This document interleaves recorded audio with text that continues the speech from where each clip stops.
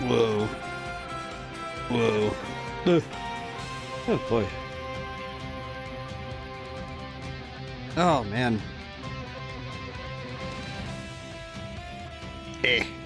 Just Oh boy. You know, I'm grateful with or without the without my VTuber. I feel like the more I consider, have I changed much since I started streaming in 2022? I'm grateful that I've gotten wiser, I've grown, I've definitely learned a whole lot since I started my solo career. Simultaneously, as a person, I don't know if I've moved much. I think I've certainly... I guess funny thing, I don't know if I've mellowed out or if I've learned how to properly shift between high and middle energy. I don't think I would ever describe myself as low energy. I'll keep it real. I don't think that's how it works. Okay, so one thing I didn't know, which I thought was kind of cool, I loaded up the game, you know, before stream, and I wanted to see something. Apparently, if you want to know how to get a figure, you just need to click on the thingamajig. So, I'm gonna go spend an important amount of money at Waddle Dee's shop and try to get, because there's an ad break coming up, I might as well just go and buy stuff until he gives me everything I desire. How many of these can I carry? 150. Can I buy another one? How much, like, I guess the question is, how much does it cost to...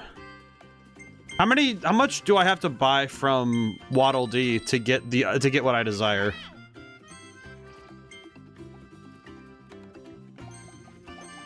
How does that work? Maybe if I just use one every once in a while and then just buy one whenever I'm in town, maybe that'll be how I do it. I don't know. I don't really know how I'm gonna handle that one. It's kind of weird.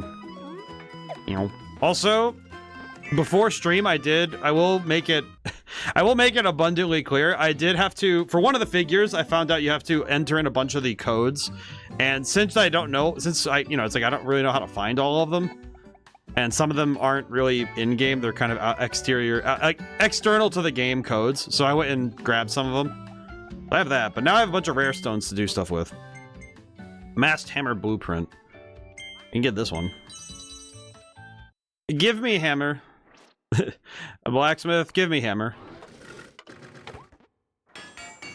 I will say, my brain has been currently working on... I might be mildly confused today, but only because my brain is definitely working on... I've been working on some other stuff. I've been playing a game off-stream called The Bleakest Keep, and it definitely took over my brain cells for a good while there. Wait, no, not... Okay, well, yeah, either way. Let's see. It takes 5 to get that one. I just want to make sure. How many more do we need? Oh, is that the last one? Are you serious? Is that the last one? Because I know that there's powering up is still a thing. We have to spend money on that, but is it... Do we only need the one... is it, in terms of upgrading the equipment, do we only need the one more? I'm a bit surprised, I'll be honest. Morpho Night Sword. Oh, it has butterfly stuff too. Well, that's pretty. That is actually that's a rather nice looking sword. I like the funny sword. Open new treasure road in the Redgar lands. Ooh. Ooh, okay. That's pretty cool. Alrighty. When does this power up? What does it take? Oh, you need that's right, you need the rare stones to do all that. Okay. Okay. Well, we have unlocked all of the hat types, which is more important to me. Meow. More important is unlocking all the hat types. Yeah, we're in an ad break right now, so I'm gonna go buy some. I'm gonna go get more of those gachapon things. Why don't you start collecting? It's hard to stop. No, it's just that I don't know if it's because my brain says I should. This is part of 100% because I know it's not. But maybe it's just because it's something that it's an incomplete list, you know? I guess that's the appeal of the Pokedex, you know, in Pokemon, when it's in any sort of encyclopedia, you know, if you have the ability to complete it, it feels very strange to leave it incomplete. So I guess that would be part of it, you know? Just that desire to complete a thing. Even if it's and it doesn't make 100% sense, or if it just takes a very long time, you know? I think anybody who has OCD for trophies and achievements in games, I wonder how many of them limit how many games they can get so they don't have that too much. Or does it go the other way where you spiral into a comically long-winded playthrough because you need to finish 100% all the time? I don't really know. I think I sit somewhere in the middle. I think streaming definitely worked it out of me. I think my time playing on stream has made it so if I miss something, I don't feel guilty. It's just like, oh, well, you know, if I knew, I could have.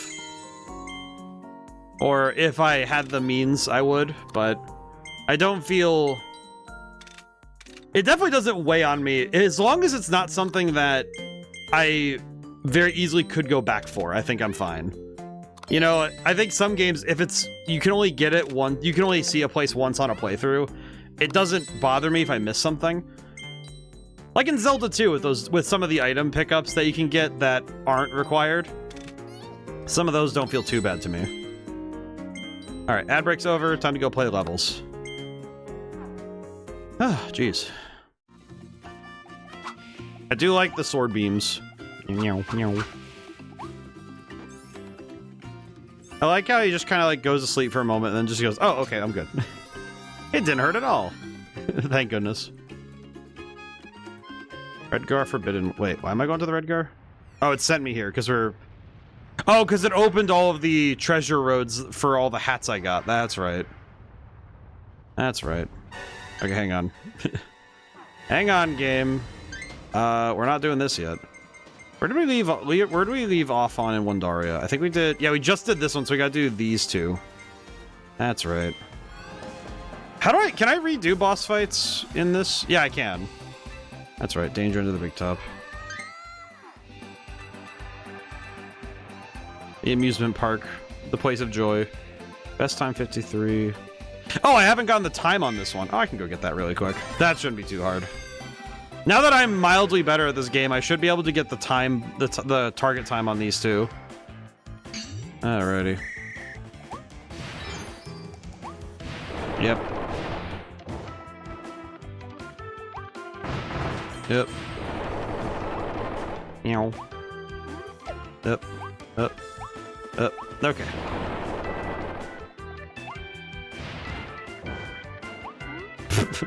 That feels like I cheated, but I know I didn't, so it feels kind of silly.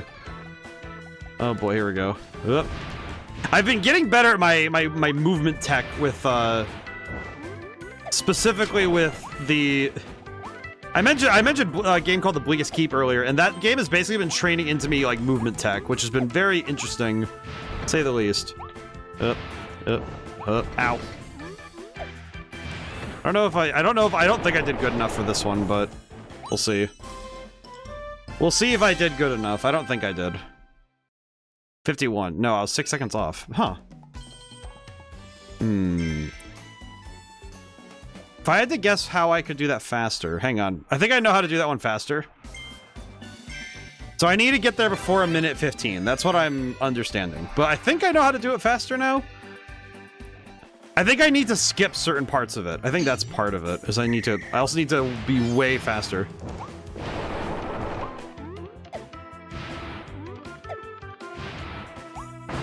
I need to also mash. Ow. Ugh. Come on.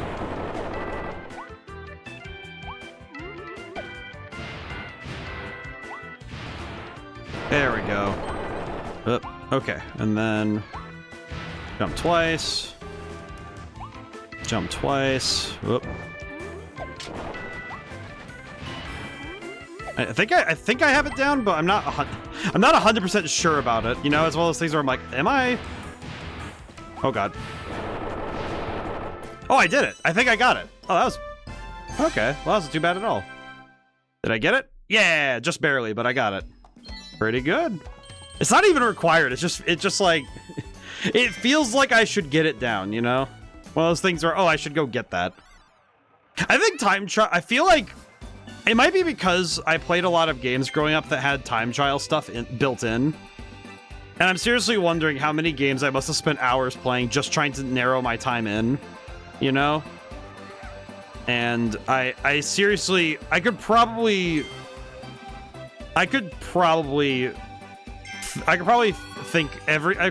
guess that every game. I'm sorry I'm like stuttering so much. My brain's trying to figure out what I'm trying to say, but I'm trying to say it before I formulated my sentence. That's bad of me. But I think it's because so many games I played were racing games and platformers that had time trial stuff. I'd even say the Madagascar game had time trial stuff too, so it's kind of just bizarre, ain't it? Elflin's poster. So there's a missing... I'll have to keep my eyes open for all the things I'm missing. Oh god.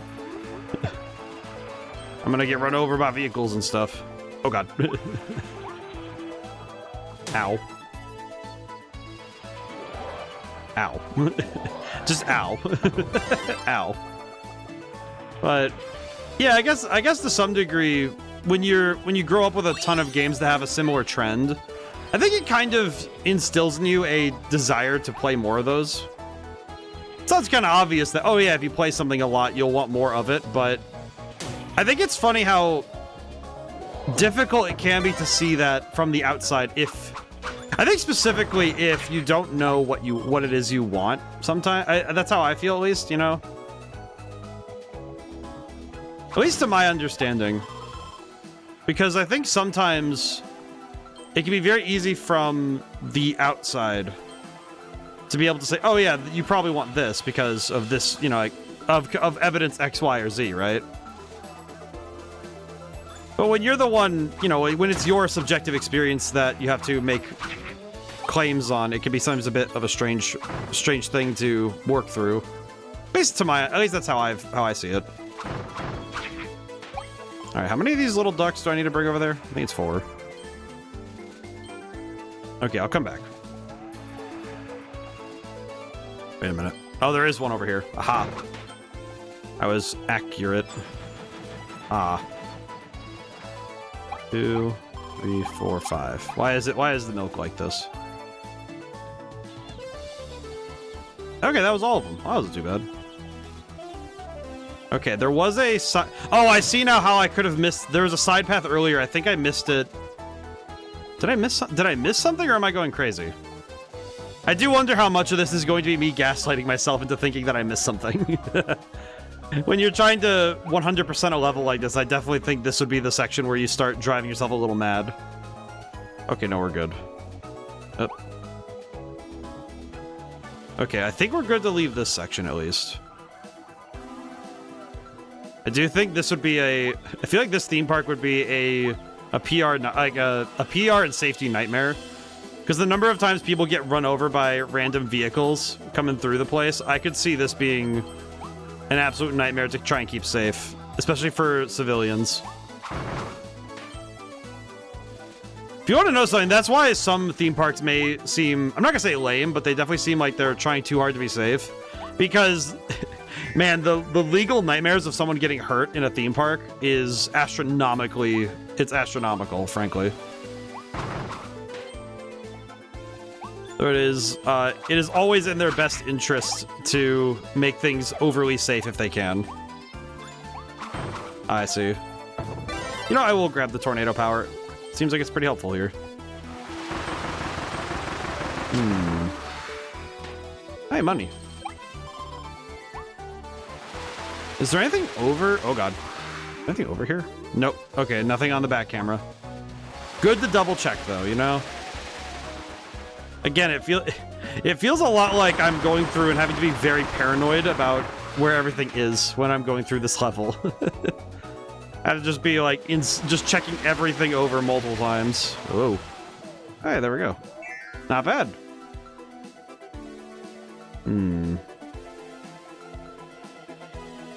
Oh, another, wait, 5 seconds? Hang on. 5 seconds.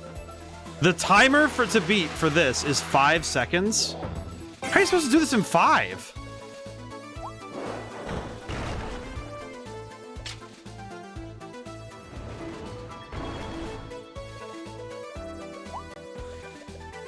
I know for a fact I did not solve that when I was going through this the first time. There's no way. That also feels like such a cheat. It's almost like I feel like that's the point though of saying, oh yeah, you can do it in 5 seconds, and you look at this turn and you think, this in 5? How? I could definitely see that being, that's specifically meant to mess with somebody. I feel like trolling your players is a good and necessary thing to do sometimes, you know? There we go. 2.5 seconds. 2.6 seconds. Oh, I did do this one. Oh, interesting. Never mind. I should not be so mean to myself, I guess. I guess the reason I thought so is just because I feel like this would have been one that I would have... You know what? Now that I say that, now I'm thinking, is it... Maybe it's the other way around. Maybe because I wouldn't have thought so hard about it that I probably figured it out real easy. I guess that's the tough thing with knowledge, right? Knowledge and experience. Sometimes you can trick yourself because you think that your prior knowledge would be enough. I guess in some ways, that would be the problem, right? Okay, 3. Oh, there's Elfwind's. Oh, that's why I didn't see it. Okay. Elfwind's poster's on this wall over here. There we go. Ow, my face. That's why. Oh, because I see... The reason why... The thing I'm noticing is that it's quite difficult to see it against that background if you're not directly looking right at it. Which it definitely helped that I was pretty much staring right at it when I got through there. Oop. Okay. Well, we'll just make it work. It's fine. I'm sure it'll be fine. Where would this last one be then? Because it's just find... Yeah, find... Oh, it's the last Waddle Dee. Okay, so it's probably in this area then, yeah? At least I would guess as much. I will say, I guess... You know what's one thing I've been kind of contemplating is how much of playtime do you think goes into optimization? It's something it's kind of a curiosity, you know, to consider optimizing, you know, when you're playing and making a game. But I imagine when you're making a game, one of the things that I actually ended up using a fair bit when I was making my own games is I try to find the optimal routes through the levels, not necessarily because I need to know them. Because some levels I've been told of more optimal, like I say optimal, but more like faster ways to go through my own games. Because I wasn't looking for them in the right spot. But sometimes it's nice to know these sorts of things because they can inadvertently help you learn something new about your game. Oh, I see. So there's probably... Oh, there's another one back there. I see. I see. Go that way. Interesting. But I got this one, yeah? Yeah, because I have all the blueprints, so... I feel like I am missing something. Unless... I'm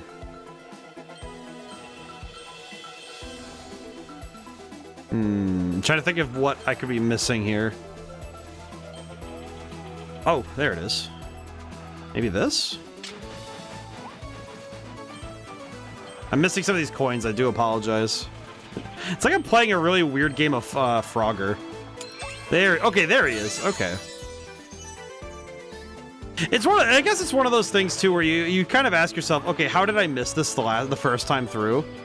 I think the Lego games do this a ton, where you're trying to figure out, okay, where are those last mini kits?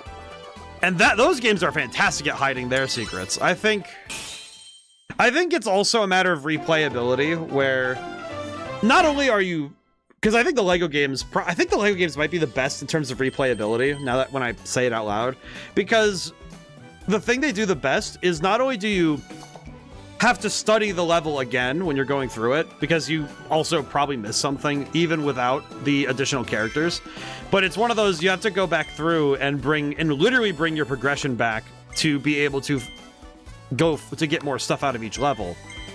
And that sort of exploration is really hard to make natural.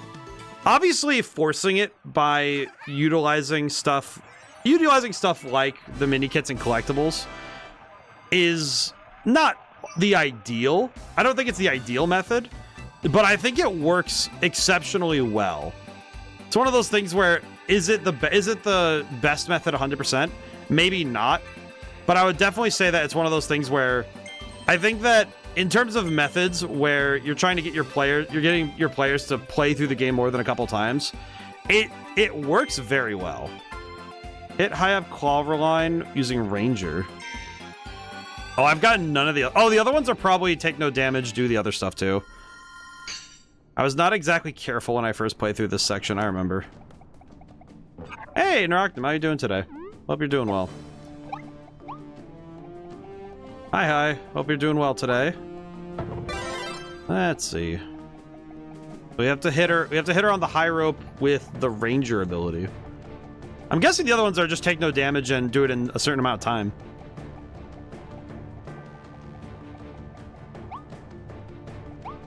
I probably wasn't being too careful in my first run. Hello, cat lady.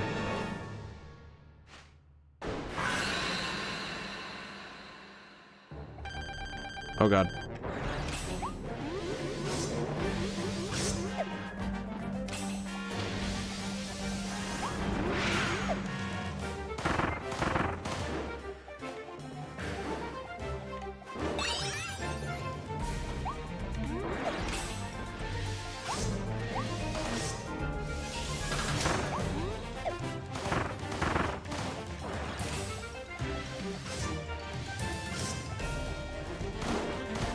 Oh god.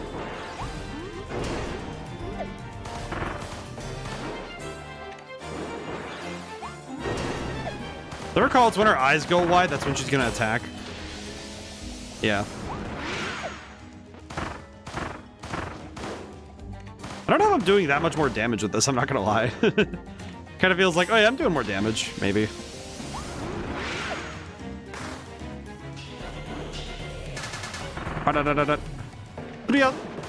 I probably could go a little faster, you know? Yeah, I probably could go a little bit faster.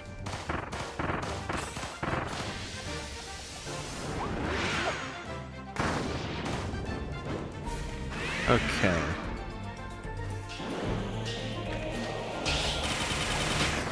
Oh god, I got hit on the way through. Ugh.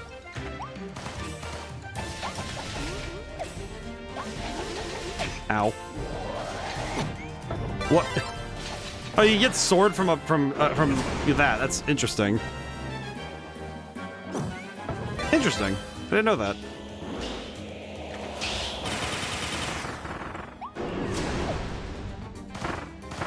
Oh, that wasn't too bad. Timing was a little awkward, and I got slapped, but whatever. Wow. Oh, funny cat. Hope all's well today, though. Alrighty. Got the funny doodad. I guess the question becomes, what else do I need to do? Let's see. Hit her on the high bar. Defeat without hover. Wait, defeat without hovering. Oh, so you have to not... So you can't activate... You can jump, but you can't hover. Oh, that's not hard. I just have to be better. That sounds really stupid, but I mean, that's not that hard. Okay, I'm guessing it's also a timing-based thing, so hang on. I have an idea. Go back to Waddle Dee Town. Since I don't need a Ranger to do this anymore, I probably could do this with Dragonfire. And I'm going to grab another attack boost, because I think the attack boost will help a lot. Wait, is the attack boost active? Oh, it's still active. Oh, interesting. I didn't know that. I guess I haven't used the item that much, but... It did occur to me now that I didn't really use the item all that much. Because I usually brought health items with me into the various challenge modes. I usually brought a Maxim Tomato or something. So I guess it makes sense that I wouldn't know how these items work. Wait a minute.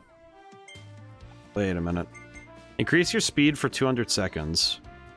Oh, I could use this instead if I still need to dodge. Wait, question. Can I use this now? Question. I need to inspect a gate. Hang on.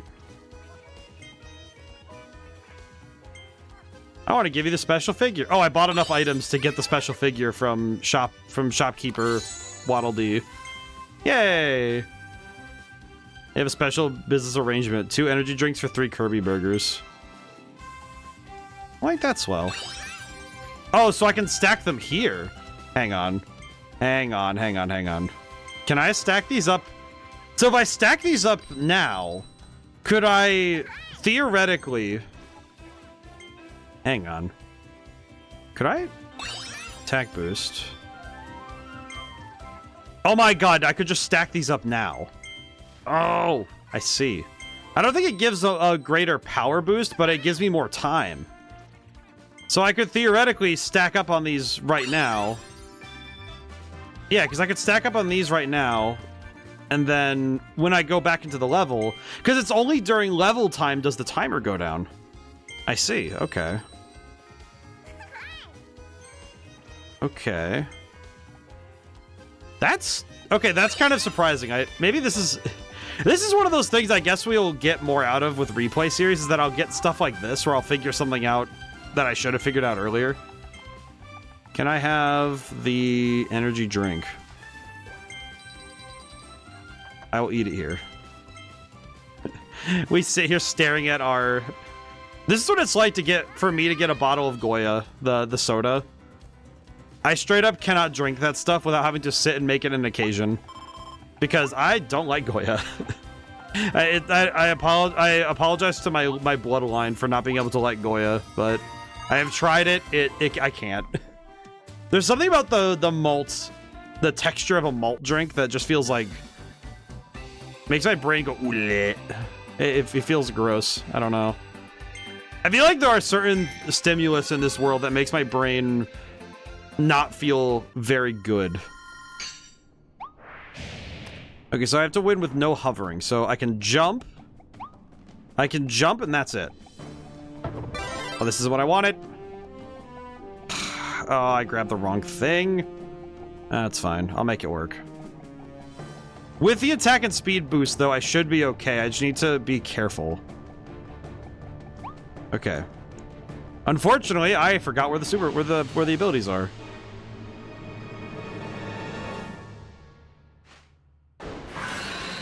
Okay, now the question, can I...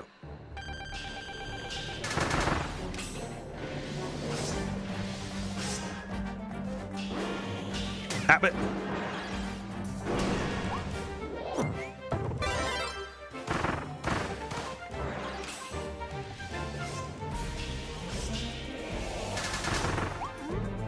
I have to reset. Ah, God. Exit. God dang it. I forgot. You're not supposed to hover. I can... You know what's even worse is I know I can outrun her anyway, so I don't know why I did that. Nuts and bolts. Okay, hang on. I gotta go get the fire. I'm gonna go get the dragon fire thing, because I think that's a better power-up for this particular fight anyway. God dang it. I need to remember where that is. I was too busy trying to get to the boss fight before to think about it.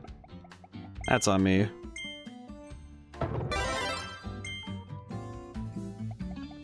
I will say, this next album of music I've been working on feels like it's going to take a bit longer, because I've been working on an album of music on as one of my next projects. It's this and a book, and this album, I think it's because I'm trying to really test myself as a guitarist and a composer.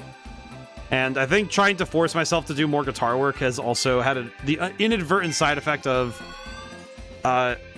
having me sit with my guitar and have to write more with my guitar. Because when you're working with a digital audio workspace, you don't tend to think... You don't necessarily have to think in terms of instrumentation. You just think about the music theory and what sounds good, as it were. But it kind of works very differently when you're trying to put together a music piece with a real instrument in mind, right? All right, I will skip the cutscene this time. Don't think it counts as hovering if I...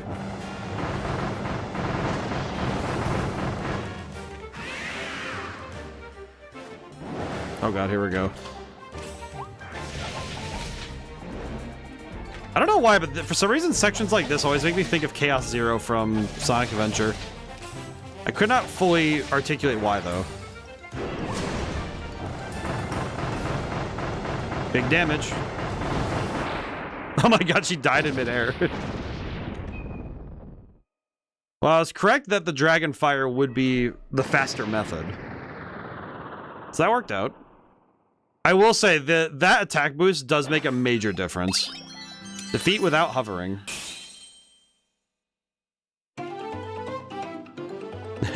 I like that every time Kirby beats an enemy and destroys them in every aspect of the fight, he also takes the time to hit the most insane dance routine every time. Back in the day, he duplicated too.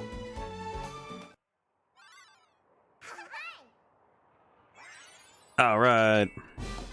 I think that's all of the Waddle Dees and one Daria save too. Yep, there we go. Nice. Okay. Not bad at all. Okay, let's take a quick gander at... Oh, whoops. Stage list. How are we doing? Treasure road list. Cutter treasure. So we'll have to go... We'll go back through and get times as well later. Let's see. Wendaria remains. Everbay Coast. Natural Plains. Redgar has so many. What the heck? Okay. Okay, and there's a couple we're missing up here, and we're missing the... We didn't get this one. Evolve this ability to time crash. Oh, we need the crash ability upgraded. I see. Armouth treasure. Interesting. Okay, cool. Alrighty. We're not gonna stay here long, right? I might freeze. Oh, poor baby. Well, we're gonna be here for a bit, so I apologize, small one. We're gonna freeze. Unfortunately, we're going to freeze here. Ah, jeez. And this one, it says we need...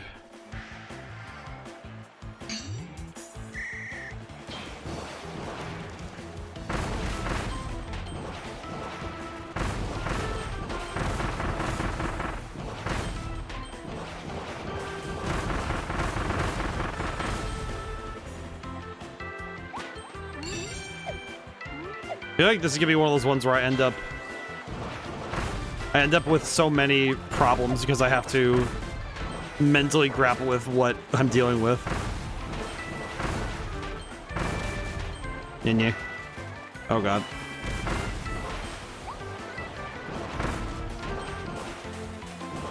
Alright, put him out. Whack. It's just putting out bombs. It'll be fine. I'm sure this will work. I probably, you know what I just realized? I probably could also save myself some time if I stood on the other side. If I stand all the way on the other side of the pool I'm going in. So I want to be on this side anyway when the mission's over. Right?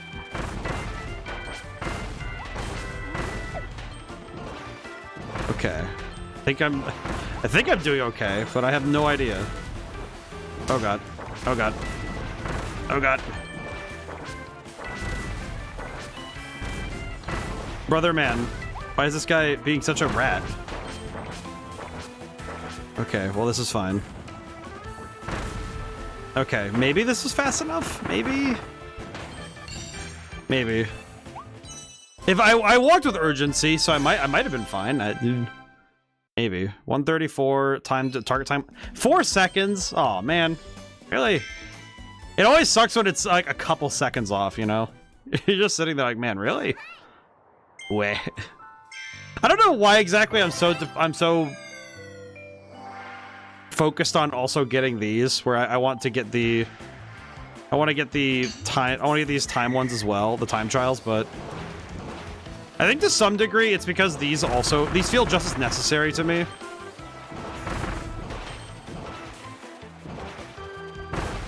Not sure why, though. Maybe it's something to do with my own internal thought on what counts as, like, part of the game. Kind of sounds weird, but it's one of those things that I think sometimes I think a lot of players end up having this like very bizarre feeling of what's part of 100% in a game. And sometimes it doesn't feel like players are really in consensus on that sometimes. Where it's like, oh, what counts as... It's the same thing as what counts as canon in a game, you know? Like, what counts as part of the real story? What counts as part of, like, the extended universe, you know? Or even what just doesn't count, you know? Some people really are hung up on what doesn't count. Like, what does count is one thing, but what doesn't count... Oh, boy, don't even get them started. You know? God bless America. There we go. How are you liking this game? Well, I've played it before, but I've had a lot. I'm remembering a lot of it, and it's a lot of fun. I like it a lot. It's probably one of the best Kirby games in general, if I had to be honest. I think in terms of the Kirby as a franchise, I think it's one of the best ones. How are you doing today, Luke? I hope you're doing well. Wait. Oh, I think I already screwed up the timer too. Yeah, this part for some reason, I don't know why, but these guys really mess me up. I don't know why. There we go. Yeah, I think I screwed it up again. What time am I on? Best time. I can't tell what time it is until I finish. If I get home after loads of errands. Ah, I see. Yeah, I think that was actually worse than the last one.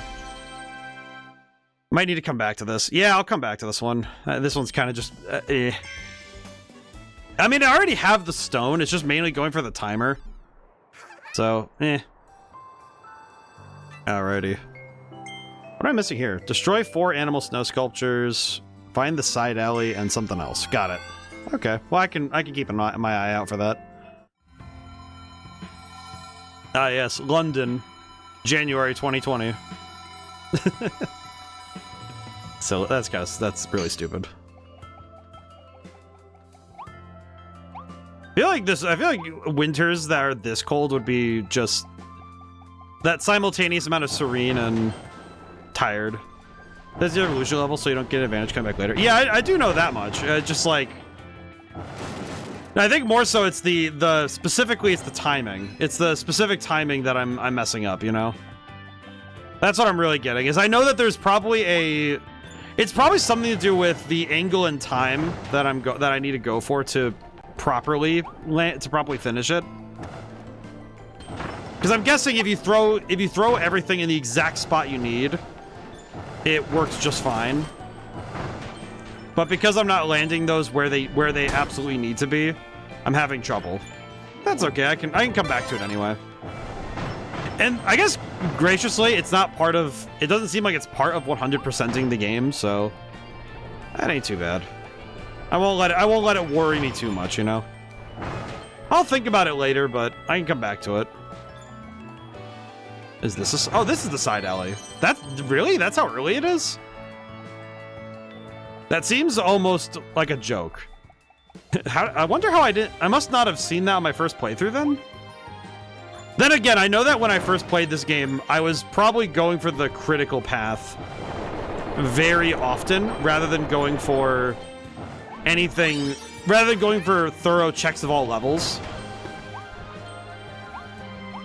Which, that makes sense. I could see that being part of what was going on there. I could see it being the part of the thought process, you know? Yeah, 100% only cares about finishing. I did manage to get the time on all of them. I feel like I would do it for pride more than anything. Like, I don't think I would do it because it's necessary. I would just do it for pride, you know? Like, it has nothing... I don't think I would want to get the time trial stuff done because I want to. Because it's like, I don't think how do I put it? I would want to because it's a personal pride thing, not because it's necessary. Maybe that's what I mean. Like, my pride demands I want the thing, but... Since it's not required, I don't feel too bad, but... Owie. Where they said the Dragonfire one was the hardest, but I got it 4th try. I don't know if I could even mentally recognize which one was the hardest. But I think it's because I wasn't really thinking about difficulty when I did them. I was thinking about what they individually were asking me to do. Which I guess it's because it was a specific puzzle, so I wasn't thinking about its difficulty. Oh, I'm guessing... Oh, I did get this over here. Okay, good. Not bad. I haven't seen any other snow sculptures yet, though, so hopefully I'm not missing one as I go forward. Whatever. It's not like it's gonna harm. Oh, there it is. Oh, right next to the thing, of course. Of course it is. Why wouldn't it be? I think it's put there so when you miss it, you can watch it as you fly off. I think in terms of how long it took himself and his GF to finish. I see. That makes sense. I mean, it's like if it's amount of time taken to figure something out like that, that would be a reasonable metric. That would be a like a metric worthy of use for that. So I can see it. I do like this music a lot. I feel like there are some songs in games that just kind of feel right, I guess would be the way I'd put it. I think in this game's case, it's the fact that it feels quintessentially Kirby, but not at the expense of like locking itself into a specific genre or vibe. Like the snow level feels like snow level. Kind of like, wow. Yeet! Can I hit it with this? No, I cannot. Okay, good to know. Okay, I had to try at least once. Give me that. Had to try. I forgot that it's only for Gunner. There we go. Whoop. That's not too bad. Yeah, I guess one thing with every game is that since difficulty is can sometimes be relative to a player, it probably can be a bit frustrating at times if you're trying to figure out what is the hard part of a game and you don't have a good metric for it because everything feels about the same. I think role-playing games are actually the one where I find that to be the hardest part for me is trying to figure out where difficulty, like where the curve is. Because some role-playing games, it feels like it's very easy to see where the spikes and where the curves are in terms of difficulty. But when it comes to, I think action games in particular, I think some levels can feel very hard to gauge. Also, Namaha, how are you doing today? Hope you're doing well. Hope all's going well in your universe. But yeah, as I was saying though, I think I guess to some extent in my mind when I think of figuring out difficulty in games, I'm doing good. Thinking about difficulty in games and stuff. I'm thinking about game design. The thoughts in my brain really do just range from game design and like cute animals and stories and like writing and stuff. I feel like that's like 80% of my brain power. The rest of it goes to just me playing video games. I feel like that's a good estimate. Thinking about game design stuff again. But yeah, I'm thinking of how difficulty curves feel. I feel like with platformers, I feel like sometimes it can actually be tough to actually properly gauge, because sometimes it feels like a level can be very easy for one player and hard for another. I think especially if you're the developer. If you're the developer and you're trying to gauge what your level's difficulty is, I think that's one where you need to have testing to figure it out for real. Because as much as I think I understand the difficulty curve of my own game, I don't think I fully know. With role-playing games, you can do so mathematically. I think the various games that I have played where you can basically take the mathematics and figure out how hard or easy something will be. That usually works pretty well. Because it's a pretty easy thing to use math to figure out. But otherwise, it can be tough to kind of, I think especially platformers, it's a subjective matter. I think especially with certain jumps. I think complicated jumps can be, I think, the hardest one to figure out. Why is this here? Nanya. The RCXD will kill him. It'll be fine. How do I break this doodad?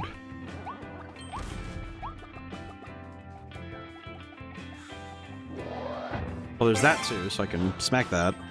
There we go. If I walk this... Ow. If I walk this down...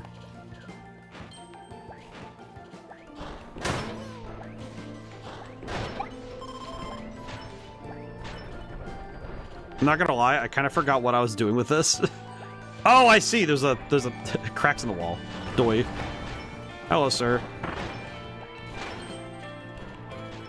Oh, I see. There was boy here. I have all the hidden ones, yeah? Yeah, I do. Oh, and there's one more I'm missing. God dang it. God dang it. Okay. Well, I've been pretty thorough up to this point, so I'm doing good. But I'm clearly missing something. But I guess figuring out what difficulty is your... The way I like to do it is trying to figure out the height of difficulty in your game, and then comparing it to the beginning level. Then from there you can you can have a better idea of how to gauge, how to set it up, how to gauge what is necessary. But I don't think that's even foolproof, because it's not like there's an easy scaler, you know? It's not like, I don't think there's an easy scaling unit for difficulty in a game like that, you know? Wait, is that it? Hang on. Is that what I'm looking for? Yeah, there's an open... Oh, there's an opening in here. Oh, let's see. Reach the clock tower. Oh, okay. That one's just a tiny little secret. That's not too bad. All right, cool. I can guess how I missed that one, and it's probably because I was too focused on finishing the level. Another one where finishing the level was my main priority, so I wasn't even thinking about it, probably. Then again, I guess it's difficult, because I don't really know my mindset when it comes to this sort of stuff. I would have to... I probably should go back and check some of those streams. I find it very hard to watch some of my older streams, but I think it's more so because just like how it is, sometimes I have to really sit down and make myself replay certain games. I feel like my consistent desire to play and finish new games sometimes overrides my desire to go back and thoroughly rip through something I already have gone through. Maybe that's part of it. I don't know. I'm not sure if that's the truth of the hypothesis, but I should test that theory sometime. I feel like testing that theory would be very helpful. Played this for the first time last December. Yeah, I played this. The first time I played this game would have been... It would have been my first year of streaming in 2022. Oh, God. Oh, it's part of it's also a... Oh, I see. Part of this is also... All right, just for the time... For the sake of... For the time, I will at least... I'll do this once. I'm gonna guess it's left, right, left if it's gonna be... if it's gonna be a decision-based one like that. Okay, and then jump. Flash the lights. Flash the lights. Yeah, it's probably gonna be left, right, left. Yeah, if I were a betting boy. Because that's what I would do, is left, right, left. Owie.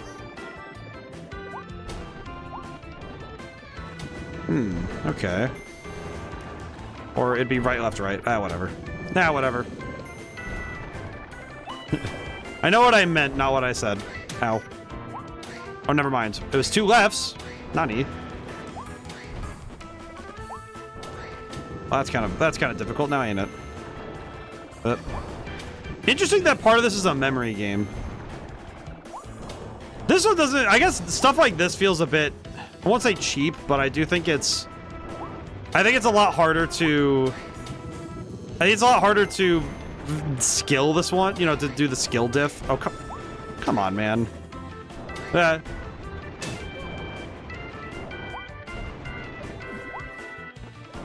Just feels kind of awkward because it's like, oh, okay, I just have to...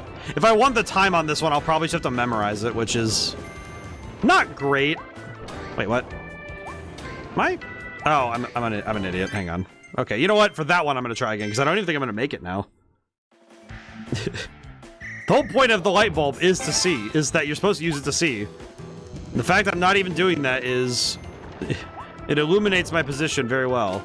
That I am a bit of a fool. The only downside is I can't really use the camera to cheese that one. Ow. Trying to flash the lights. Is it left? Was it left? Yeah, it was left. I'm trying to remember. Run through. Just keep running. The goofy waddle definitely does help me mentally. Ow. Yep. Then jump this way. There we go. All right, we're good enough. Yep. I feel like this would be one of those ones where just generally knowing the gimmick is enough, but man, even then, I don't know if knowing the gimmick helps with some of this. Okay, there we go. I guess with some puzzles like that, you just kind of have to trust where you know you're going to understand the level when you're going through it.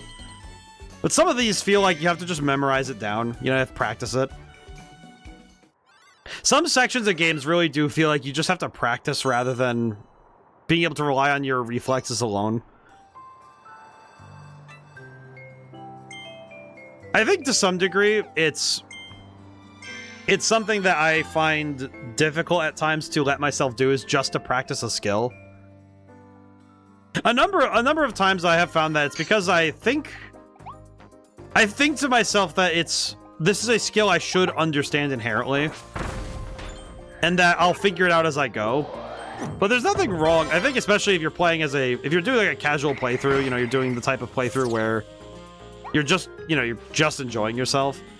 Frankly, taking time to just sit, practice, try something, it shouldn't be discounted. You know, you should be allowed and left alone to do that. I think it's very easy to get hyper focused on moving forward all the time. I know I do. I know that's kind of one of my big problems nowadays, is that I don't really slow down sometimes. But some players, I think some players have an easier time slowing down, you know, just taking in the sights, as it were. I think, though, people who have the best time of that are people who play cozy games. I think the people who play stuff like Stardew Valley, Animal Crossing, I would say the Pokemon Pokopia that just came out, games like that really do force you to just take things one task at a time. And it's mainly because you're not really meant to rush. The whole game's conceit is really built on the idea that you're not going to blitz the game. You're not, I don't know, is there anybody who speed runs Animal Crossing? And if there is, then how does that work? Because it kind of feels, in a way, like maybe antithetical to the idea of, at least to me, maybe it feels antithetical to the idea of playing an Animal Crossing game to want to do nothing but finish it.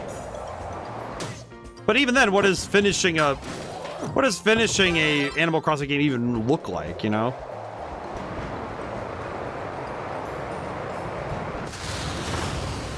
Wow.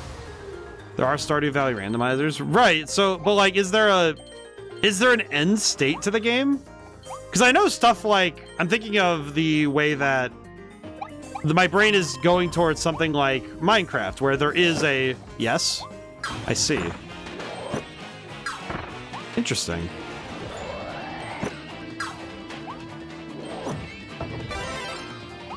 Oh, I don't think I've... Oh, hey, this is the flame tornado. Ooh, that's pretty good for the area effect. You fill the entire community center, it is done. I see. But it doesn't end your game when you do that, right? It just kind of like puts you in the perpetual state of you basically have finished the game. I guess furthermore, my curiosity is how many people approach the game with that intent, right? That's my curiosity, is I know that's something that I've actually considered with Stardew Valley, because from what I've heard about it, I think I would end up being exactly that player, though. Where it'd be, okay, here's my end goal, and here's where the game ends for me, right?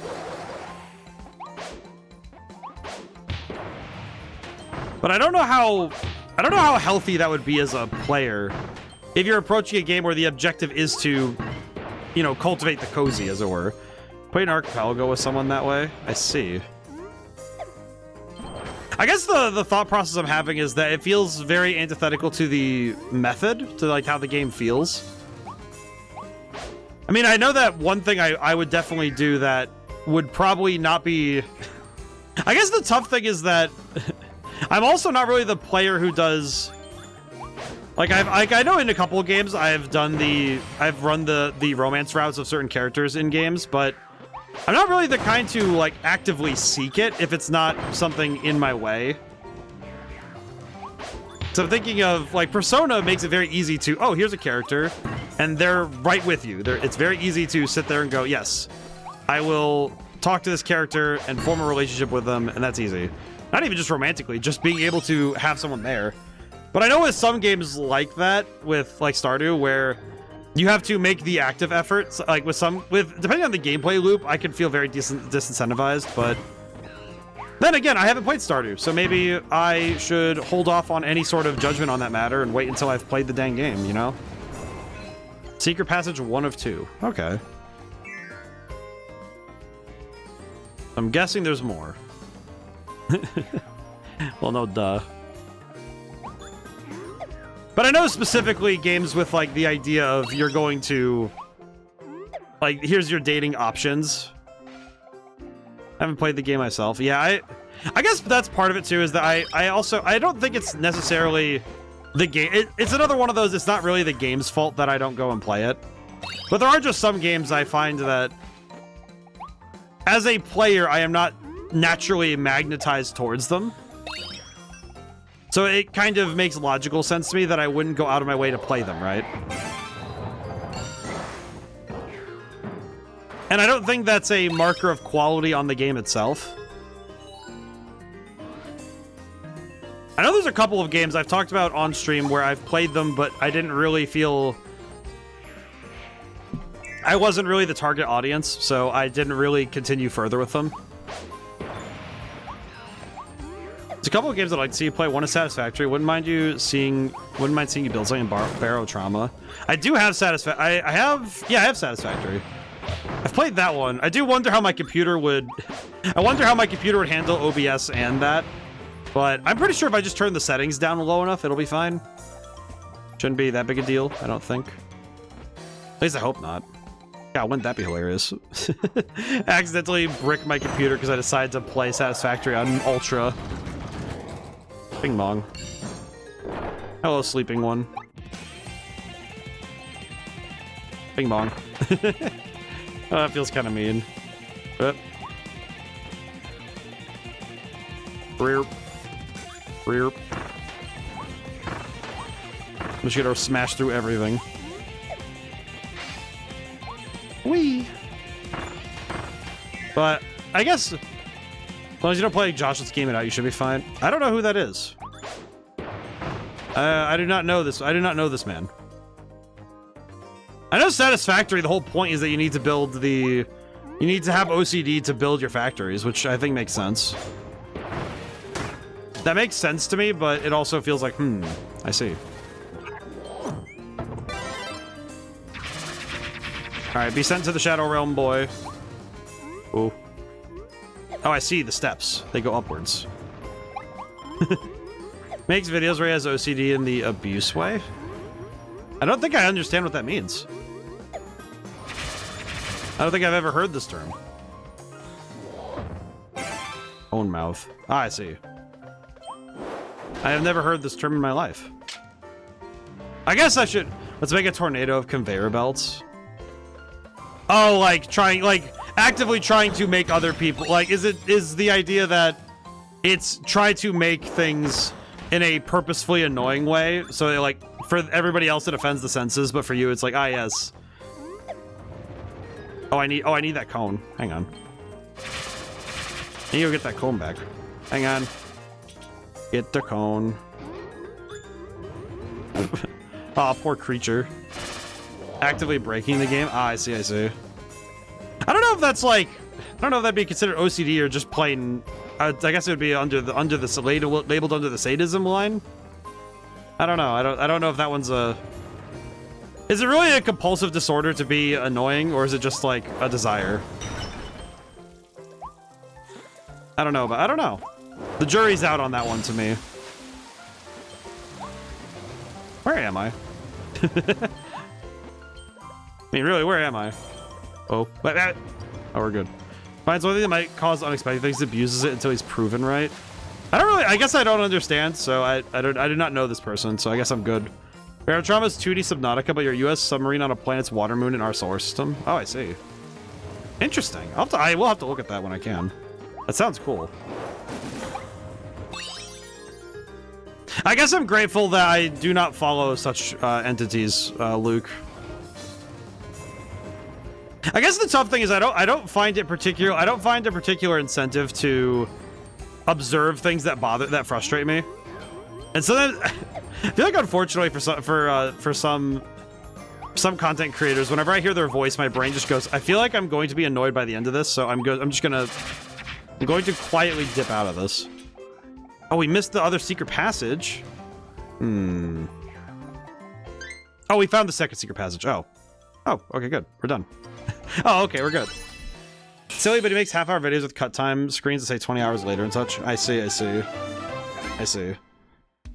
Well, I guess I'm grateful I have not seen such things. There is some knowledge in this world I don't need.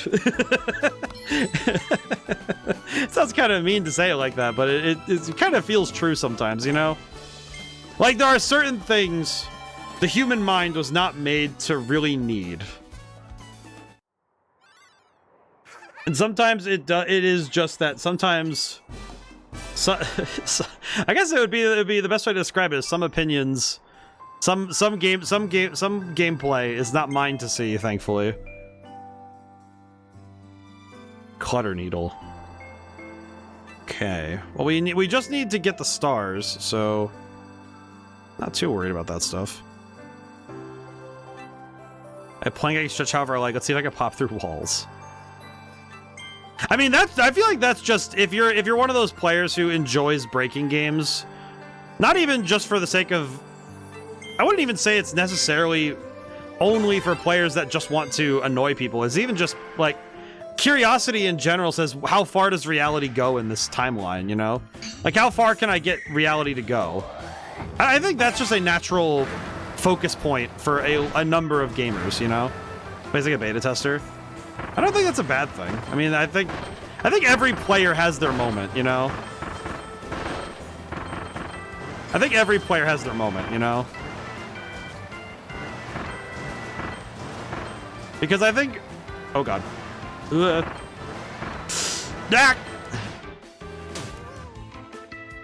I know that's the jump I'm supposed to make, but that scares the crap out of me. Oh, God. Excuse me. Okay, that's good. Not bad. Not bad. Not bad. Hey, okay. Well, we made it this time, so that's pretty good. I'm surprised I didn't do that one before. Oh, I was 4 seconds off. Ah, well, it's because of the crash. That's fine. I can ball with that. That's okay. Ad break's on. Dang, son. How'd this happen?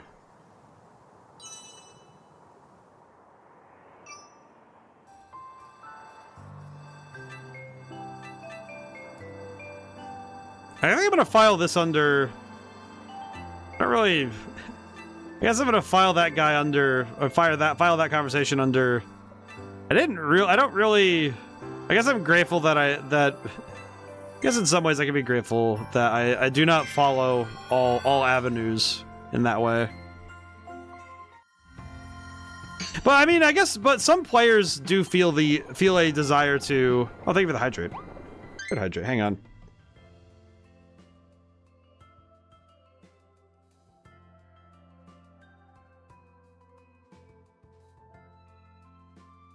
Ah, there we go. Thank you. Oh, and a stretch. Yeah, thank you. Thank you for looking out for the health of the streamer. Oh, boy. Definitely needed the stretch. Thank you. Oh, boy. Ah, there we go. Thank you. Yeah, okay. Oh, boy.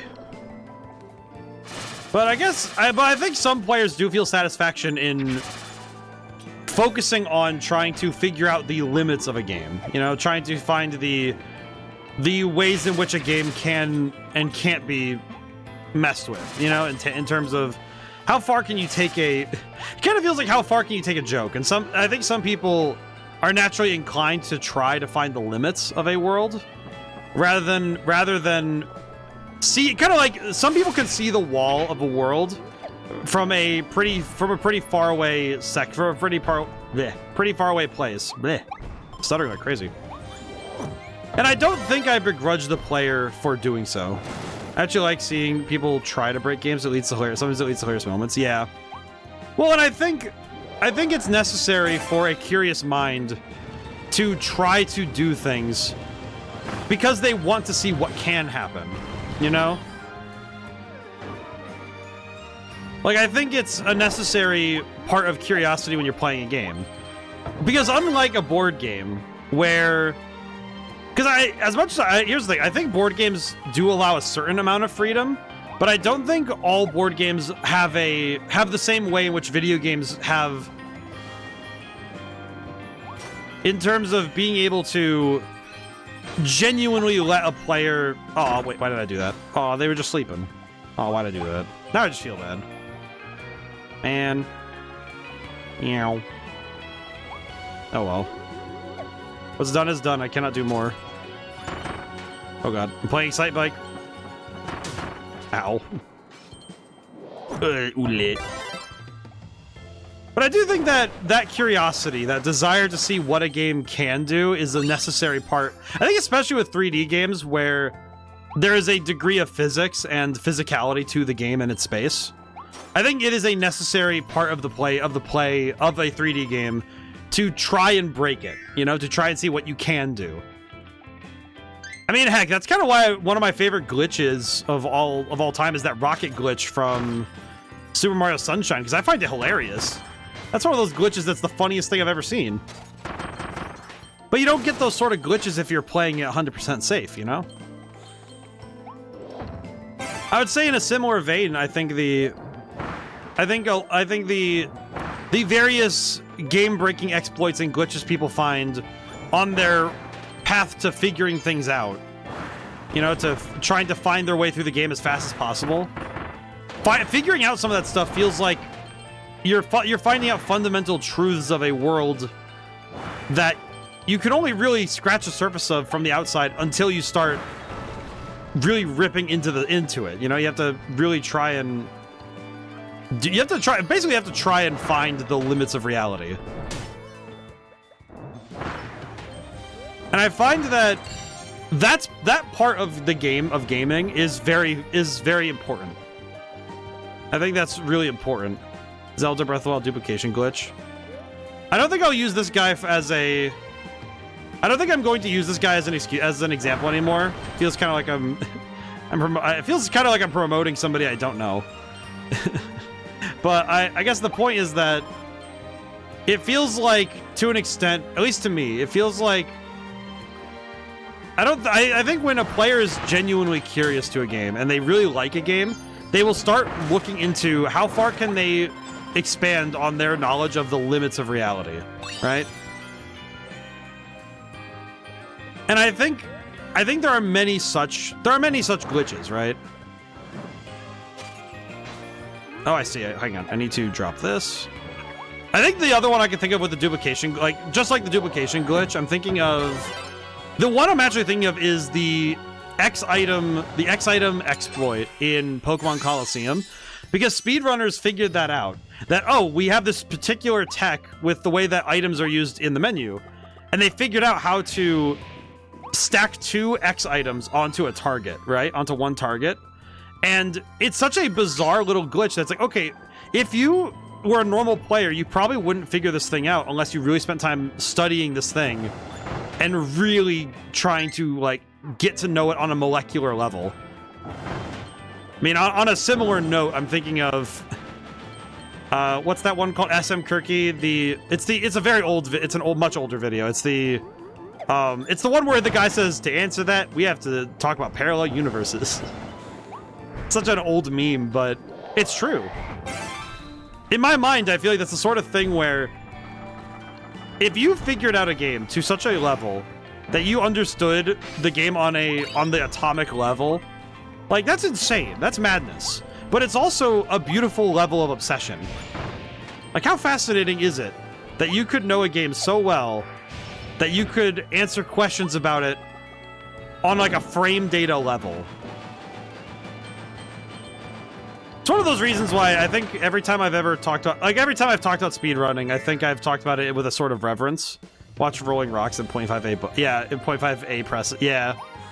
I've only heard parts of it, but my understanding is such that my true knowledge on it is more that such levels of knowledge feel, they, like, to the outsider they might feel silly, right?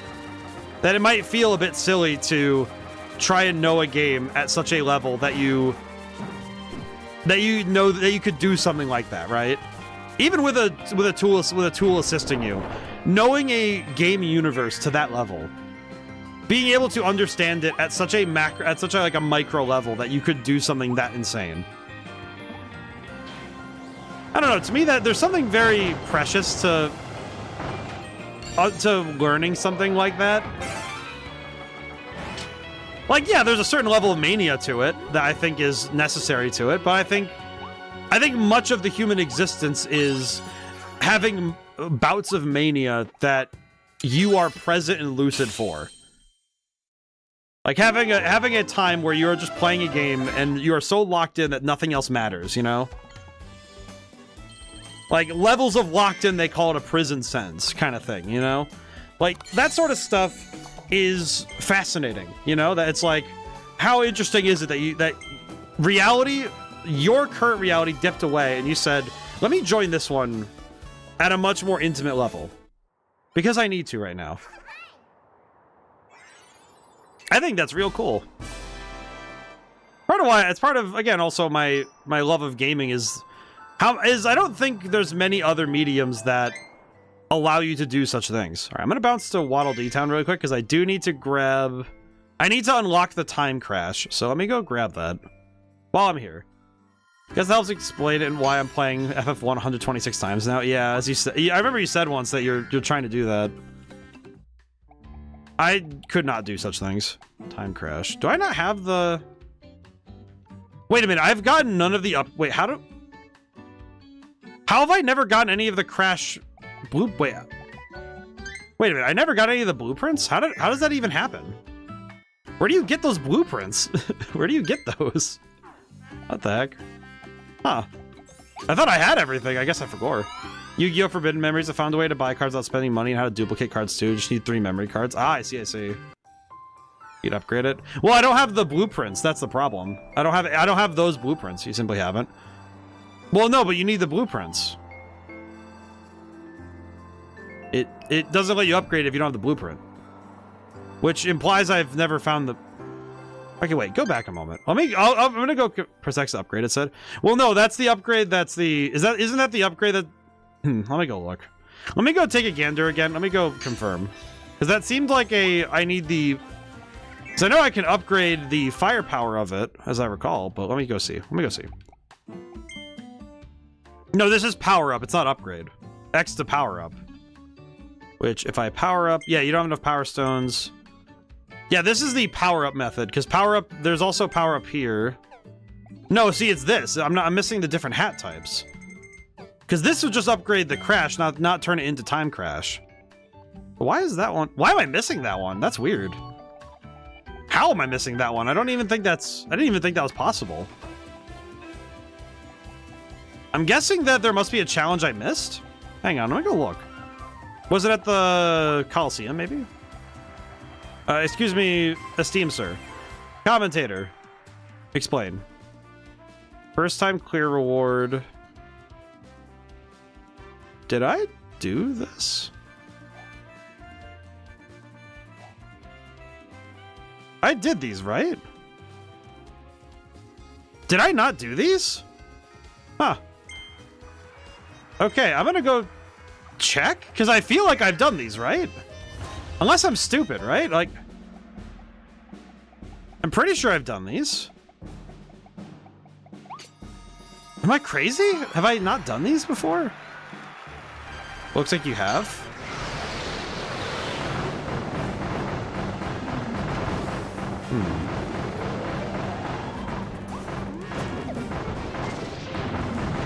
I'm gonna check really quick now, because now I'm kind of like, did I?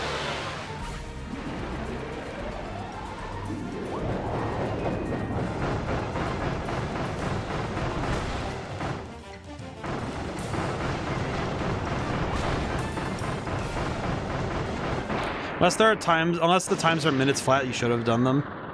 I'm gonna double check now, because now I feel like I have to confirm.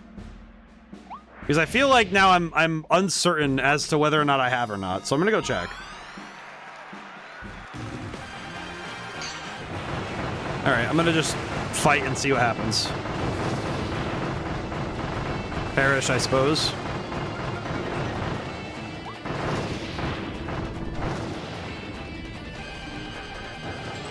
Perish, I suppose, bird.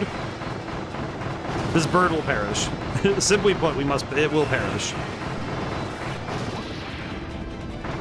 Meow. Whatever wants to show up next. 4 more to go. Well, we'll see, we'll see. I'm gonna test my theory.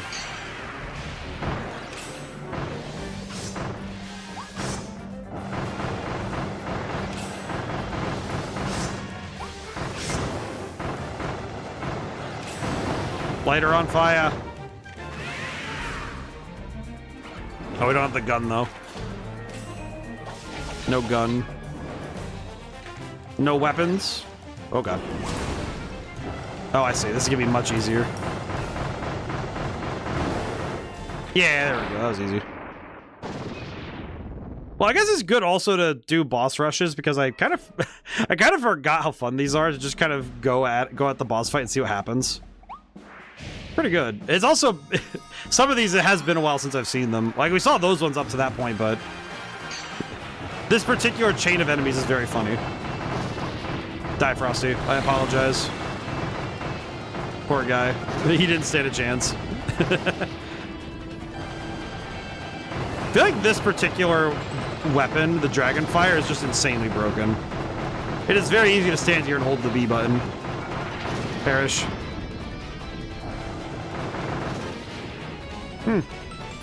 Not bad. 2 more to go. Oh, next one's Monkey. I do wonder why they do these out of order instead of doing them in the order you run into them, but it's not really a big deal. Whoa. The ultimate sword is the crazy broken one. Oh, I have the Morpho Knight sword, so.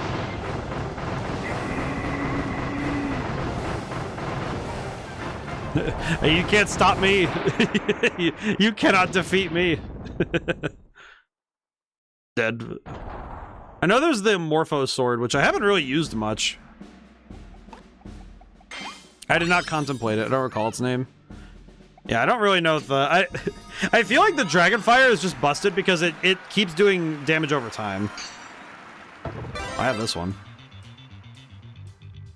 Oh, Meta Knight. Ah, yes, the ultimate sword fighter from Smash Bros. Brawl.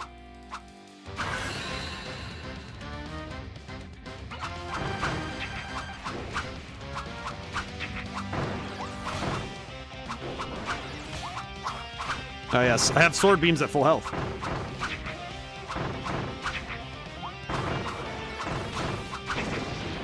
Oh, yeah, this sword is kind of busted into damage. How did you pick up all those rocks? Oh, God.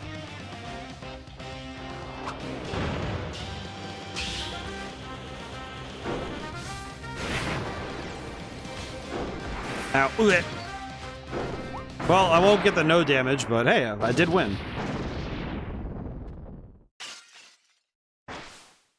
Ah, beautiful. He's just like, so how do you feel about your victory? 2 minutes and 30. I've done this before, right? Here's your hard-won reward. 500 star coins. Okay. Rare stone. No way I haven't done any of these yet. Wait a minute. I've done these before, right? Yeah, okay, no, I did get the statue. I had the statue. I had that one. Let me make sure. I have those, yeah? They would be in volume 4 of the collection, yeah? 4. Do I have those? Yeah, I have both. I have that one. I have this one. Yeah, okay, so I have done them. Okay. Oh, but I can get more rare stones if I so desire it. Okay, so that's not where I need them. Huh. Well, I'll take the sword with me because it's kind of cool, but I'm kind of wondering now, where the heck is that other... the other, blueprints then? Because you need the blueprints to get the other types. Well, let's take a gander. Battle of Blizzard Bridge. Well, either way, we gotta go do the other ones anywho. Let's see. The Forbidden Island. Is there any other... It said there was another one we haven't finished yet, but I don't know where it is. Let's see, let me scan through... Nope, not right there. Okay. I'm not seeing the search prompts pop up anywhere else.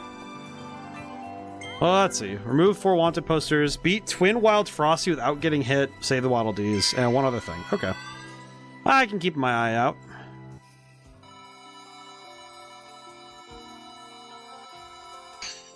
I do appreciate that the game has been pretty good on making sure that if you're missing something, it tries to help you out a little bit. Maybe a hint or two if they can help it, but... Do I want the sword? No, you know, I do want the sword. The sword's pretty good. Ow.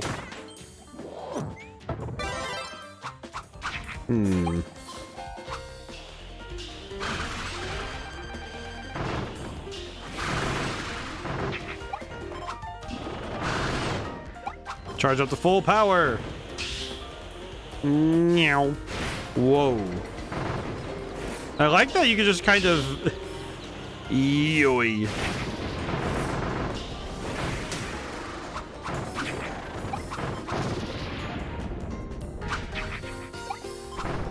Well, it doesn't... I don't think it's a very good omen if I'm getting hit that much. Oh, monkey. I got hit a lot during that fight, so that wasn't particularly good. Meow. Hey, look at that.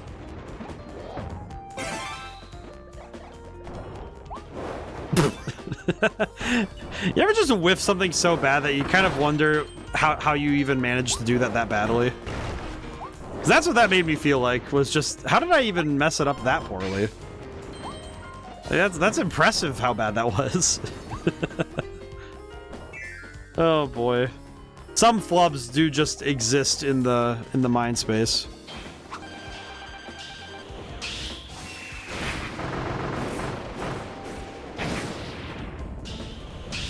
Hit him with the double fire tornado. Meow. Well, that was pretty cool. Not bad. I do like this. I like this sword a fair bit, but I'm not sure how I don't know if it's my favorite, but maybe it's just because I think the sword power-up isn't always my favorite because it feels like there's inherent risk all the time with it. Oh, this is okay, I don't need that. I'm gonna go back. Going back. We don't need this. Because we only need to do Twin Frost without getting hit, so I can worry about everything else later. Meow. I guess the other thing, I don't know if the gachapon stuff is necessary for finishing the game, but it always feels like it is. Whoa. I got a little scared there. What's my current schedule for Sundays? I forget. I know I'm doing Glitch Fairy, which might not be done in one stream. I don't know yet, though, because That game I kind of wanted to stay as blind as I could because I saw that a number of my I just realized I was about to say colleagues, but it's like they're other streamers. Do I call them colleagues? Is that how I do it? My peers, it's like some of them are, because some of them are friends, but some of them are, I'm like, it's one of those things where if I don't know somebody well enough to say that they're 100% my friend, I'm like, I still want to say I'm on friendly terms, but I'm not like, it's kind of different when you're like actually friends, when you know you're friends with somebody and when you're like friends with them, you know? I feel like streamers are very quick to jump to, you are immediately friends with all other streamers. It's like, I don't know, man. Oh god, I gotta stay mobile. Bonk.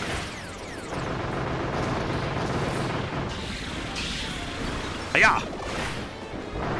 Oh god, I don't want to get hit. No.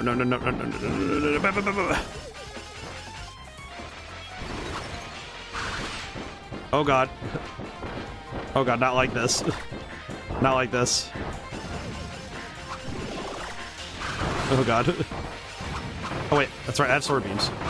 I actually forgot I had sword beams. I forgot I had sword beams. It's just like, oh yeah, that's right. Oh no, I'm being chased like, oh no. And it's like, oh wait. That's right. I forgot. I'm kind of a fool. I forgot. Unfortunately, I forgot. Okay. I'll need to do this level a second time to get the other thing. But yeah, current schedule is Glitch Fairy. It might be 1 or 2 Sundays. I don't know yet. I do have one game I want to get to. Find a detour. Take a detour, find a Maxim Tomato. Okay, so I'm guessing there's got to be another side path somewhere we need to get. Alrighty. I'll need to play this one more time. That one's pretty quick, though, so that's not bad. And I think I do want to make a Sunday in the near future to play the Bleakest Keep on stream. Because I've been playing it off stream, and I want to play more of it. I like the Bleakest Keep a lot, gameplay-wise. I think the only thing I'd have to add to it is make a playlist of some kind for some battle music. Unfortunately, the game doesn't have any dedicated soundtrack, like, at all. So it does kind of feel like I have to add some music to help the brain. So it's something I'll have to consider when we're going to play that.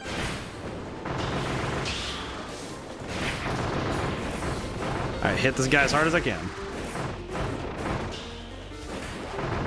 I almost gotcha. Yeah, it's like, I mean, besides those 2 games though, I'm not, and even then it's a flexible schedule because I don't really know what we're gonna do.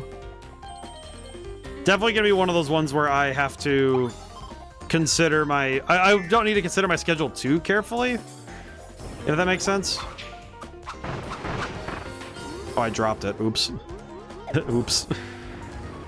Well, I know that I don't think that's the detour. That guy's going crazy on that piano, by the way.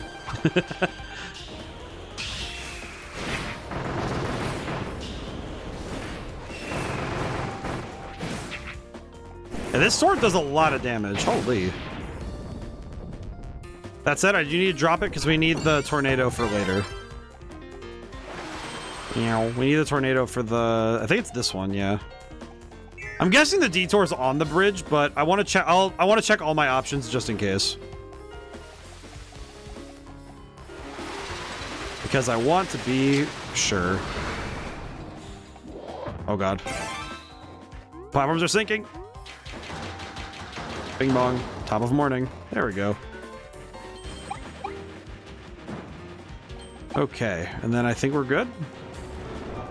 Yeah, we're done here. All right, cool. Yeah, with Sundays I'm trying to keep things flexible right now, but I have the plan. Caesar 3 second venture on the missions, no rush on the wind though. Make sure I write it down though. Hang on, let me write it down. That, let's see, next Sunday available. Next Sunday available. Caesar 3 again. I don't know if we'll. I kind of feel like I need to I might need to reopen both the manual and also play the game once or twice beforehand, because I feel like Me not remembering much of the game off the top of my head right now is definitely going to hurt me if I try to replay it again. Because some of those missions are brutal if you're not aware of what you need to do.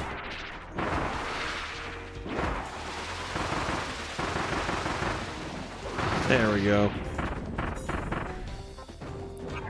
Okay. Not bad.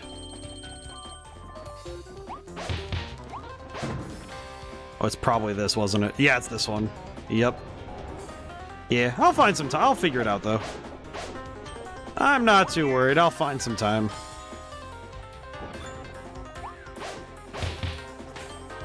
Well, wait, I would have had to have come through here, right? Because... yeah, because I already have the Waddle Dee here, so...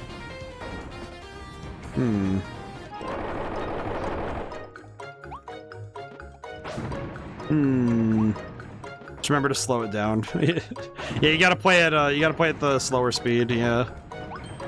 And also slow down what I'm doing physically. Both literally and metaphorically, I gotta slow it down a little bit there.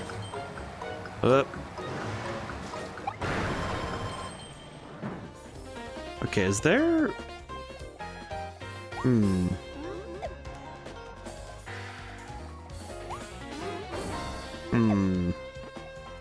Okay, I guess I don't think it's here.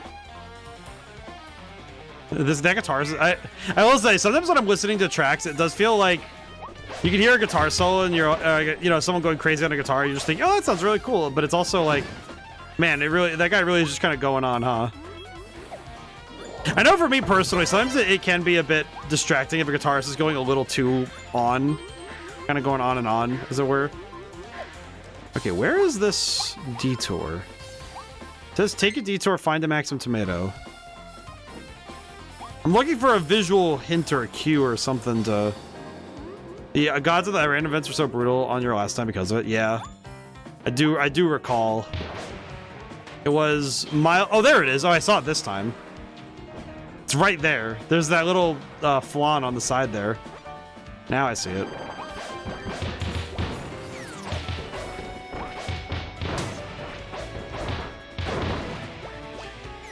Yeah, now I remember. Ow. There we go. Big knockout. See you later, nerds. Whee! Alright, cool. We're out of here. We got what we wanted, we're out of here. And now, I just need to go this way.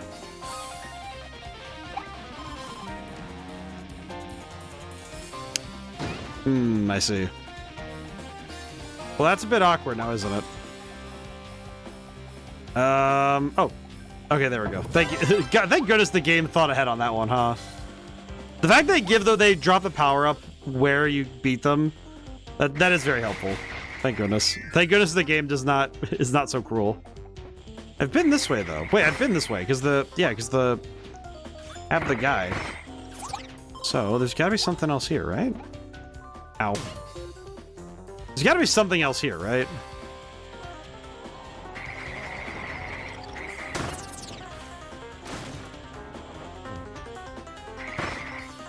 All right, doy. Yeah, I think the gods were unhappy with me because I wasn't subscribing to their Netflix. I don't know. Very confusing. Meow. Yep. Yeah, because I've been here before. Game. Thought it was this way, but it's not. God, that for some reason that particular hammer-on just... This guy is going absolutely nuts on that guitar, and I don't know why. I feel like for this stage in particular, it feels very confusing to have such insane guitar work going on, because it's not exactly a stage I'm really like blood pumping on, frankly. Even with the original power-ups, I don't think I would see myself being that worried. What am I looking for? It says here, take a detour, find a tomato, but I haven't seen a tomato on any of the side routes.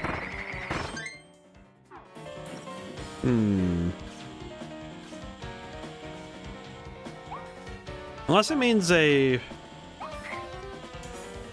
Yes, I'm looking for it.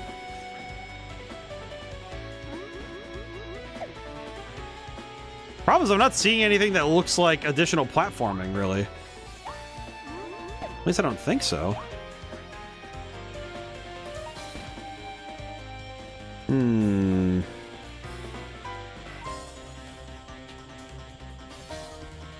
Game is just thinking, why is he going all the way backwards? What are you doing? Yeah, I think also it's because this music is going nuts and I am just walking around looking for something.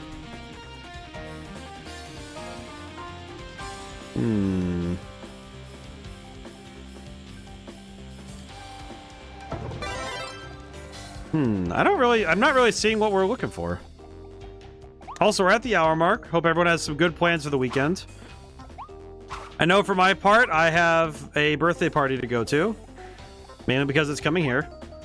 And I also have... Also, I guess this particular birthday, because it's my brother, it's kind of like... It's one of those things where it's like, kind of also, in a way, extends existentially to me. In the sense that, oh god, the passage of time is being made apparent, because... Just like, oh god. Gods can actually be turned off in the settings, but I do know each god desires a temple of one size or another based on population. I didn't have their Netflix and Hulu situated. Unfortunately, unfortunately, the gods find it very annoying if you don't get their streaming services ready. I guess it's that's on me. Huh. What am I missing here with this level? It says take a detour, find tomato. I have not seen a single tomato in this goddamn level. Okay, I'll do it one more time for the culture. So I can try and find what I'm looking for. Okay, before I even go onto the bridge, let me go back. Where can I go in this area? I find... Oh my god, don't tell me. Oh, hey, Gonzabi, how you doing? Hope you're doing well today. Also, you gotta be kidding me. It's right there. It's at the beginning of the level. Oh, man. Remember I made that comparison to Lego Star Wars earlier?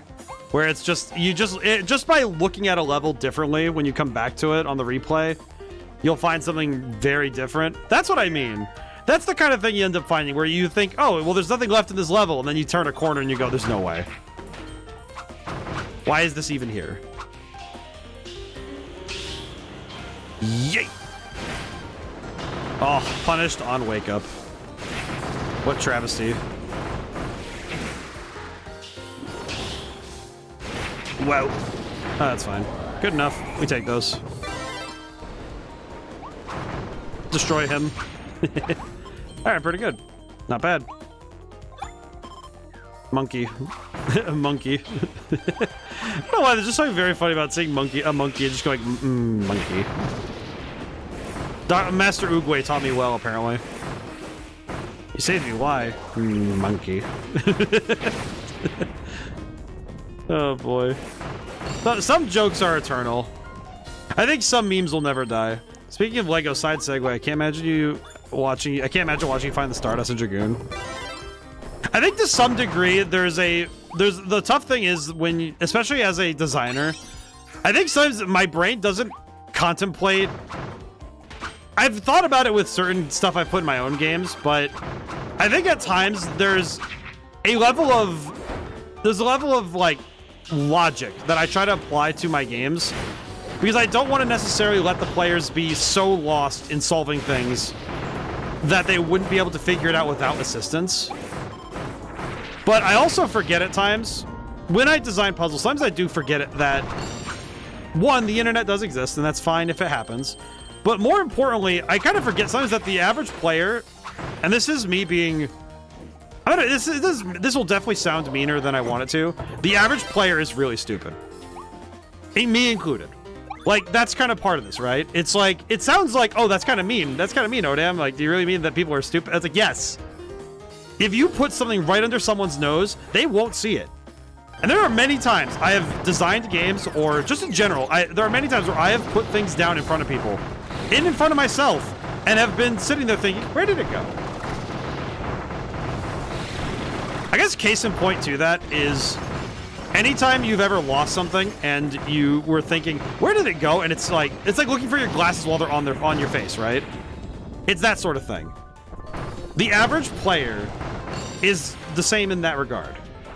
It is not out of meanness nor like some sort of self-aggrandizing, oh, I must be smart. It's like, no. You guys have seen numerous times of me looking at a solution and saying, is this the way forward? And not being very sure and then staring at the wall for 20 minutes. When you're put in a situation where you're told to figure something out, it's like your synapses stop firing and say, okay, reset. Let me figure out what this means. And you sit there thinking, why do I have to think so hard about where the door is? It's like push and pull doors, right? Like sometimes you just are not with it, right? And I think some puzzles were not made to be solved by mortal man because they were made by people who are often at like the brink of sanity. In a way, it's part of the truth of game design. I don't think you'll get the best game design choices. Zelda 2 is so troublesome like that. I think Zelda 2 just had some bizarre choices in the first place, but I can't begrudge the game for it because one thing I do try to remind myself of, it's not so much an excuse, but an observation with like NES and SNES especially. The rules of game design itself were being codified while games were coming out. So a lot of games, there were tons of games being printed from, I would say 1972, when like the first video games were coming out. Like 1974 with like Pong, with, I would say like, you know, the entire Atari selection. The rules of game design were still being figured out. Nintendo did a very good job of being like a pioneer in that regard. But that also implied that they had to... Rules being made and limits of hardware too. Yeah, so... But more importantly, a lot of the ideas of how games were meant to be designed were being figured out in real time. Nowadays, so much of game design's rules and regulations, its guidelines, the things like, you know, good and bad game design, and the many ways that is not entirely a solved problem. There are many things like that where it's not like it's not necessarily settled. Even nowadays, it's not settled. I don't think it's 100% like you know exactly what's good and what's bad. But when it comes to that era, even the most basic of guidelines are still being figured out.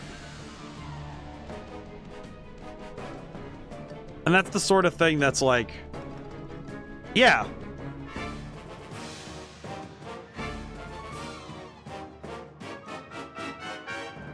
I forgot that King Dedede's just like...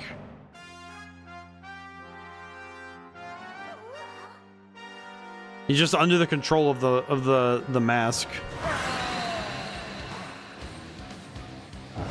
Or just, you know...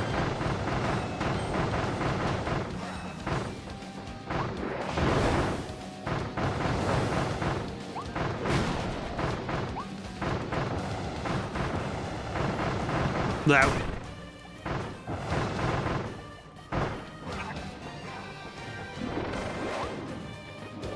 That's not what I wanted to do, but...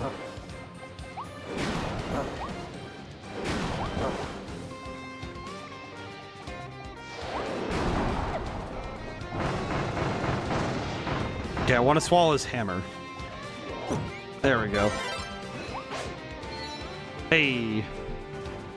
But yeah, I do think that there's a... I think there's a genuine amount of, like... okay, how much of game design have we do people have figured out in that point? So it's not like I'll like say it's like, oh, that's like it gives it a shield. It's more like, okay, this is like these are the historical contexts that made this particular moment in time. Like the moment in time where I just slapped the goofy out of King Dedede. All right, see you later, buddy. I'll see you back in town or whatever. Clear within a minute 30. Hey, not bad. Well, that's not too bad at all. Hit the dab. Hit the backflip, and we're good. Hammer. What do I need for the last one? Clear without taking any damage. Oh, well, okay. Well, that's not... That shouldn't be too hard. I just need one more try at it. I can do that. That's not too bad. I think that one time I got hit, I was just being kind of a fool, frankly. I could probably use these hammers, but I think the dragon fire would probably be more than enough to finish the job. Honestly, probably not that hard. But yeah, I think, like, you know what's one that I think of often is the work of Imagineer Tony Baxter, who, if you don't know who he is, he's one of the guys who designed Disney theme parks in the, I believe his era would have been the 80s through the 2000s, if I recall, 2010s maybe. The thing I remember distinctly though is that it's in the early 2000s, he wrote a book that was about theme park design, right? And the way that theme parks are meant to be designed. And a lot of those rules and principles, a lot of those guidelines were basically the same information. That was the same ideas being used for designing video games. And so much of that work is the same for both fields. Oh god. Oh, I gotta reset. God dang it. I gotta reset if I could take damage. Have you heard of the Dark Alliance duo of the Baldur's Gate games? Not particularly. Whenever I hear Dark Alliance, I think of that really awful D&D game that came out. Oh god, how long ago was that? I just remember it came out and it was so bad that me and all my friends actually refunded it.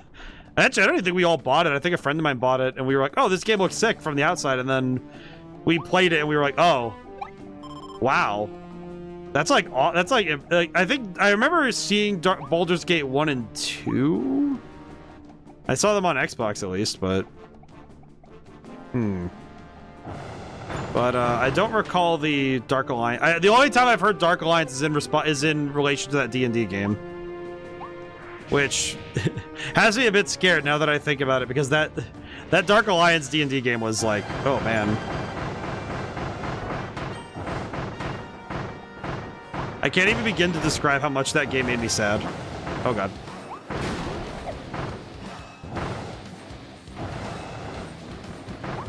Oh god, what the?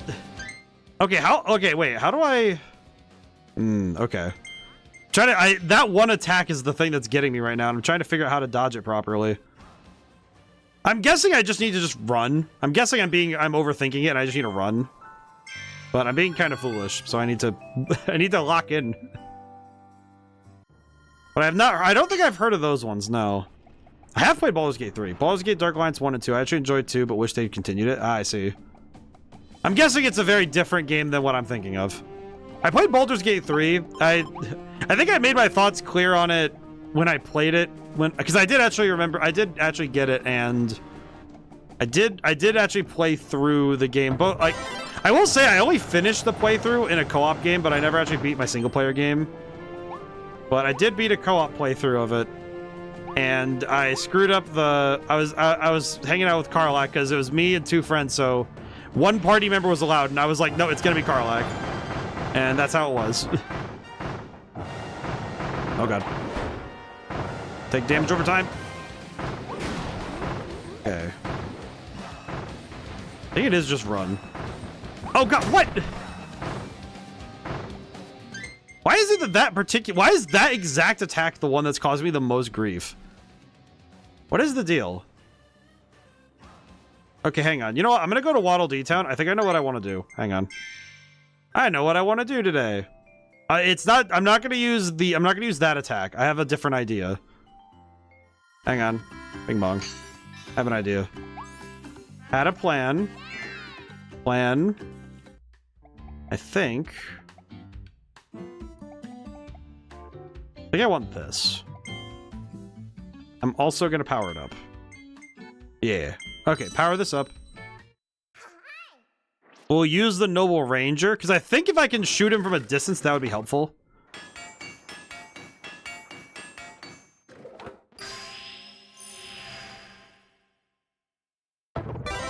Its attack power has increased even more, so that's pretty good. Okay, and then I'm gonna go buy the attack boosting. I'm gonna go back to buy those attack boosting items, because I might as well just smack the enemy with all I can. So let's go see. I remember I liked Baldur's Gate 3 well enough, but I think I think playing the game as a co-op game, I guess ironically, it makes me care less about the story. Because you don't really think about the story too much when you're having a time with your friends, you know? Because it ends up turning every single quest into the most ridiculous, like... it makes it feel very stupid, you know? Which I think is more unfortunate for the game rather than being... It's a good force for the gameplay, but for the story and the world building... Oh, I think it can really slap a game in the head. I guess I could also buy the speed upgrade. Now that I just thought of it, I probably could just go buy the speed upgrade. Okay, let's go try that again. I think the ranger ability will work, but I'm kind of scared it won't. I'm not gonna lie.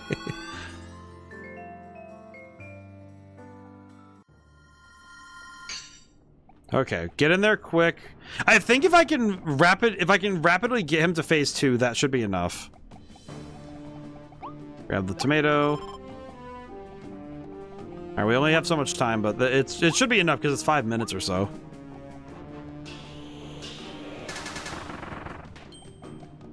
At least my damage output's pretty good. I guess on that note, are there any games where... I'm thinking of games where like people wouldn't have really thought about them or played them very often.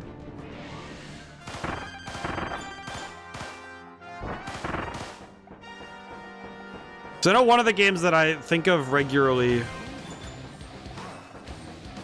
Man. Oh god.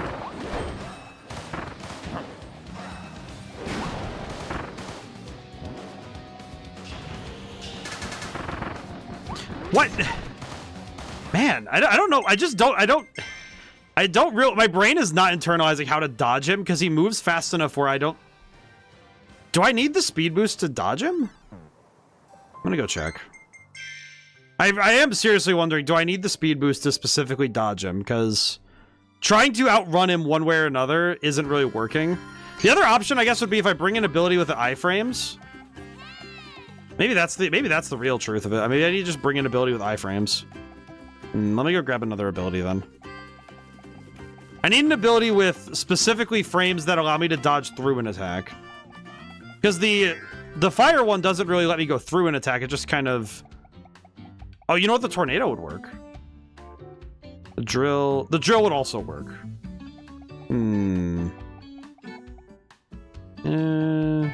Yeah, I'm gonna try the drill this time. Dawn of Rare Stones. That's fine. Let's try the drill. EA2 functions... Oh, Dark Alliance 2 functions like Baldur's Gate 3, but you control the characters more like a side-scrolling fighting game. As I can describe it at the moment. Ah, I see. Okay. Okay, I can kind of picture it. I can kind of see it. I guess I guess my brain would think that's like I'm thinking of Worms, like the game Worms, because it's sort of like, I guess funny thing, Worms is kind of one of the earliest turn-based action games, like turn-based strategy games, where it's the 2D, just parry / dodge the attacks. Yeah, that's what I'm wondering is, do I need to... I also just realized I don't think I remember how to parry. I straight up forgot how to parry. It just occurred to me I don't think I remember how to parry or dodge.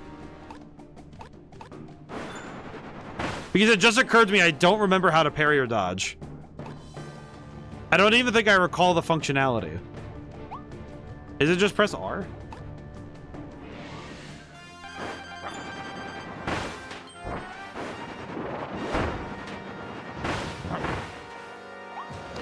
Oh, it's like Diablo OG. Oh, I see.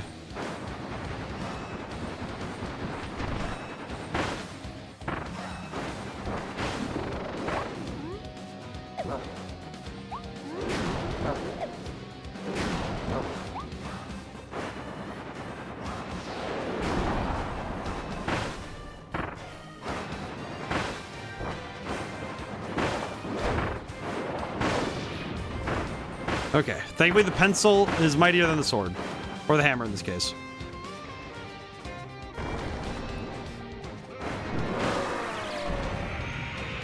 I'm gonna grab the hammer for the end of this fight. Come here. Hammer.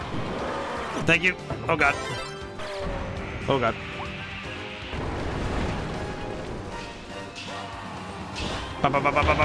There we go. Holy. That was close. Whew, okay. There we go. I got it. Yeah, I forgot how to parry, I'm not gonna lie. Is it just press that? I forgot. I might need to practice parrying since I don't recall it very well.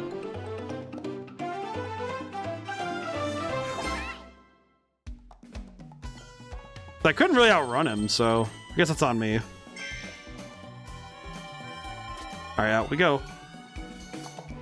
Well, I'm thinking of games now that slipped under the radar, you know, the sort of thing where you kind of forget some of them exist.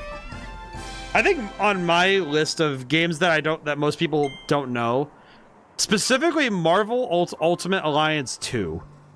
Because whenever I've brought it up, I don't think many people even know what I'm talking about. And it's one of those games that feels... It feels like... I think the best way I can describe it is it's one of those role-playing games that I don't think it could ever be made anymore, because I remember distinctly when Marvel Ultimate Alliance 3 came out, and I was really excited about it. When I saw how much of the MCU was in it, my brain just went, oh, okay. I understand. Granted, they did do more with the other stuff. They did do more than that, but it did at times feel like, okay, I see. I see.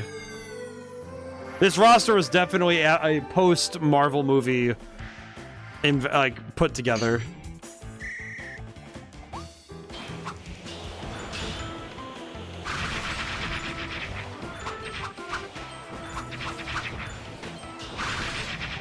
Ah, yes, the spin move. I'm playing Smash Brothers Brawl right now. I'm just going, yeah!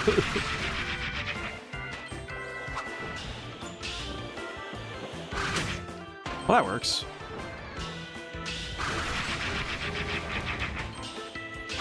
Meow. There we go.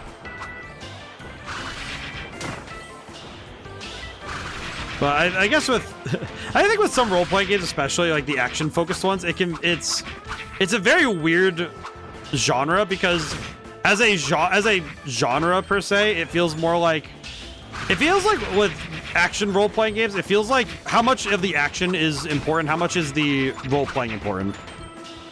I think the best ones are the ones that hit the middle ground, but some of them really do just feel more like action games with light RPG elements tacked on, because it makes for an easy game design thing where it's like, oh, I can sell this very easily. It's a very pitchable game.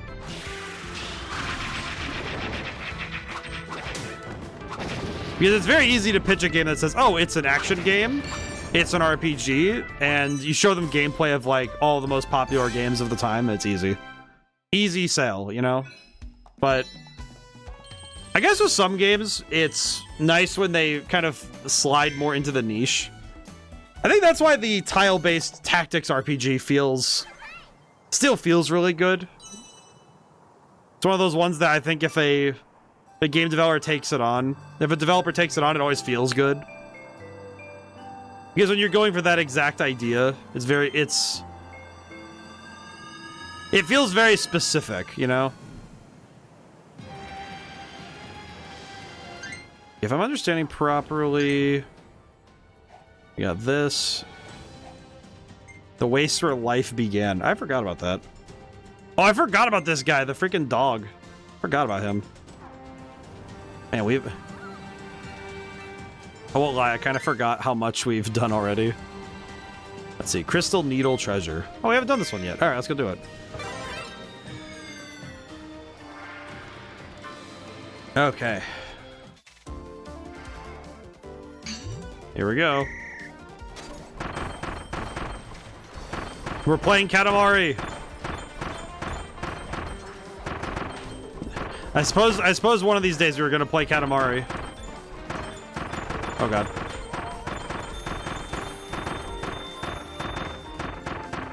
Oh god. Oh god. Oh god. I'm getting really scared now. Oh god. Okay.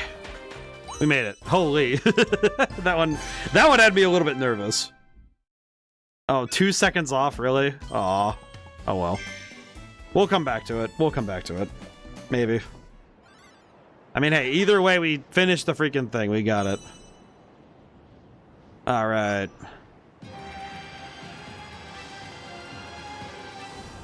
Let's see. Here first. Shoot 3 flying targets. Defeat Florona using Ring Mouth. Okay. Well, that's not too bad. So when I get Ring Mouth, walk until I find the boss fight. Understood. Whoa. And I need to shoot 3 targets? Need gun, I suppose. Ow. Amazing, ODaM. Amazing. Simply amazing. Oh, there's a gun. I will acquire the gun. I will acquire gun. And for the glory of Popstar.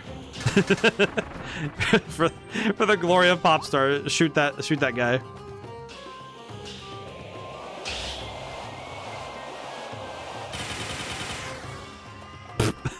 I don't know why, there's just something very funny about, like, I feel like sometimes I just laugh whenever I make such a colossal miss where it just feels like, yep. Very cool. That's a good one. Just, alright, thanks, man. Oh, boy.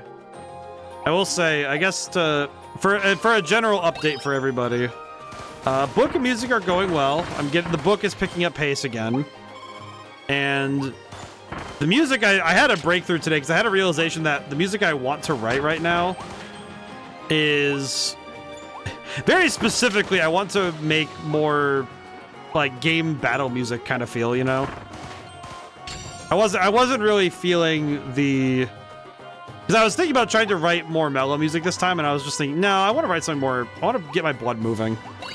I want to get the blood pounding. I don't really want the,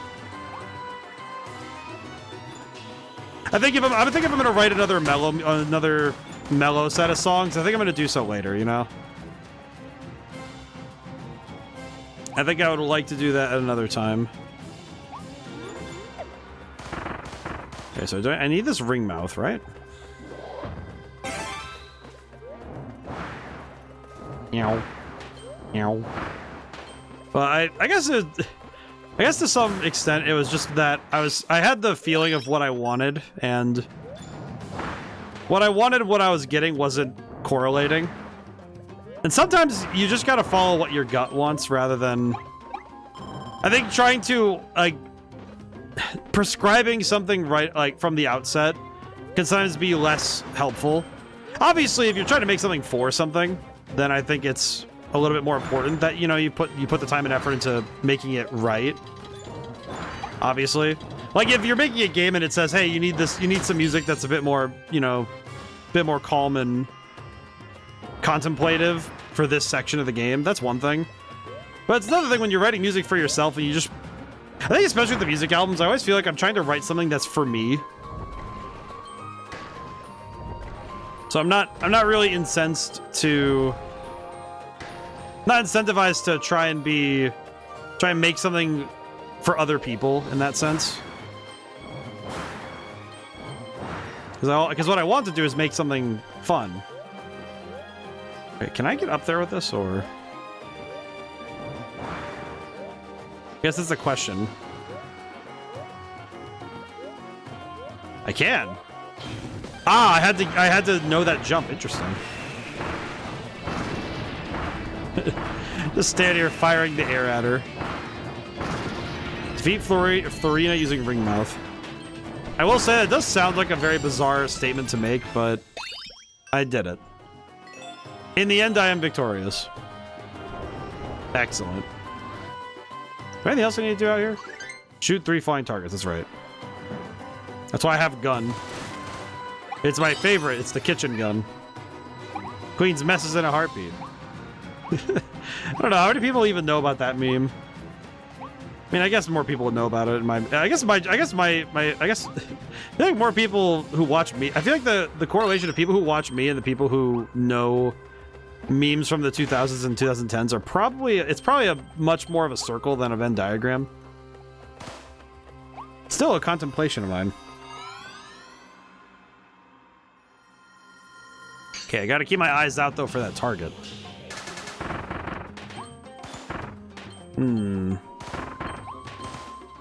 Actually, I guess speaking on writing music for specific tones, getting desert-sounding music, I feel like is... It can be easy to follow the tropes, but if you're trying to write something new, you have to be willing to take risks with what people expect from the music, you know? Like, this feels very much like, oh yeah, this is desert music, TM. You know? I say desert music TM because it does feel like it's the most specifically, it has so many of the tropes, you know? Like lonely flute music. That it's also the scales too, because they use the harmonic minor to get that particular sound, especially with the leaps and the strings. A lot of very specific tricks and ideas that they want to go for, you know.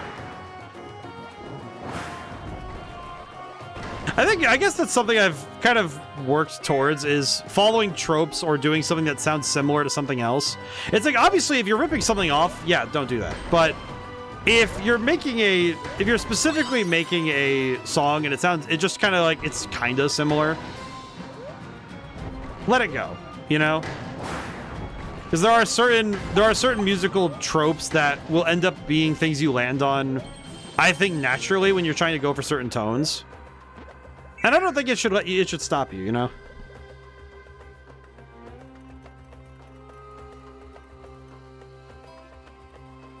The key is that if you're going to retread familiar ground in terms of certain story elements, or, you know, in terms of your area, world, and stuff like that, make sure your spin is still visible when you finish the painting, as it were, you know? Like, make very sure that your contributions to this setting and this idea are still there. Also, did I see a target at this point, or have I gone crazy? Swear. It says I need to shoot 3 targets, and I don't even know if I saw 1, and that's about it. I haven't seen another one in a while.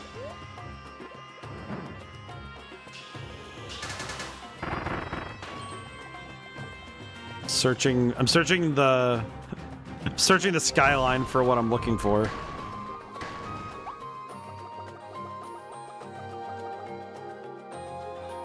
Wait, this is the end of the level. What the?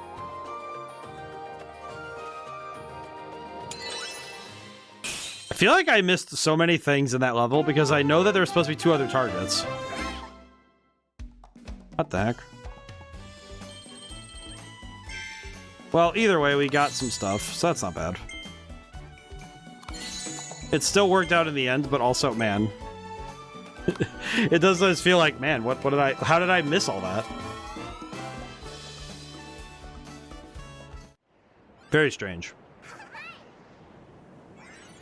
I'll need to go back in there. Oh, because wait, what's that one? What is this? Buzzsaw cutter treasure. What? Do I not have the buzzsaw cutter? I feel like they're just making stuff up at this point. How am I missing so many things at this point? I'm kind of wondering now, how did I miss certain things at this point? Because wait a minute. Well, there's a meat here. That's cool. Is there a target up here? I feel like I need to check now. I need to double check myself. Like, holy crap, man. Kill him. Kill him. Alright, let's see. I do like the doggos. I do know at some point I would also like to... I do know in the near... maybe not the near... Maybe, I don't know how near in the future it'll be. Popcorn is yummy. Man.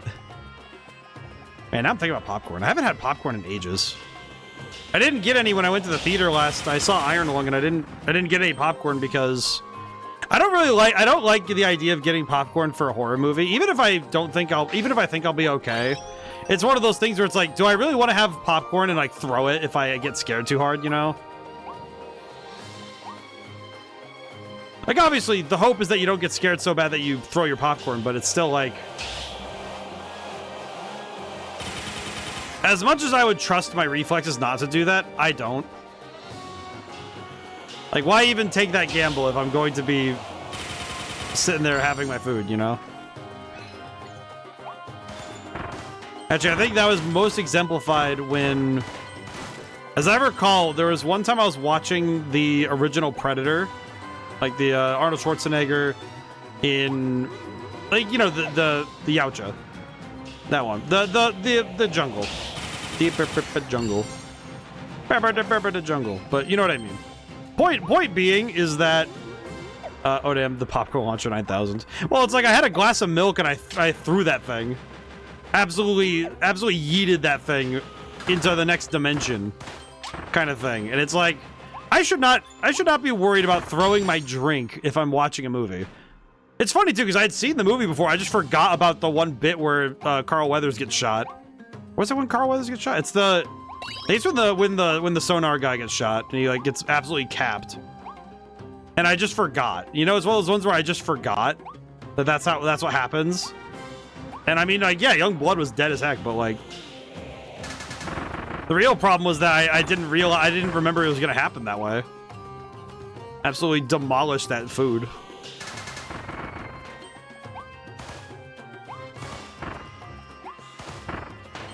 But yeah, so I always feel bad when I'm like, I don't really like to eat food when I'm watching something scary, even if I've seen it before. I don't want to risk the food. Like, how upsetting is it when, like, you waste food? Then again, I have a major problem with wasting food. I don't really like the... I think at this point in my life, I've kind of come to this conclusion of... my number one prerogative is to never waste food. If I can help it. Obviously, I think the one exception to that rule, which seems to be the thing my brain struggles with, is whenever it comes to leftovers.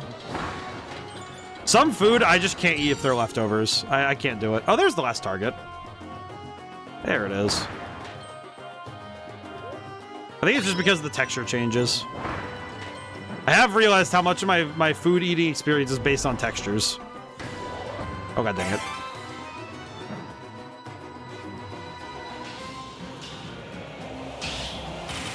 There we go. Alright, cool stuff acquired. Time to get out of here. I don't really need the Waddle Dees, so I can just dip. Let's go. Meow. We saved all the other Waddle Dees, so we just go.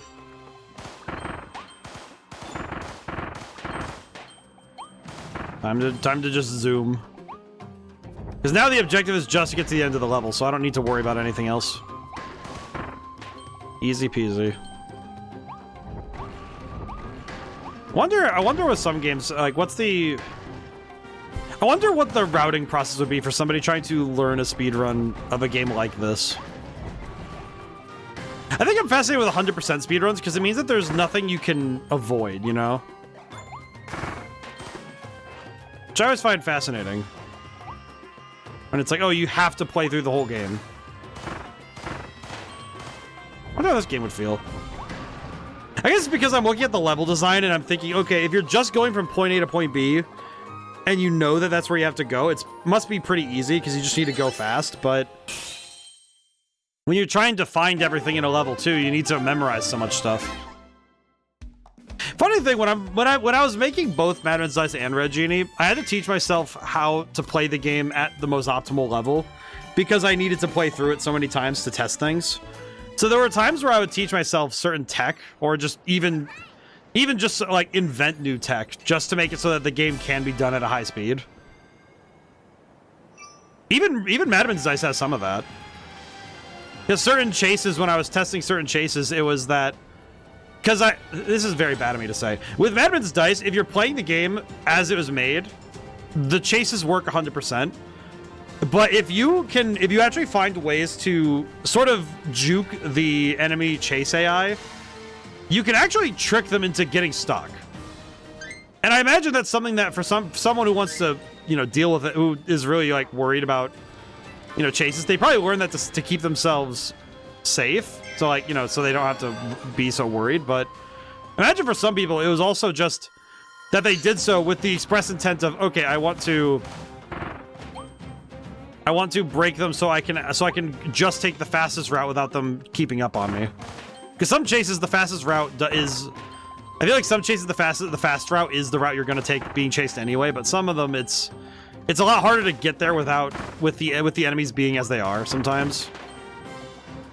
Okay, so the first Waddle Dee is somewhere near. It's somewhere near the beginning for sure.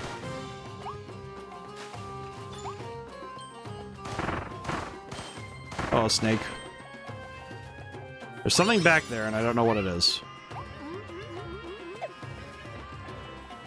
Yeah, I see him. How do I get to him?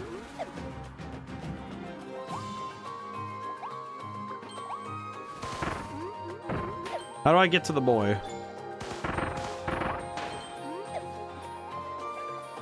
Ah, I see.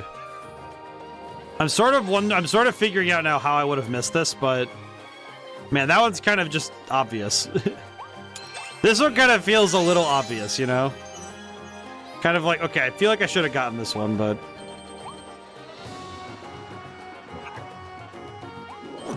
it's sleepy time.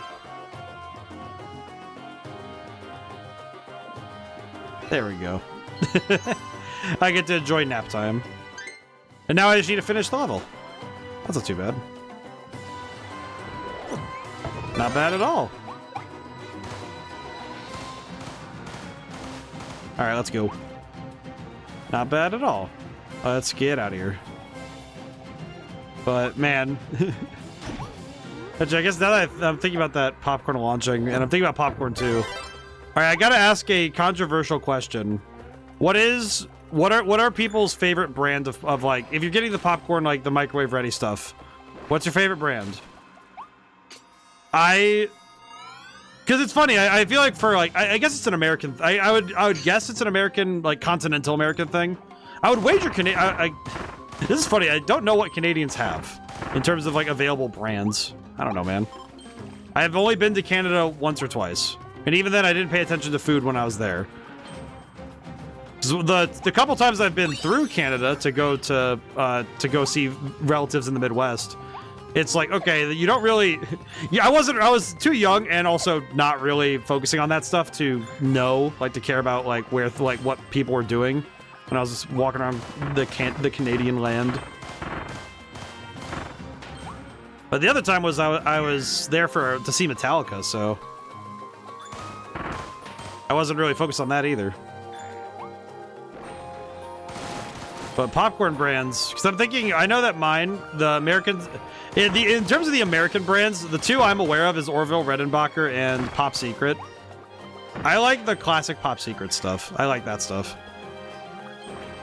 Like, it's not, I would say that it's like, I feel like American popcorn brands are not exactly the healthiest thing to eat in general. But Orville Redenbachers, I think most people's favorites are Redenbacher.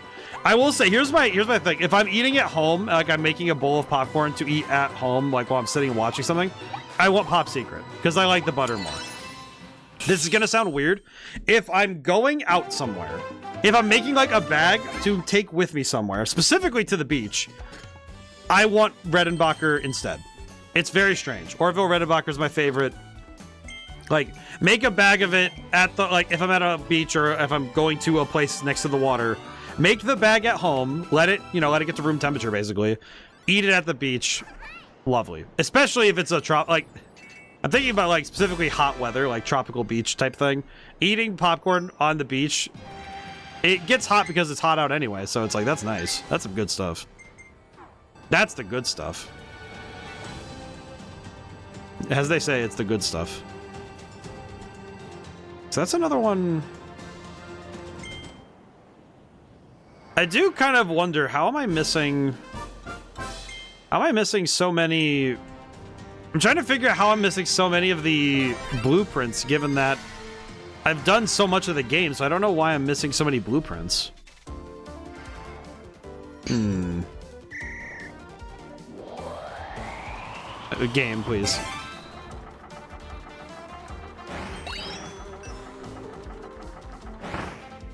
Okay.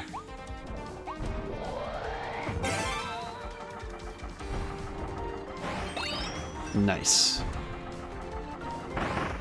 Somehow I am doing this one surprisingly well.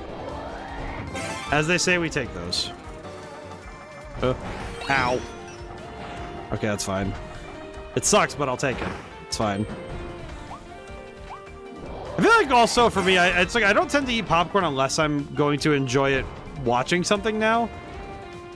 Kind of strange. I don't know. I realize now that I don't really make popcorn for the sake of it anymore. Which is a bit of a shame because I feel like popcorn as a food in general is just fun to eat.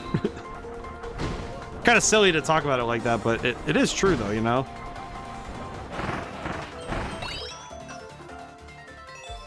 I don't know if it sounds silly. I guess it feels silly to say it like that. Okay, there we go. And then jump. Oh god. There we go. Good enough, we made it. We're good. Okay. Nice. But I guess when I think about why, like, because, you know, it's like, I think it's very easy to be like, this is my favorite flavor of food. Similar to some of the game design talks I've, you know, talked about, where it's discussing why things are our favorites. Can sometimes lead to the subjective, oh, I just like it. Because it's not often that we have like a specific memory, right? We can point to and be like, yeah, this is why. It's not always. I feel like if everything has to come with a story, it can be very frustrating to explain everything every time, you know? And sometimes it's just the subtext, you know? It's like, oh, sometimes it really is just as simple as, well, I like this thing. That's enough. Like with popcorn, it's like, I don't know how many people will lose sleep at night not knowing the explanation why certain popcorns are the favorites of the masses. We don't need to clean everything. We just need to clean some of the everything.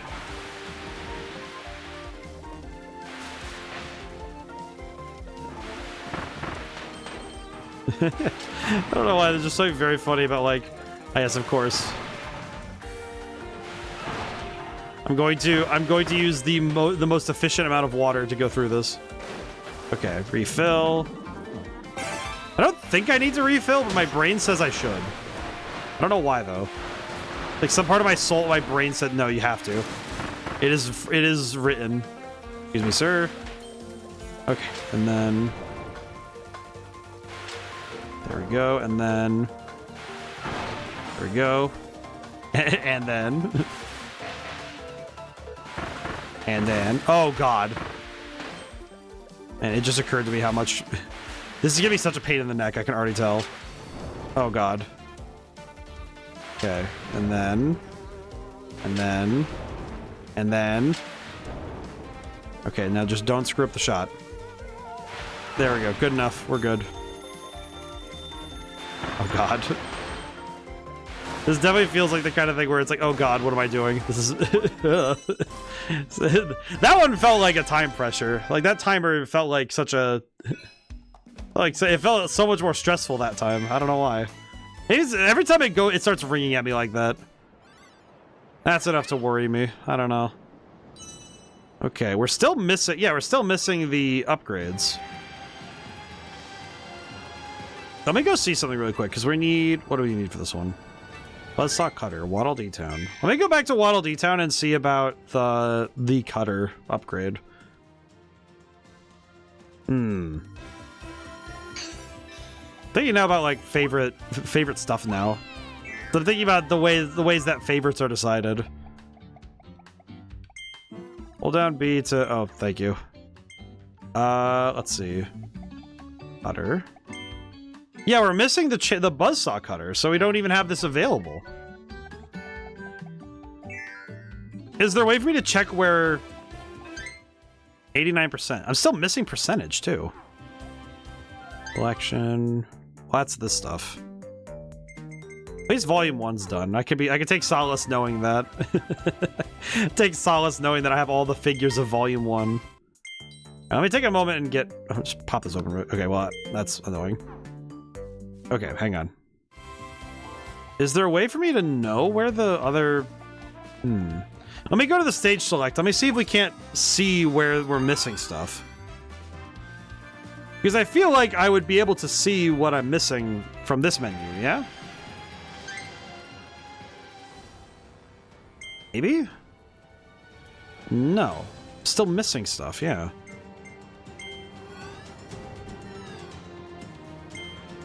Find its blueprint and bring it to Waddle Dee's weapons shop in town. Yeah, I'm still missing that one, though.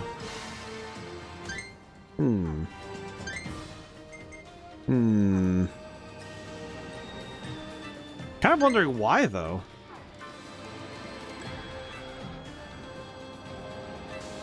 Because it feels like the kind of thing I would just... At least I think I would find this sort of stuff easy, but... Huh. Very bizarre. Maybe it's just because it feels like... Again, it feels like one of those things you would get as part of the progression of the game. But now I'm seriously wondering what would make me miss a full upgrade, you know?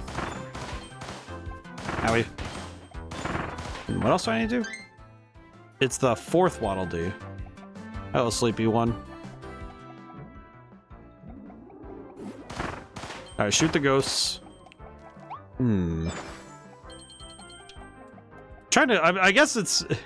I know this game... I feel like this game's level design specifically. Sometimes it's like... Its cleverness eludes me, and I've tried to figure out how to...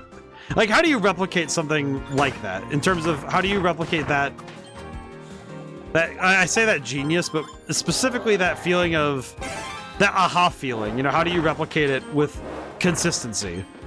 Because it's one thing to get 1 or 2 of those aha moments during a game, you know, like with the puzzles and stuff. But it's another thing entirely to do so every time when you have a level laid out like this, you know? Like, what does it take to get your players to have that feeling of, oh, I figured it out, instead of being frustrated that they aren't figuring it out, you know?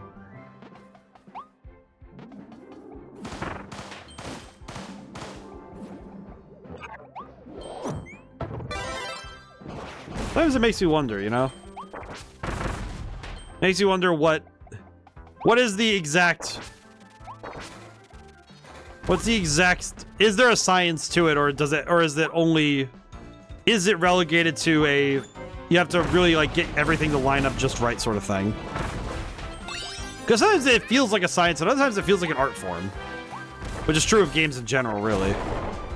Where it feels like... It does seriously feel like sometimes that I will drive myself nuts trying to figure out how to exactly get something to be the way I want it to.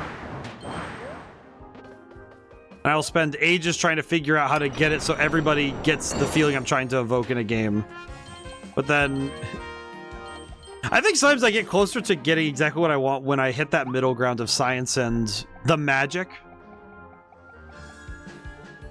I think when it comes to art forms, I think art in particular, I feel like there's a certain amount of magic you have to be able to invoke.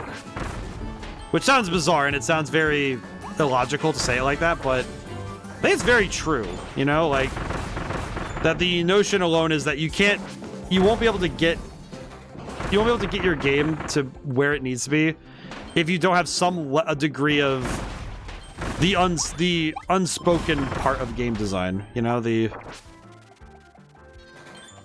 it's like that aspect of...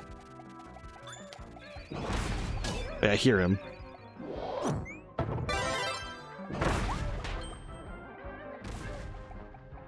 Where is he?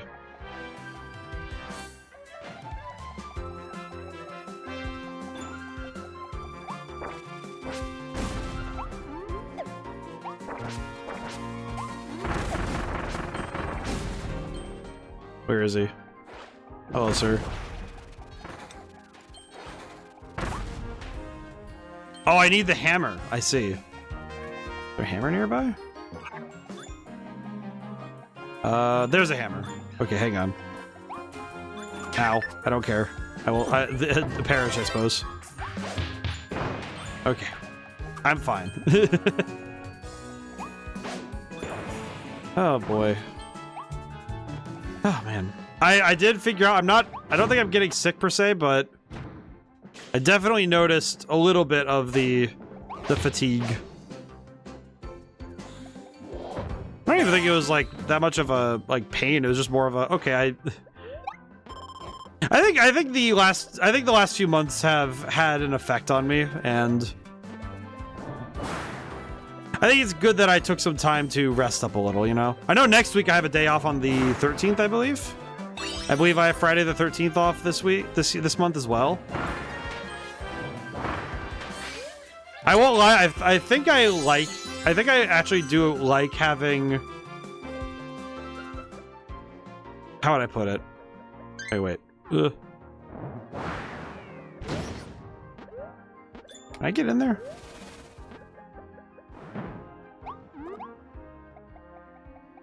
Hello, sir. Okay, I need this. I need that ability, and then... Wild Bonkers with Cutter ability. So we need this one. Okay. So where is Wild Bonkers? I guess something I've noticed with a lot of game devs is that there's a balance to be struck between, you know, the hard work ethic that's required to make things on your own, but also just the I think the desire to enjoy life is just as vital to making good art. Like I've seen too many I've seen too many game devs where they've you know, kind of drained themselves down to they've worked themselves to the bone, and what do they have to show for it? And it's like, well, I knew a lot of people in my college where it's like, did you even get the grade you wanted? And it's like, was it worth it? You know, you spend 14 hours a day working on stuff, and then you sit there thinking, was it worth it, you know? I don't know, I guess I just don't want to be sitting at... I don't want to be sitting at the age of like 30 or 35 or something and thinking, was it worth it, you know? I think that'd be the saddest thing ever, you know, if I'm sitting there thinking, was it worth it? Like, is that really all that was? Is that all I was thinking about by the end of it all? Kind of hope I end up like a... kind of sounds like a weird thing to aspire to, but I kind of hope I end up like a Jimmy Buffett album. just let me be a mess of stories and a lot of beautiful memories, and a bit inappropriate to show your kids when they're young. I blame my father. I guess funny thing, it's like one of those gifts that I got once that was actually one of the more important ones. Was when I got a car. I actually specifically asked for my car. I wanted a CD of, it's the specifically the Songs You Know by Heart by Jimmy Buffett, because I have never been in a car that didn't have that CD in it. Like the only time I have been in a vehicle that didn't have that, very explicitly, was like buses, and like the occasional times I've been in cars, but it's like any car that like my family owns. I guess I would specify. Like if I'm driving a car or my family members are driving a car, it has to be there. It's one of those, it's one of those travel good luck charms you need, you know? Nothing quite says a travel good luck charm like a Jimmy Buffett album. But, yeah, Margaritaville's a good one. I just realized that I didn't even check for Jimmy Buffett songs on the Rocksmith thing. Oh, I'm absolutely gonna go get that and make everybody listen to my dad music. I've already achieved Unk status once. I can double up on it. It's like wearing multiple layers of sweater vest. Ooh. Can make everybody think about the fact that I act way older than I am. I feel like that is the funniest claim I have now, is that I feel like I've like ascended to a level of Unk status that Even people older than me don't even hit it. It's like, at least they're keeping up with the times. I don't. Yeah, did you watch that new TV show? It's like, nope. I'm still watching... I'm still watching Grim Adventures of Billy and Mandy or something. Actually, I don't really watch TV, do I? I guess that's how far that's how under the rock I am, is I stay under my rock very well. Wait, no, not that. Okay, go back. Go back. Moonlight Canyon. First hidden waddle dee, remove 3 wanted posters. Find the treasure hiding by cactus triplets. What? What? Yeah, that clears it up. Yeah, I guess that makes sense. So the treasure, so 3 wanted posters and the treasure by the cactus triplets. Yeah, that makes sense. I understand. Meow. I will say, I am deeply fascinated by this level. Maybe it's just because of the start color scheme. I don't know. It's very distinctive colors. 1. I think the oh my god, you gotta be kidding me. Twin drill blueprint. I see. I see. Oh my god, that means the blueprints I'm missing must be hidden in level somewhere. Oh no, that means that I must be... Where would I be missing that? Where would I be missing the other ones? Are they all in Redgar? Oh, you know what? That might be why, because Redgar's the one... That area I did not explore very much, did I? That makes more sense now that I think about it.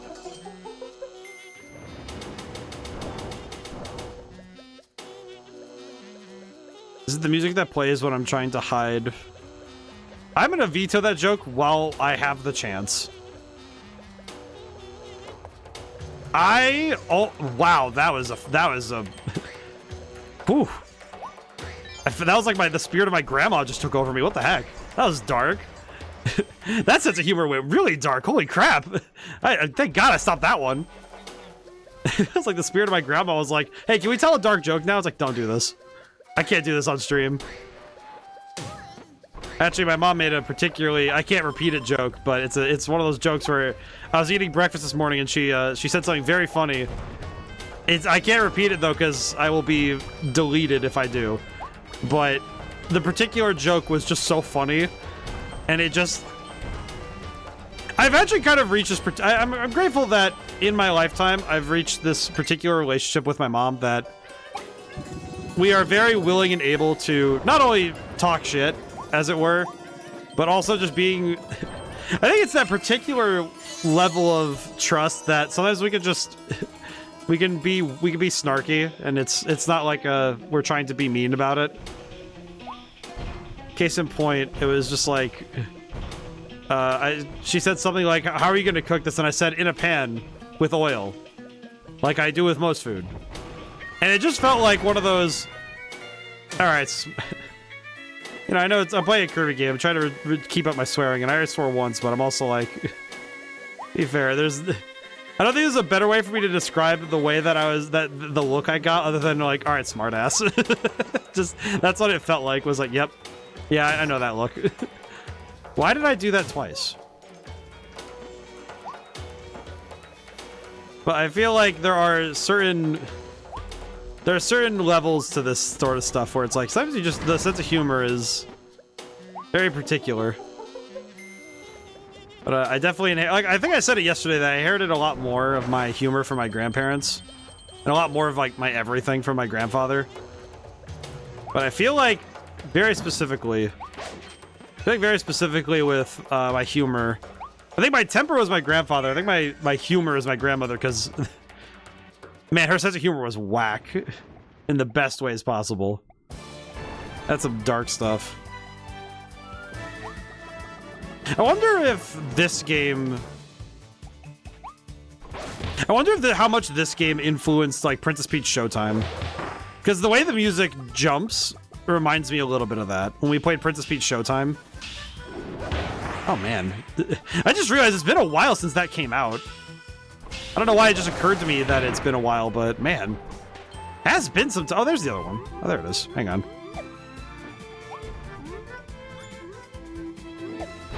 There we go. 3 wanted posters. Then we need to find the cactus triplets. Wherever the heck those are.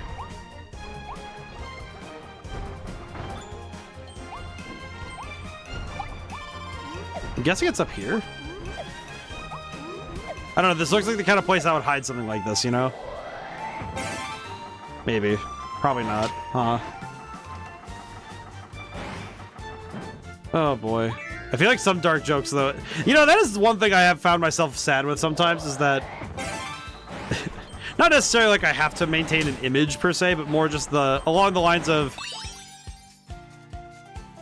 in our modern world, there's a certain level of political correctness you have to maintain if you wish to be outside. And I do, at times, recognize my sense of humor is... I think in some ways that my sense of humor has so many jokes that feel like there are so many circles you just have to know to say them. Some jokes are not made... like, not every joke is made equal, and in this case it's that some jokes are not made to be said in a public setting. Oh no! He's got the AirPods in! Oh god. Aw, baby. Aw, poor baby. I don't like that he got smashed in the forehead with that. Feels mean. The cactus. Where is the cactus? Cactus. Well, there's 3 cactuses here.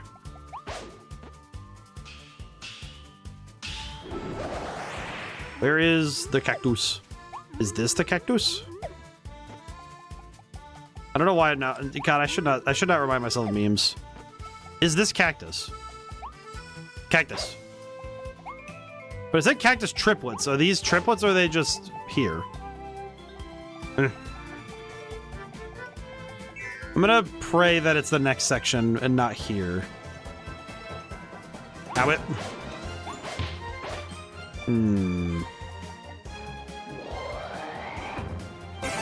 Ah, yes. My favorite, the gliding. I don't know what it is precisely, but there is something deeply concerning about my boy gliding in this manner. I don't know exactly what it is, but it is something. There's something to this glide method that feels like a transgression. Like, it's that kind of thing that you see it and you just go, I don't think that's how this should be. But maybe it's just because this feels like Kirby reminding God that he too is not safe in heaven. Like, it's a kind of maneuver that makes you think, yeah, Kirby could go up and just like throw hands with God if he so desired. It has nothing to do with... there's nothing there involving the choice. It's just a matter of like, does Kirby want it or not? Well, here now. Where is the cactus? I did not find the triple cactus. I do like this music a lot, though. It feels like cowboy music. Oh, there it is. It's just right there. It's right there. It's right there. Okay. Thank goodness I didn't stop looking. That would have been awkward. Bell pepper. Nice. All right. At least I do feel like the flow of the levels, I haven't mentioned it much today, but I feel like the flow of the levels has been, even on the revisit, it feels like the levels have this natural flow that it is very hard to ignore the immediate power of the level design, because it just keeps you moving. There's not much... It's pretty easy to get kind of lost in, oh yeah, you're just enjoying the level and what's going on in it. But you don't really need to think too much more about it, you know? It's just, oh, go have fun. Because it's so...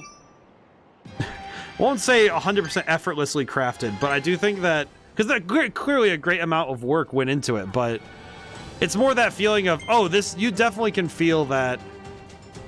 You can definitely feel the ways in which the game maneuvers you to go forward, but it doesn't do so in a way that makes you feel like you are being shoved into something. It feels more like you are being directly and indirectly pulled in directions. I think there's a difference between being pulled in directions and being pushed towards something. Because I think when the game if a game railroads you, it's pushing you towards something. When a game sets up such a tantalizing railroad that you'll ride it yourself, that's pulling. Like when you make the decision yourself to do stuff like that. That's right, it's the fake little doll thing.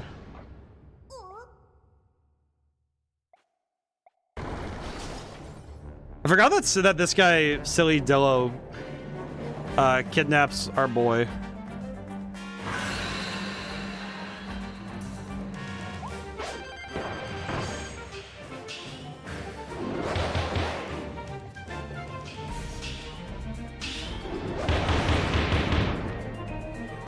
Hit him harder. There we go. I kind of forget how to parry or dodge, so I think it's R, but...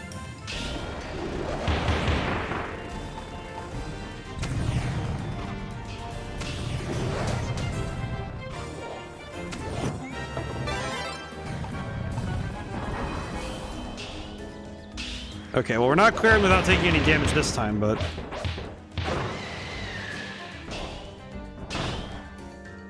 Oh god dang it, he interrupted me.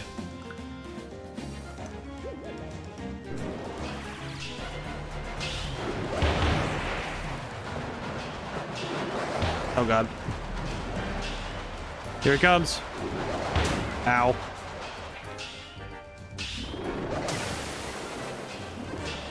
How many of these do you have? Alright, kill him. Alright, we're good. ZL or ZR, I think it's the parry. I'll have to check the controls, but... I think it's ZR. I think it might be... It's... Like, I know it's... I think it might just be press the block button at the right time, maybe. But hey, I beat him with the hammer ability, so that counts. That's good. We got at least part of it, so that's fine.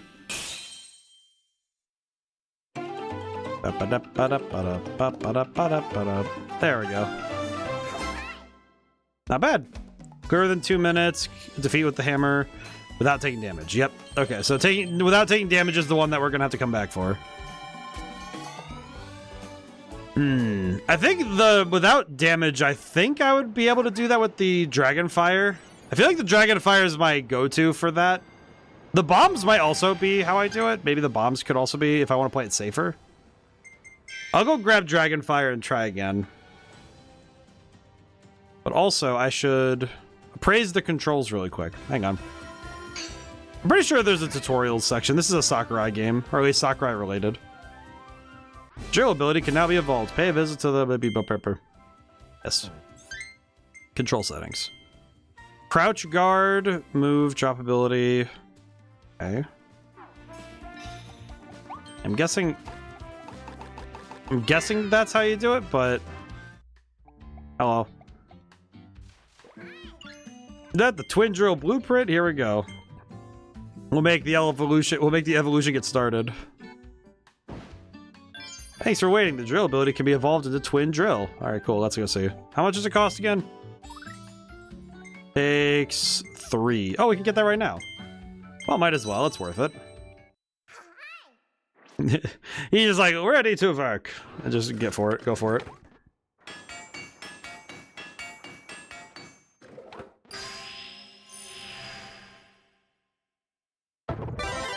Okay.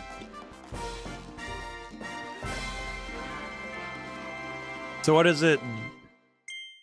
Allows you to enter the portal for the twin drill treasure and Redgar Forbidden Lands. Go try it out. Okay. Let's go see what is the difference between this and the other one. Oh, it lets you hit people while you're underneath them. Oh, and if you make a circle with it, it's like Pokemon Ranger.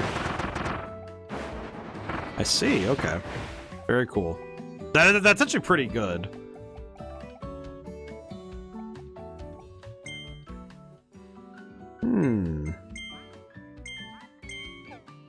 Actually, what if I try using this instead? It would keep me safe. Well, no, you know what? No, I'll try my first hypothesis, but I'll come back for this. This might be what I use instead. The only reason I want to use this is because Dragonfire is fully upgraded. It has been my boss melter for quite some time.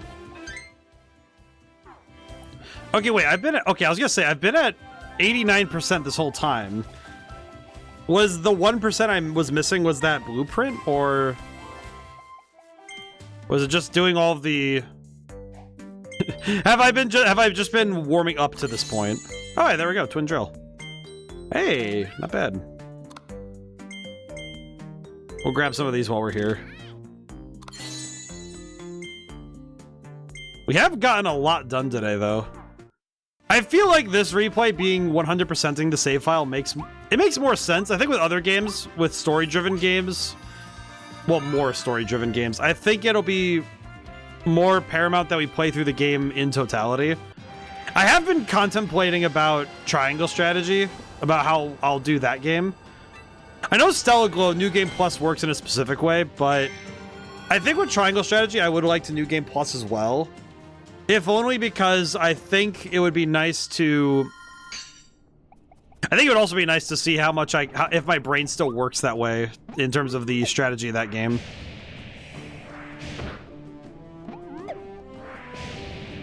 Because I do seriously wonder if my brain can still handle that.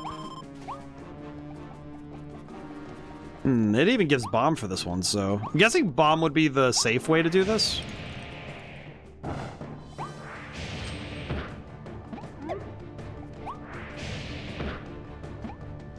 I'm not going much faster doing this, am I? Okay, here we go.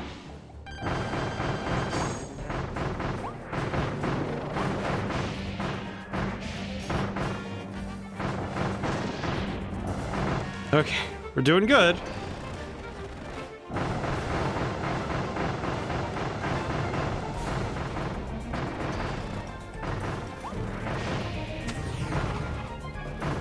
Die! Nuts and bolts. Man. Oh, this is... I feel like that particular attack is going to be the one that throws me off the most, I can tell. I think I was correct, though. I think I was correct in the dodge. I think I got it. I don't know if the button matters too much on the parry. I don't think. Yeah, it seems like all four of the bumper and trigger buttons are relegated to the crouch dodge.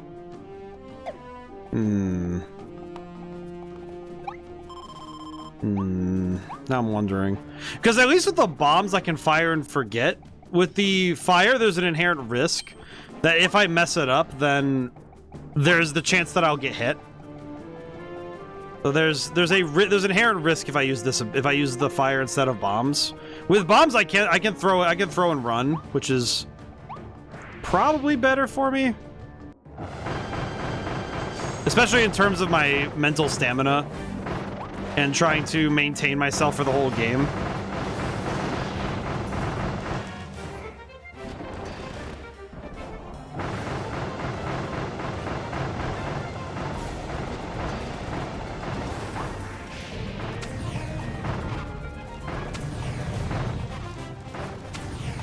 Oh, okay.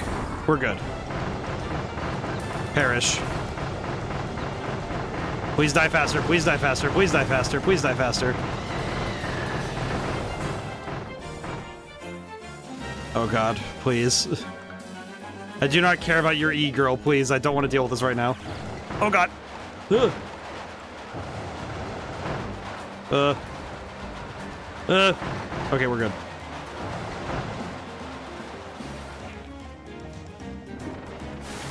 This rat. Ugh. Damn it. Oh, I took damage though. God. Man. Alright, we'll take the practice run. One hit isn't bad, but man, that sucks.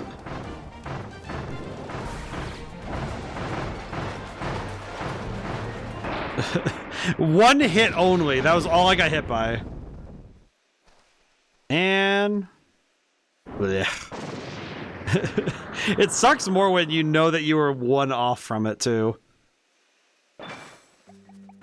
Okay. This one might be hard to get consistent with the with that particular challenge. No damage on this is gonna be tough. I'll try bombs this time. I think I'll try a different power up and see if it's better. We will see. We'll see. Because I have the homing bombs upgrade equipped, so I can throw and they'll just go chasing after him. And since time is no longer a factor, I'm not that worried about it, you know? The heck did I just see? Oh god.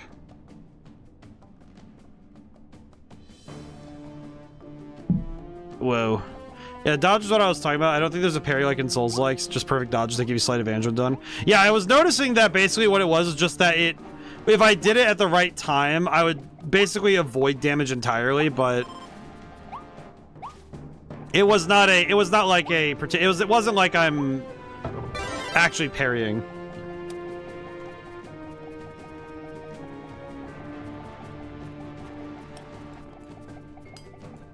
I remember that was, okay, this is something I do need to welch about a little bit.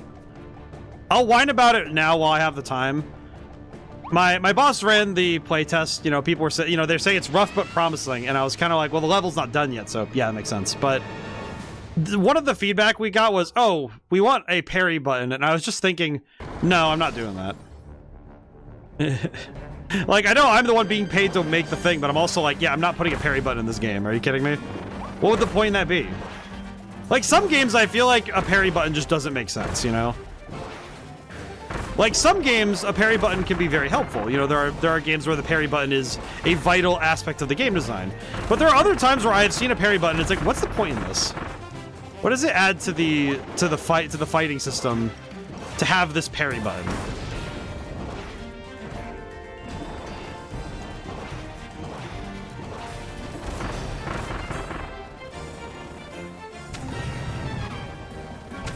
Die! Man.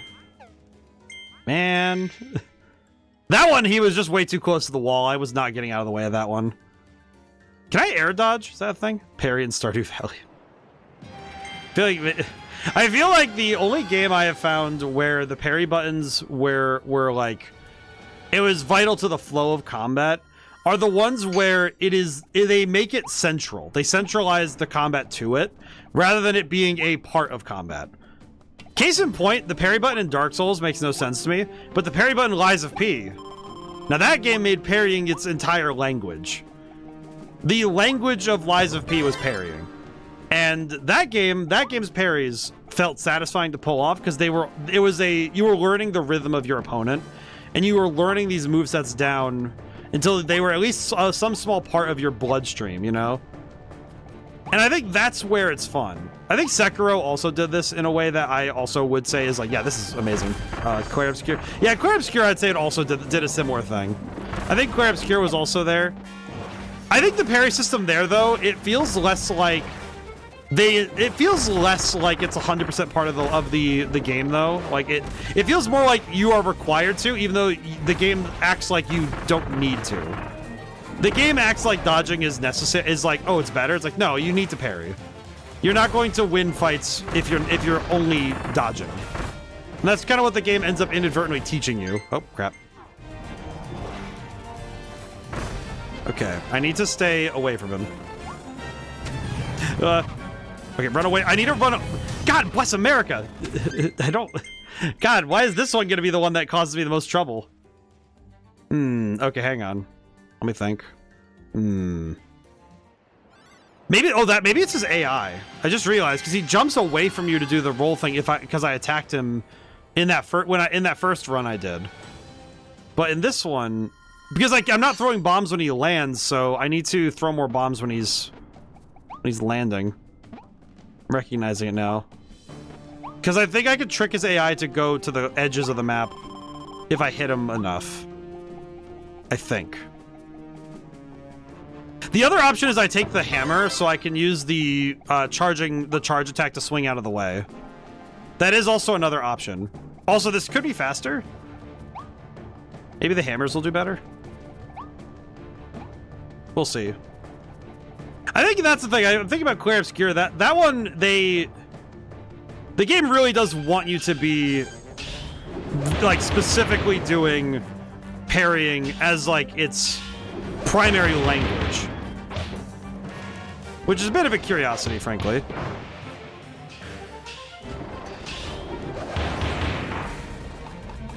No, God.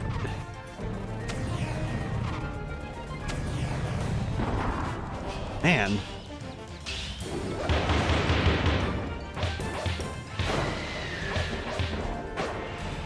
I do not like this boss. Trying to do this boss with no damage feels very annoying.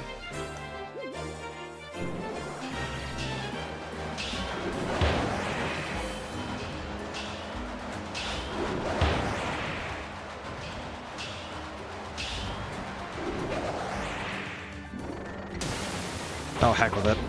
I already took the hit. I'll just punch him. Alright. I'll probably need a different power-up then, because I don't think these ones are working.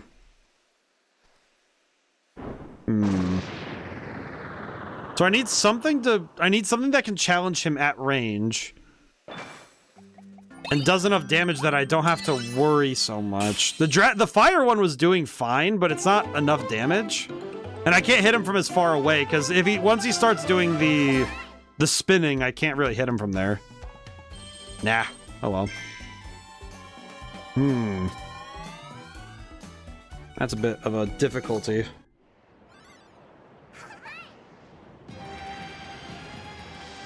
Brain's trying to, like, wrap around doing that, and I'm like... Let me go back really quick. I'll try this boss one more time, and then otherwise we're just gonna keep going, because I don't want to be here all night. As much fun as I am having playing this game, I do want to make sure I don't want to just sit and do one challenge the whole time. Oh, you know what? We could try sword. Maybe sword will work. Maybe sword will work. I don't know. Maybe.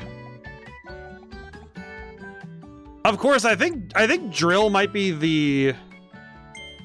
I think drill might be the way that I can play it safer. You know, it'll be a longer fight, but it'll be safer. Because with drill, I can just straight up avoid the attacks outright rather than deal with them at all. So that might help us out some.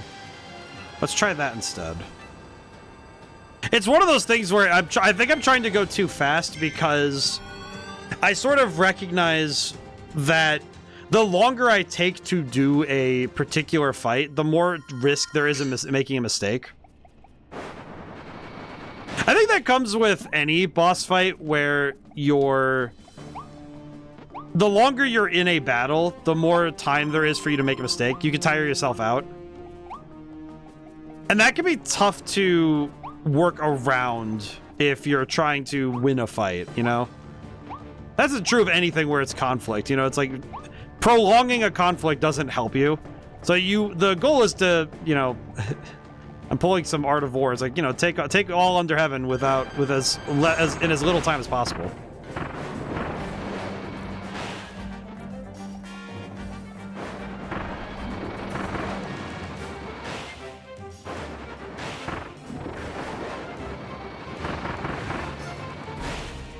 Yeah, this is gonna take a lot longer, but it'll be worth it in the end.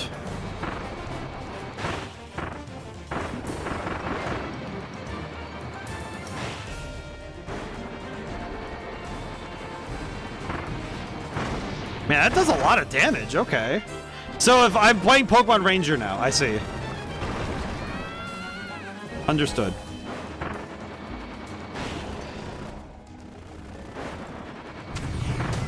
What? What? Oh man, I thought I was being clever. God dang it. Okay, I see. Clever move, game. I could see that. God dang it. I see. So basically the... Oh god, so that... Okay, so that kind of messes up my plan on that attack. I think the drill is still the best option. I think I just need to be...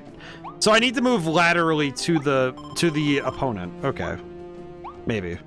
Maybe that'll work. I don't freaking know at this point. Let me try crystal. Let me try this.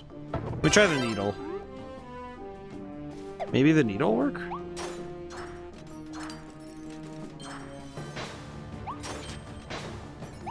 Yeah, because if I use the needle...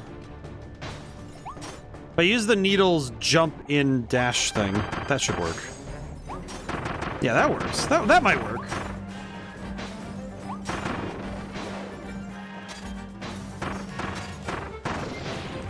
This might work out. We'll see. Okay.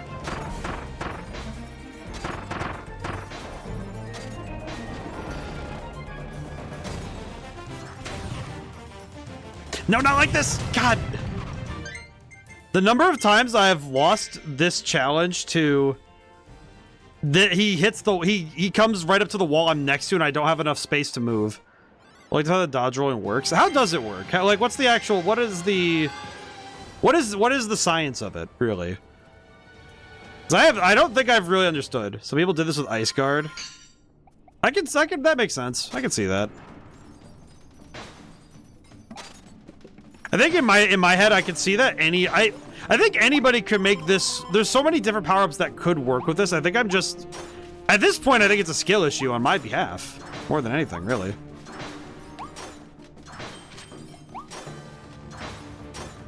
Yeah, I think in this one I just need to like go diagonally. I need to go like I need to go through him basically, right? Hold the guard and move the left stick left or right. Oh my god, I'm a fool. Oh my god. Thank you. And I reckon the game did tell me this stuff earlier, but it's been a while since I've seen the tutorials. I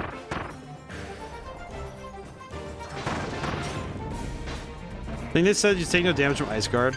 That makes sense.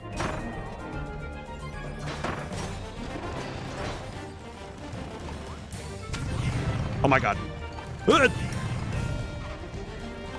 Meow.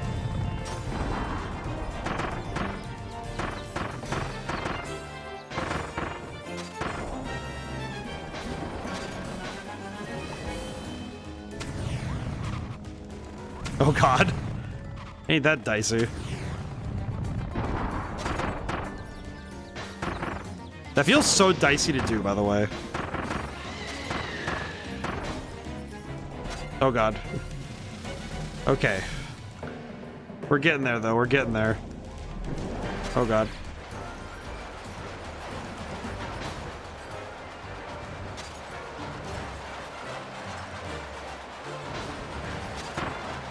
Oh, God. No! I should have just dipped. God dang it. Oh, God. Man, I was so close. Hang on. You know what? Hang on. We're gonna go get... You know what? Now that I know how the dodge actually works... I'm gonna go grab Dragonfire. I'm gonna cook this man. I know how the dodge works now. I'm gonna go get my fire ability. Hang on. I need to cook this man. I need this man dead. Specifically, I need this guy so I never have to do this fight again.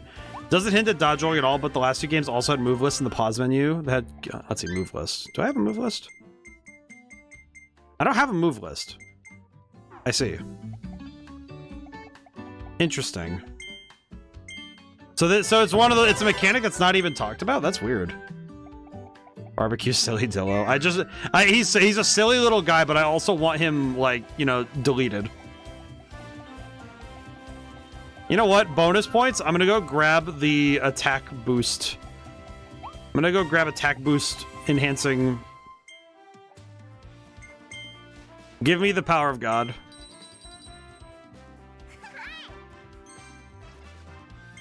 All right, there we go.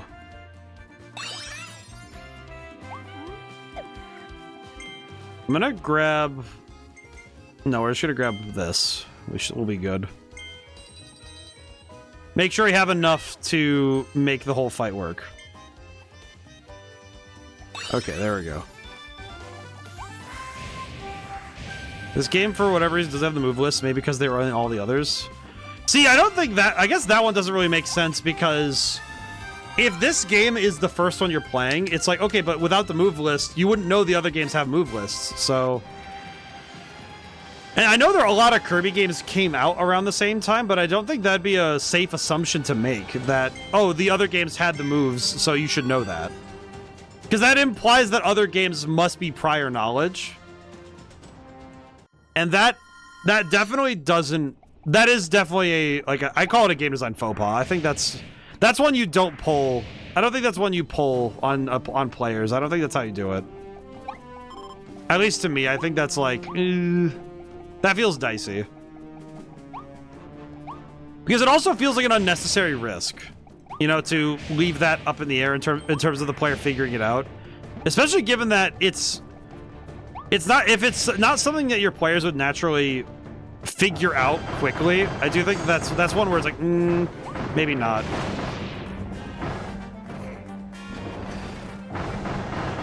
I will destroy this man.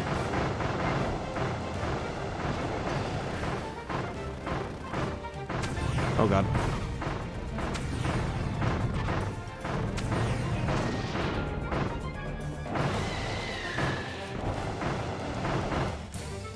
Just lighting fires everywhere. I'm setting fires all over the place.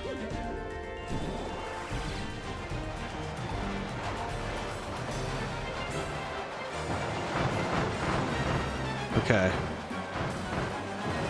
Oh god. No, no, no, no, no, no, no. I don't want any of that. I don't want any of this, man. Oh god. Okay, we're good. Yes, okay. Go down. Now I just kill him. Just die, just die, just die, just die. Perish, thank God. Just standing there, like, wishing the death on this poor armadillo. It's just like, he's a silly guy. He's just making posters. He obsesses. But, nevertheless, he must die. Hit the sickest gritty on his tombstone. Thank you. Excellent. It is done. Thank God. Just... Praise be to the Lord. It is over. I do not have to face the armadillo anymore. All Waddle Dees saved. That means all the Waddle Dees are saved in Original Wastelands. Yep. Okay, question. What does that put for percentage? I seriously wonder, is this boss 4 or 5? I think that's 1, 2, 3, 4, 5. Yeah, it's 5.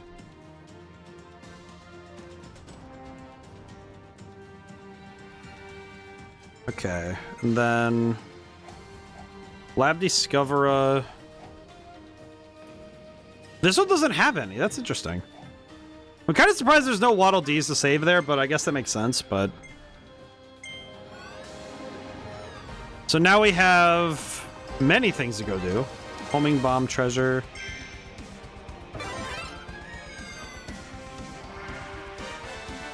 You have a whole lot of these.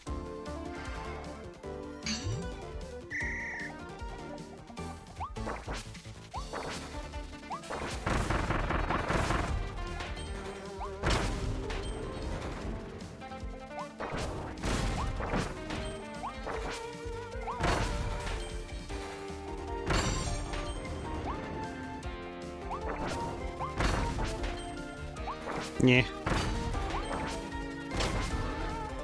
I do like that I think boss was supposed to skill check for the roll dodging. Oh, Cloverline. Yeah, probably. You know what? I just realized that's probably exactly what it is, and my brain just did not work as intended.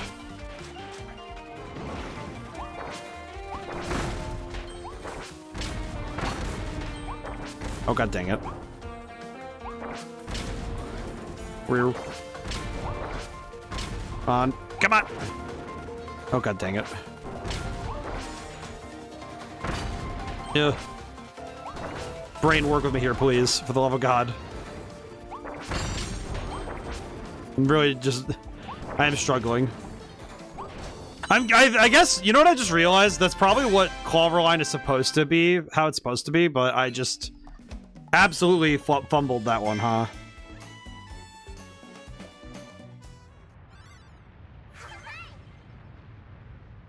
I guess I'm wondering now, did I know about the dodge rolling in my... I really need to go check those old VODs at some point, because I feel like...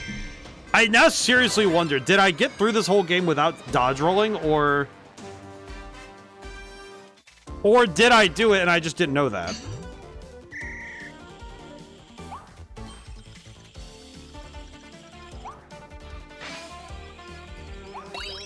Kind of one of those, did I... What was I really working with when it came to this game? Oh, I see. Oh, I went the wrong order, didn't I?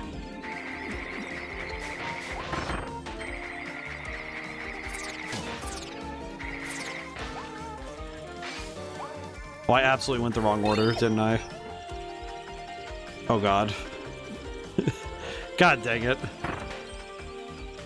Right. This one is number 2. That means number 5's over here? You know, I guess I would feel more embarrassed about getting all that wrong if it wasn't for the fact that if the game doesn't tell you at all how to do a skill, I don't think it's the fault of the play. I don't think it's the fault of the player if the game developer doesn't make something clear. But to some extent, I will also say that, no, you know what? No, with this one, it's like, why isn't that explained? You know what? No, I'm going to be... It kind of feels like, okay, if you're supposed to figure it out on your own anyway, then it feels like, okay, if the power-ups allow me to do it without that necessary skill, then the skill isn't necessary, right? And I think maybe that's where I would say the friction is there, is that it feels like... It does feel a bit like if the skill is supposed to be a requirement, but there's nothing that fully stops you from playing the game without it, then it's not fully necessary. I think it, you know, obviously it's one of those things where if in normal, I would say the asterisk is normal gameplay, right? Like I would say that specifically if in normal gameplay you're not going to be able to get through something without a certain ability, it should be 100% required. I should never have that feeling of, you know what, maybe it's not required, you know? Because I definitely think that one feels like, okay, is it required or is it just heavily recommended due to the ways in which the game works, right?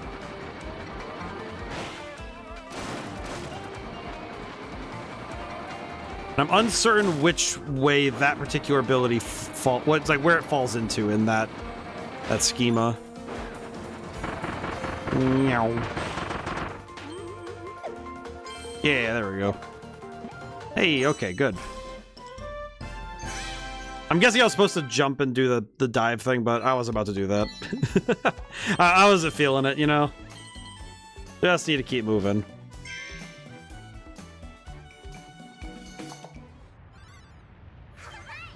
Oh, at least the adventure continues.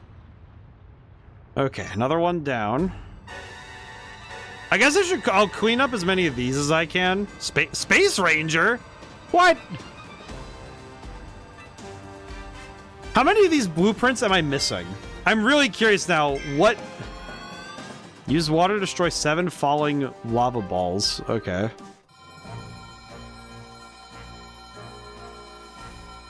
Man, this place looks like Crisis City. I forgot how much this place is just a mess.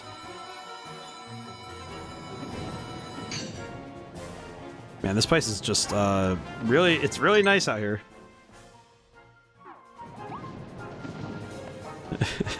This is like the best neighborhood in an urban city. I don't think I could ever live in like a mega city, like one of the big urban ones. I don't think I could live anywhere like that. I was like the meteors from Kirby Air Ride.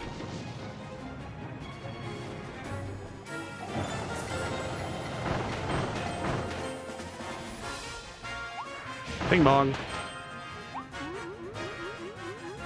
How do I get this man? Can I get him? Oh, I have to jump up here, I see. Meow. There we go. I feel like I'm curious with this level because I kind of forgot about this one. It's making more sense. I don't really remember. I'm curious now because I don't really remember this area all that well. Now that I think about it, I'm thinking like, what do I recall of this level? And I'm really pulling blanks right now. I'm kind of surprised because this is one of the last areas, and it's usually the first and last areas I remember well. But actually, this one and the other one I had trouble with was the desert area. I didn't really remember that one all that well. That's curious.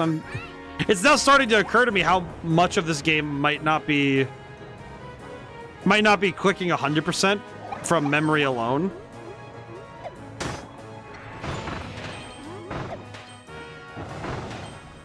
I think particularly with this one, I think the lack of memory might be because some of the, you know, obviously it's a long time ago, but even some of the games I played my first stream, I still remember them pretty well.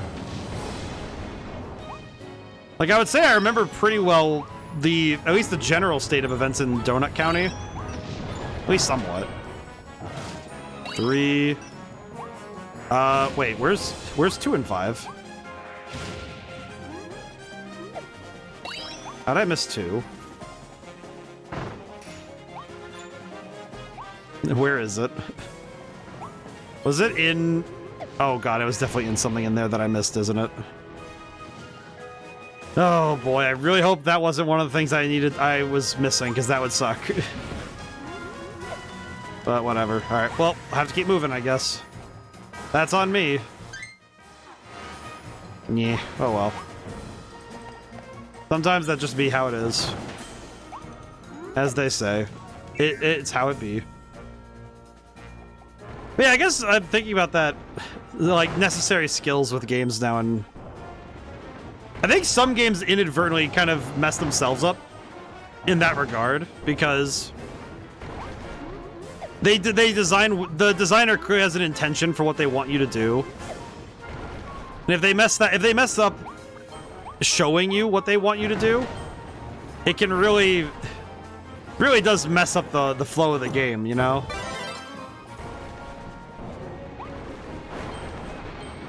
Because you end up inadvertently finding out, oh, the developers wanted you to do this instead, right?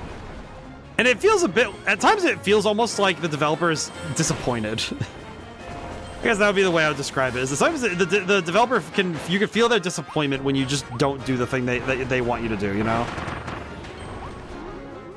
And that's fine, but I think as a developer also, it's just, sometimes you just have to suck it up and be like, all right, you know what? What can I do to reach the intended design, you know, the design I intended? Or do you change your design to maybe incorporate that feedback, you know, to say, okay, well, if the players are doing it this way, what if I lean into that? And sometimes it's really good to do that, to lean into that sort of, you accidentally figured out something very important about your game's flow. But if you don't, the necessary thing is just being able to understand the feedback you're handed. I think that's the harder part, is being willing to say, okay, what is the feedback I was handed, and do I agree with it? I mentioned that parry feedback earlier, that somebody said there should be a parry button in my game, and it's like, I don't know if the parry button would be a thing they would bring up if the combat was working all the way, right? Because the combat in the game isn't even fully, like, working. So I was kind of thinking, in my mind, I was thinking, well, would they say the same thing if the enemies were hitting them back? Would they still want a parry button, or maybe they'd want something else, like a dodge button, right? I'm actually thinking if it was closer to ActRaiser, you know, like, that's actually what I've been personally kind of pushing towards, frankly. Because the game feels more like ActRaiser to me.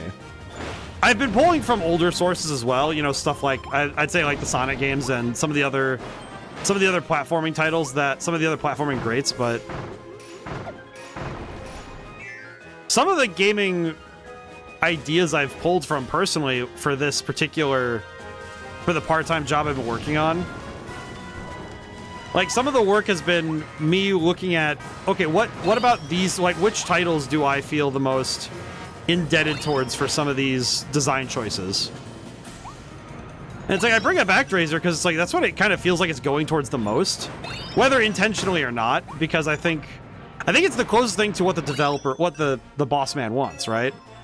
Whether he knows it or not, right? It's like, ActRaiser seems to be the game that they're trying to make, frankly. Dodge rolling, not really necessary, but something people figured out just messing around. Yeah, I feel like, I mean, if you press the button, if you mess around with the buttons enough, I feel like you're gonna end up finding that stuff regardless.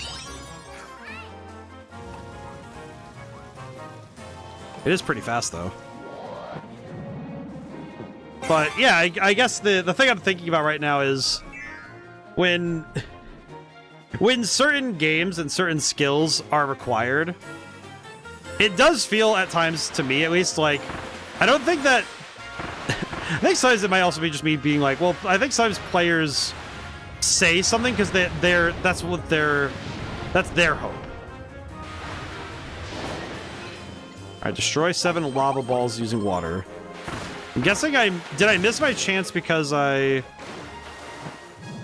missed a few. ActRaiser? Jot's note for another Sunday game. Well, I mean, I've played through ActRaiser Renaissance before. And that one was a series. I played that one as a series. Oh god. Oh, that was how it was supposed to be. Oh man. Okay, so you do need to get rid of all 7 of those right away. But I played ActRaiser Renaissance. I believe that was in my brain wants to say first year, but I think that's wrong. I'm gonna double check myself. I can check that real quick by checking I can check the tier lists, because I feel like that's where my easiest way to find all the lists, all the games I've played, is checking the tier list pictures, because I'm pretty sure it would be up there. Oh, I thought ActRaiser 2 from the SNES. Well, I played ActRaiser... Well, Renaissance is a remake of ActRaiser 1, if I recall. Not mistaken? There's Stellar Glow. Transistor, Ico... This is 2023. Is this the one I'm thinking of? I'm trying to find where it is. Hang on. My brain is like, alright, where the heck is it?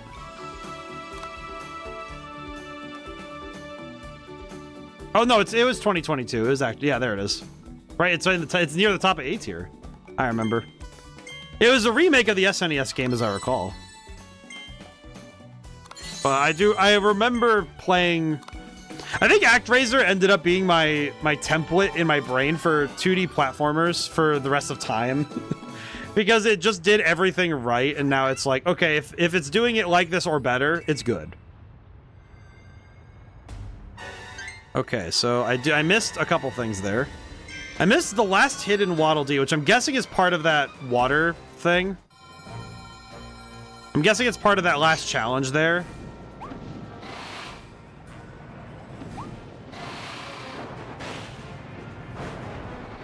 Alright, we're gonna zoom. We're gonna zoom a little bit here.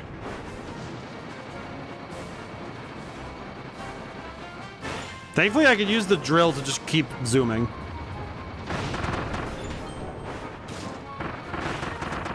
I don't think it's this one. I don't think so.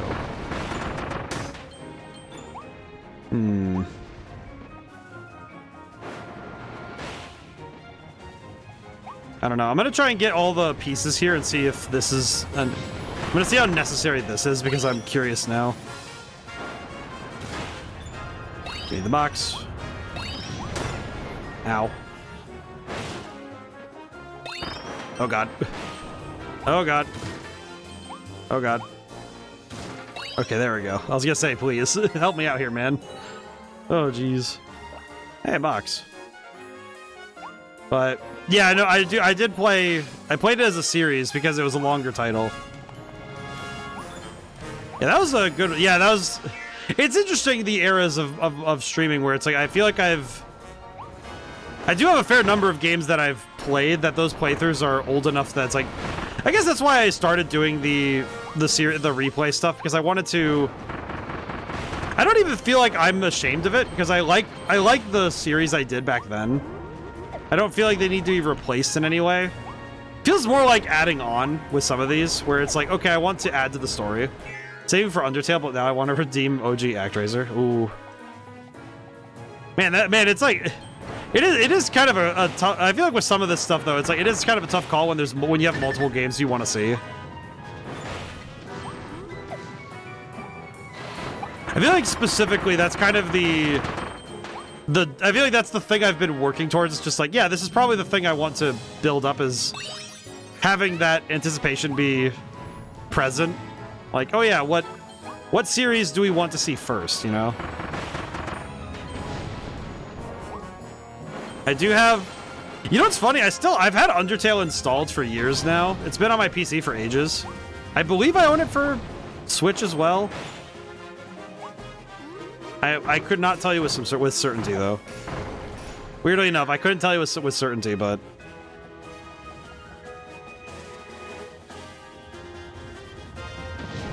I just realized I don't need to do this again.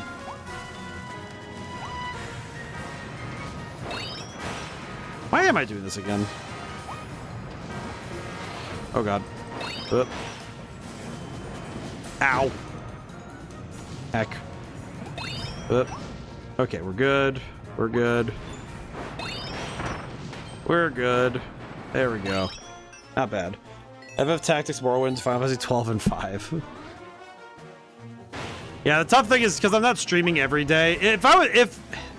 The tough thing is that I don't think I could or should be a full-time streamer, because then I wouldn't be able to have time for game design, frankly, and for doing my other work. But if I was full-time, I feel like I would get through a lot more games. But at the same time, I do kind of wonder if I would, because I feel like I would end up choosing longer games to compensate, because I'd have more time. So I'd end up choosing a lot of 80-hour games because I know I could spend time on them, but I don't know if that would be good or not. I don't know if that'd be a wise decision or not, you know? No, no, no, no! Oh, wait, no, I got it. Oh, thank God. Ugh. Got it. Ugh. Okay, we're good. Okay. Grab the thing. Doodad acquired. Okay. Gotta move fast. Oh, God. Yeah, I gotta move much faster. Oh, my God.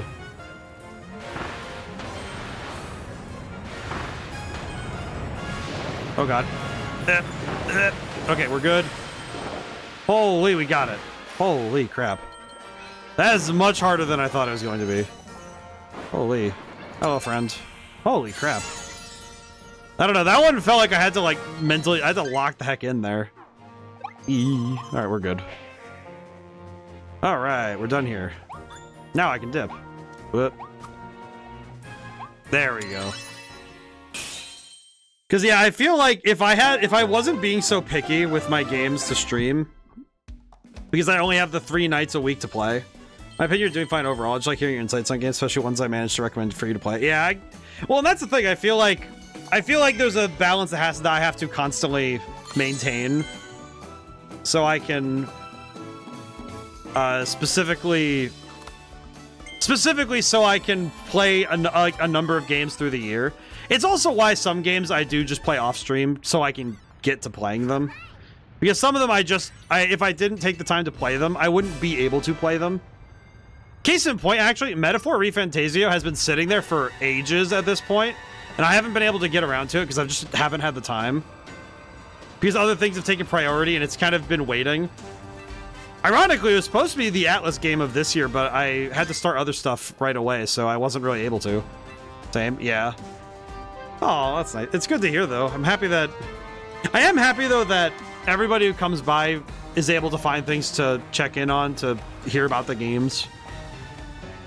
I think I guess I'm doing my job right if the focus is on the games. Ah, I knocked something over. What'd I do? Why? My stupid footrest fell over. Why do you do this? Stupid footrest.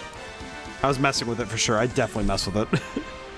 Okay. Sorry for the loud noises. Alright. Anyway, back to what I was saying. But I feel like... Because I feel like whenever I'm watching streamers, if they're a gaming streamer thing, if their objective is to... you know, it's about them, that's one thing. They sound like a gunshot. Sorry. It's a big piece of wood. I'm so sorry. It's a piece of wood. Because I have been lazy and have not bought a proper footrest that just is like a thing. Sorry. It's like a wood. It's a... Well, okay, let me explain. So my desk is like a full-size desk, yeah? I guess I should explain what my setup is. So you guys, I think you guys have seen my desk once or twice. You know, this big wooden thing. I have my mat on it. So the problem is, it has no footrest, and it's just high enough where my feet kind of dangle if I sit in my chair at full height, at like proper arm's length. So I'm like, okay, well, how do I fix that? And the fix I have is I have this big wooden thing. It's like, it's literally just a wood board. And it's a nice wood board. It has finish. It's, you know, smooth.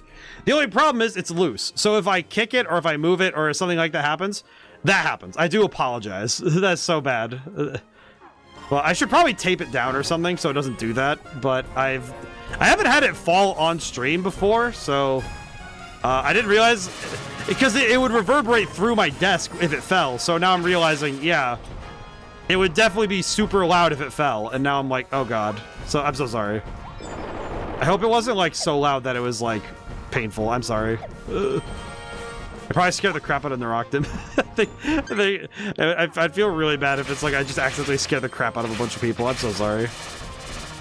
Most, like, some people have burps or sneezes on stream, and that's like, oh, I'm so embarrassed. That's so sad. Me, I drop a piece of wood and it sounds like a gun. Oh boy.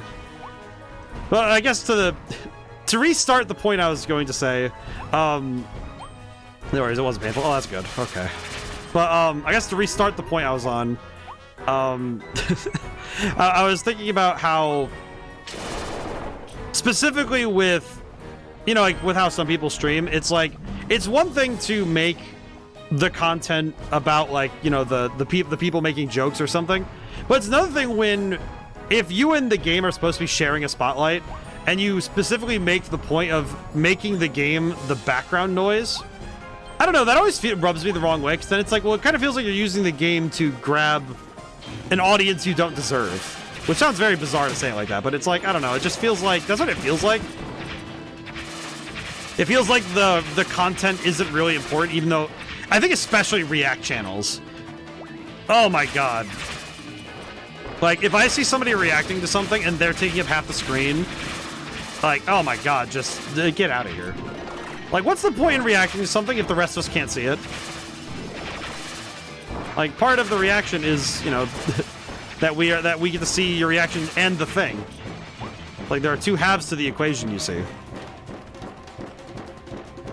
I think for me, it's specifically whenever I see a VTuber where, like, their model covers up half the game, like a full chunk of the game's UI, and I'm like, okay, but why? Why would you do this? Now, why would you do this? It's like they cover up the game and you're sitting there thinking, okay, I cannot see some of the information that is on screen. Straight up. It's like straight up cannot see what they're seeing. Do not know what they're talking about. Whoopsie daisy. That sucks. Or congratulations, whichever one is supposed to be correct.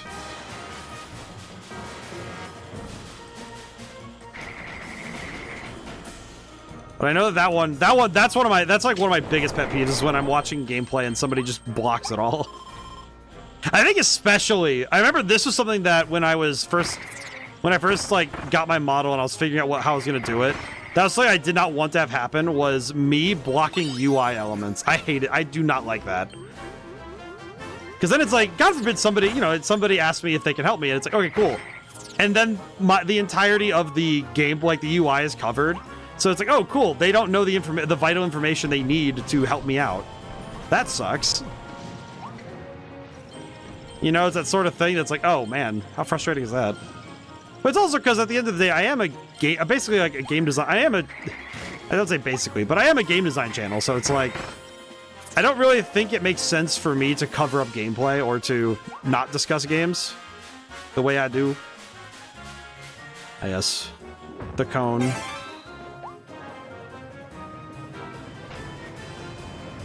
What did I need this for?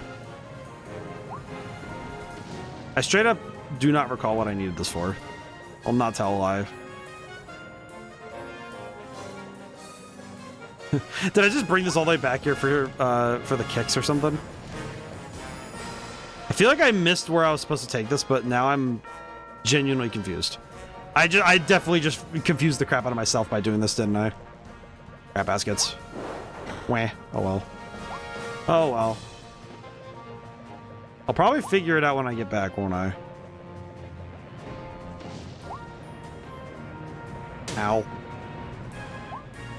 Up.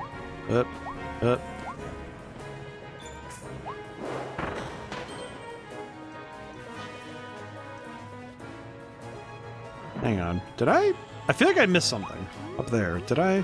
I did. That was where I was supposed to have it. God dang it. Okay. If this is the end of the level, then I would guess that... No, but it's close. I'm gonna guess this is where one of the secrets is.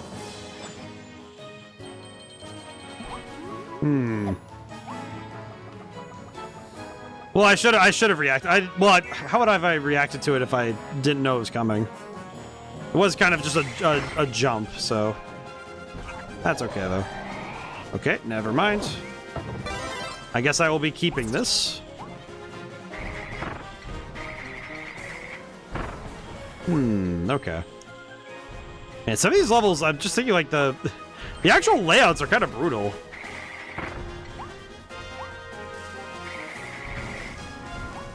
There we go. Okay. Yeah, some of the, I think some level design here is just like, man, holy crap. I know it's the end of I know this is the end of the game, but it also is like, holy crap, dude. Make all the windmills spin. Okay. Would I have missed one in this one? You know, I'm thinking now about that, that me dropping that thing. I think the thing that worried me more was that, along with the noise, was that it's just like it. Well, those things where it's like I drop the thing enough times. I am worried at some point I'm going to like crack it or something. Like one of these days I'm gonna like crack that piece of wood. It's gonna be like bent or something. I don't know why it would be bent, but I don't know. Some part of me is just thinking that it would absolutely break or something. It's a good piece of wood, though, so I guess I don't know. I think my worries are unfounded, but still. Ah, boat. Whee! Oh, God. Man. I guess now I'm thinking about... Oh, we already got this one? What the... Oh my God, I missed a windmill, but how... What? You gotta be kidding me. There has to be one up there that I just whiffed on. Or something. Or... Oh my God. Of course there is. It's such an easy little thing to just tuck it behind the building. I see now. You know, I feel like some of this game's best kept secrets are the ones that are just, like I said, right under your nose. And I think that's probably...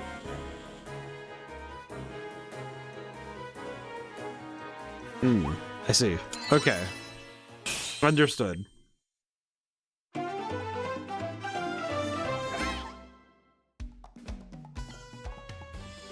Use Crash to defeat Wild Frosty.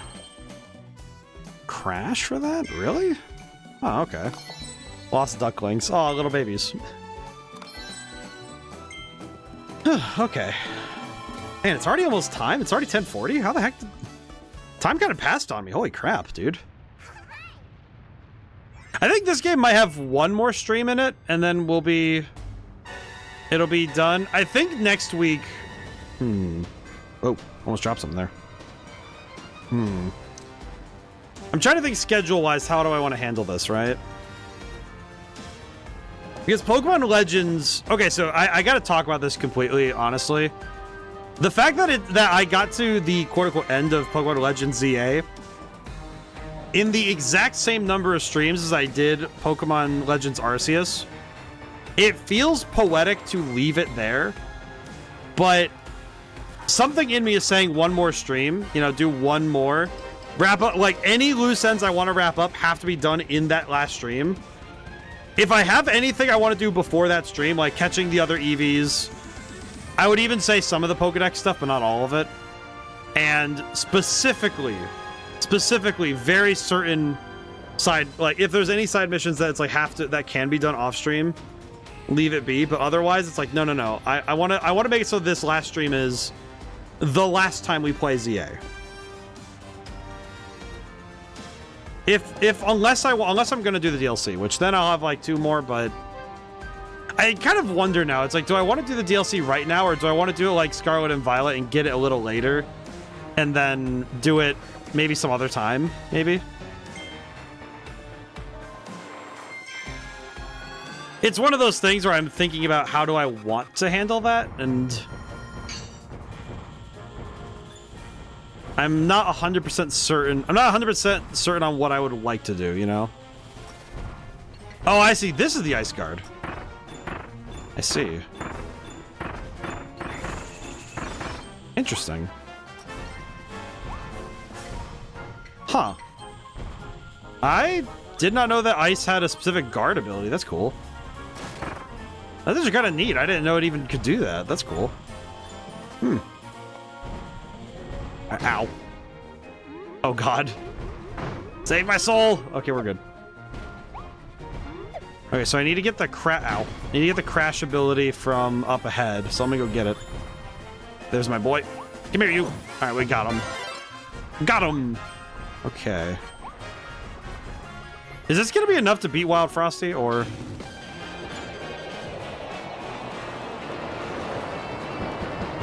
Ow.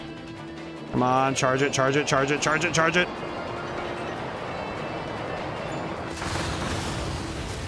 Holy crap, that was definitely enough to do it. Okay, good. Ooh. Give me your power, boy. The power. Alright, we're good. Oh, jeez. Oh, man. I do think this game feels... It feels like one of those... I think the Switch has a number of like what I'd call the timeless classics. I think this one fits in that category very easily. I think Kirby games in general tend to be pretty hard to age overall. And I think specifically with... I think very specifically with the way that these games are like built. I think it's very hard for me to ever say like, oh, I can really tell this one's like old. It's like, no, not really. I don't think that's really how it works specifically with these games. I don't think that's how it works, you know? Okay, be careful. So I need to like... No. Okay, we're good. Ooh, that worked. I don't know how that works, but it worked. Good enough, we take those. Oh no. Don't tell me it's a timer thing. It is a timer thing. Oh god. Egregious rat. Move out of my way. Okay. The switch.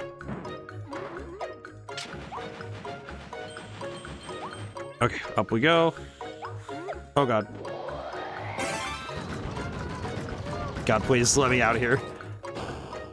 Let me out. All I ask is that I make it in time. Bing bong. And then spit. Okay, we're good. Oh! Scared the crap out of me, why don't we? Okay, is that everything? That's everything. Alright, we're good. Yeah! Not bad. Okay, we can get out of here. Now we just need to get out of here. Have you gone on to the platform just to the side of the Frost fight yet? Like here? What do you mean by the side of the Frost fight? Like platform just the side of the... Whoa. Like in this level? I don't think so. Hang on. One thing I do want to do... Was there already...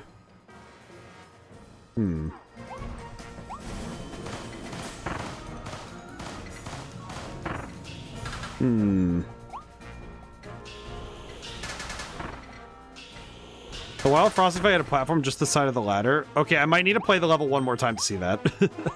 I'll need to check one more time then, because I don't think I did. I'll double check that. I'll have to go back one more time for this one then, because I don't think I did. Excuse me, lad. Meow. Go. Oh, large sir.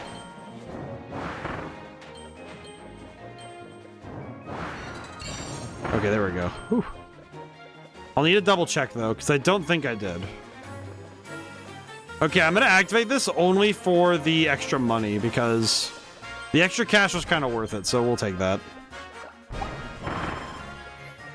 It was worth it to get the extra money. You know.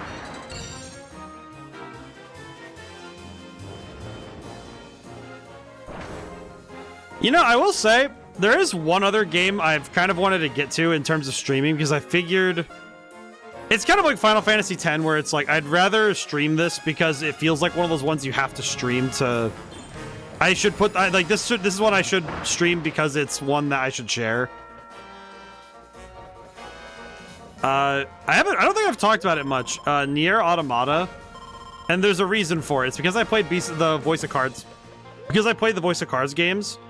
And I, a long time ago, started Nier Automata.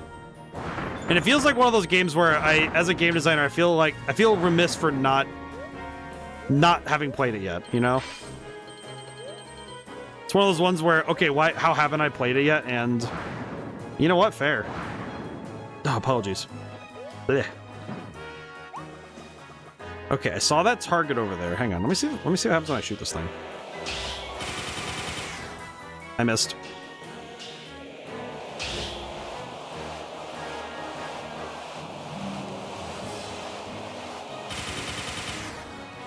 My depth perception is really jank, ain't it?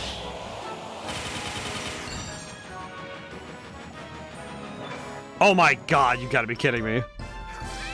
The pain continues.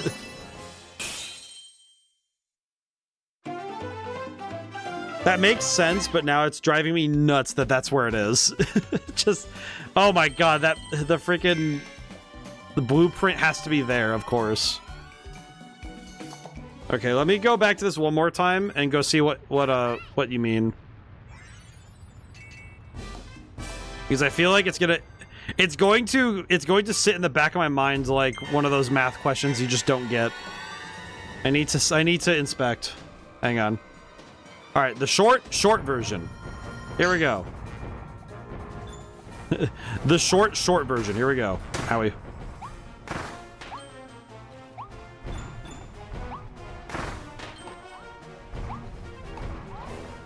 The short version. This is the abridged playthrough. Truly. Okay.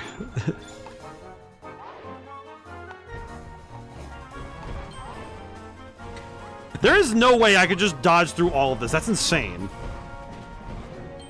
That feels crazy. You just zip right through all that. Platform to the right. Oh, I see what you mean. What the heck is that? Hang on. Ooh, Kirby, cap this guy.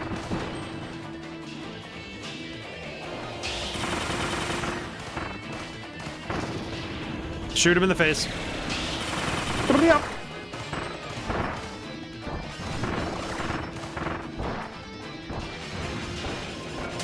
Ow. Oh god. Ugh.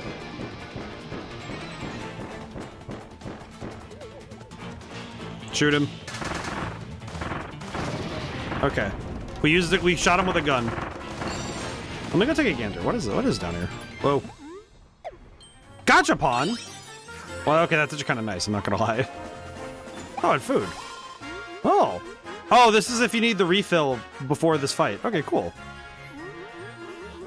Honestly, that is a nice little secret. I'm happy I learned this. Okay, good. Let's get out of here. Meow. Alright. Now you just need to do the level one more time. With gusto. Thankfully, I don't need to do the whole thing over and over again, so I could just run.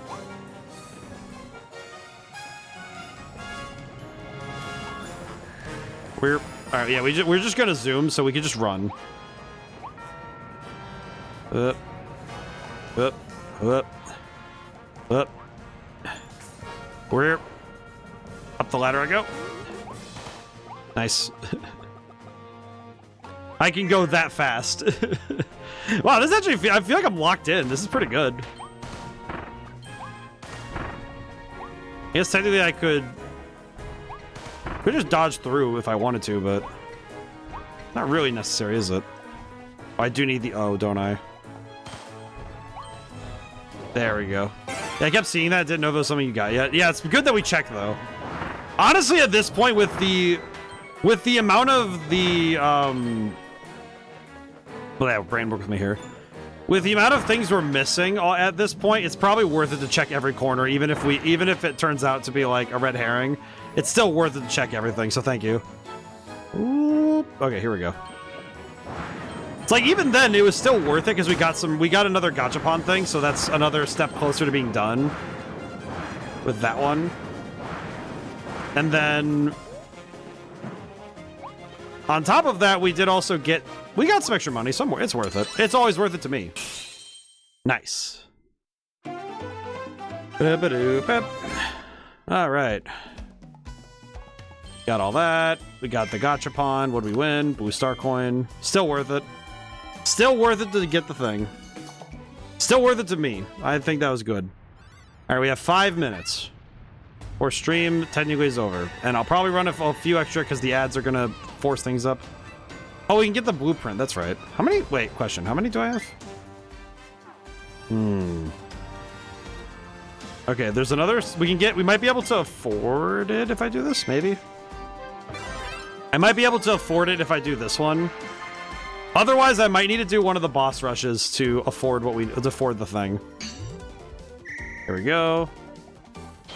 2, 3.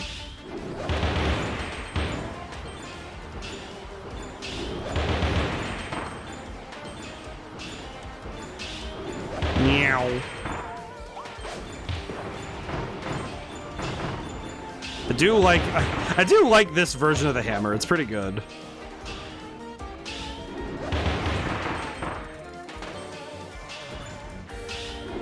Oh, thank God, ones that chase. Woo. Alright, doing good. I don't know why. I was just thinking, like, looking cool, Joker. I don't know why, though. Man, I haven't thought about Persona 5 in ages. Or Persona 3. Persona 3 makes me sometimes sad to think about it. I feel like some games, it's like I think about the endings and it immediately makes me a little bit like, oh yeah, I remember. Oh, man. Oh, God.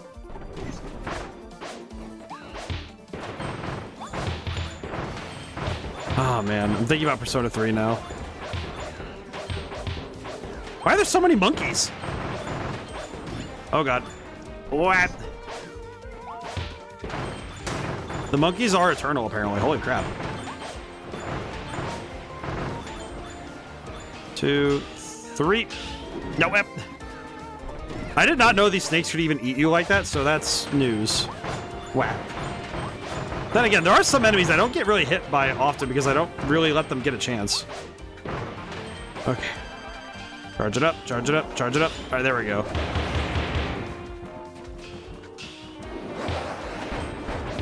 Okay. Getting there, getting there. Ow. Low battery? Wow, that's such a kind of... Okay, that's a little concerning because I charged these most of the day before this, so... Huh. Man, I really hope these ones... If these Joy-Cons start to go, I don't know what I'm going to do because I do actually need to order new ones. I do actually need to order... either order or get new ones. I don't know, man. I guess if maybe one day if I get the Switch 2, I won't have to worry about that so much, but I still have to transfer everything over from the Switch 1 to the 2. Oh, the pains of trying to move up a console. Maybe. Okay. Yeah, we're just about out on time, so let me go get that new I'm gonna go get that new Ranger ability. I want to see what it does. And let's see, schedule stuff. Sunday we're playing The Glitch Fairy, which is an indie game that I've actually looked at it a couple times myself. I haven't played it, but I've seen a fair bit of it, like little snippets, because the developer has been observed by a couple of different people I observe on streams and stuff. So definitely one of those ones where it's like, ah, yes, I see. Like I understand that it has a bit of a following there, so I'm curious to what it do. Space Ranger, yeah, we're gonna get that. I want to see what it do.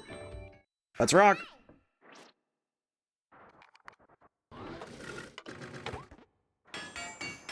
Ah, jeez, my neck. Neck and shoulders. Instead of head and shoulders, I am neck and shoulders. Space Ranger. Aw. I like this. This is cute. I like the little space laser. Evolution lets you enter the portal for the thing. What is the difference? I am gonna immediately power this one up because I want to. I'd like to power it up, please.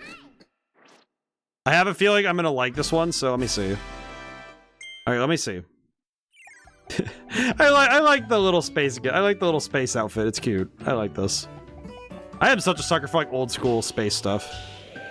What's it do at full power?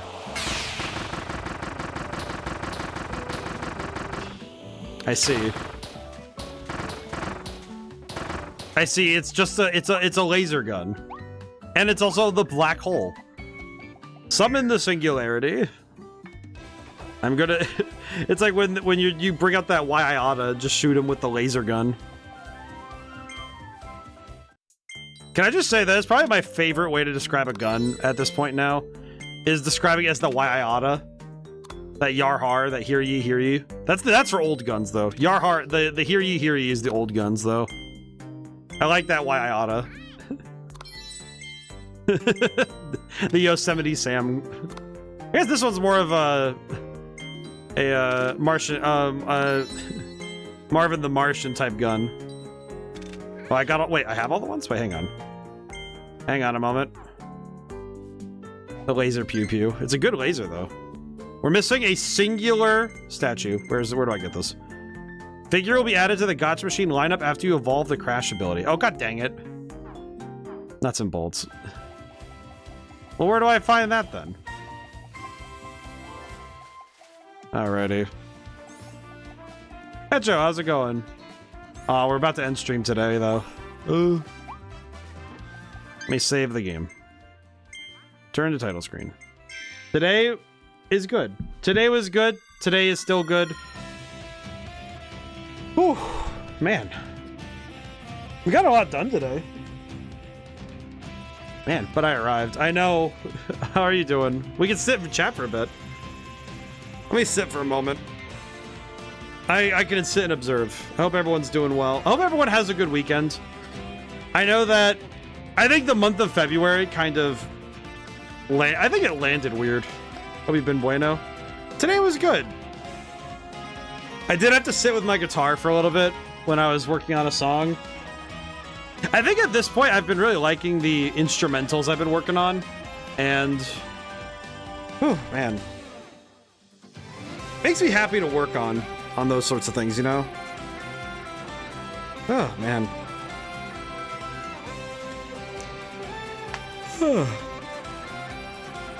Oh jeez. Finally. I got hit with the sleepy. Now then. But I hope that this weekend gives us all a chance both to have fun and to relax. I think that's what the hope is. I think February landed weird, and I hope that the month of March lets everybody get back on their feet and settled back in. Because holy crap, I think everyone needs some time to just sit and enjoy something, you know? Like I've been doing a lot of, like off stream, I've been playing a fair bit of games when I'm not working. Because holy crap, it has been... I feel like the first 2 months of this year have been kind of non-stop moving. And I do think it's nice at times to have things be busy, but there's a difference between busy and, you know, constant, you know? Which I think can be difficult. That can be quite difficult to handle, so... oh boy. Let me take a gander. We should... I need to be so much better about raiding. I've been very bad about it lately.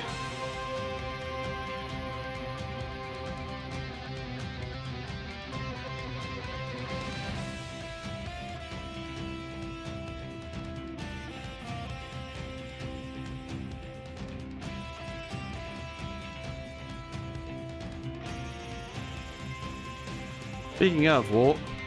Eh? Oh! Wait a minute!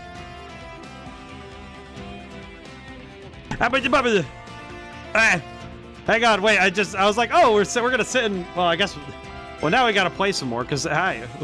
I was like, oh, let's settle in. Oh, God, hi. Daichi, how's it going today? Like I'm gonna stop streaming when everybody just pops in. Oh!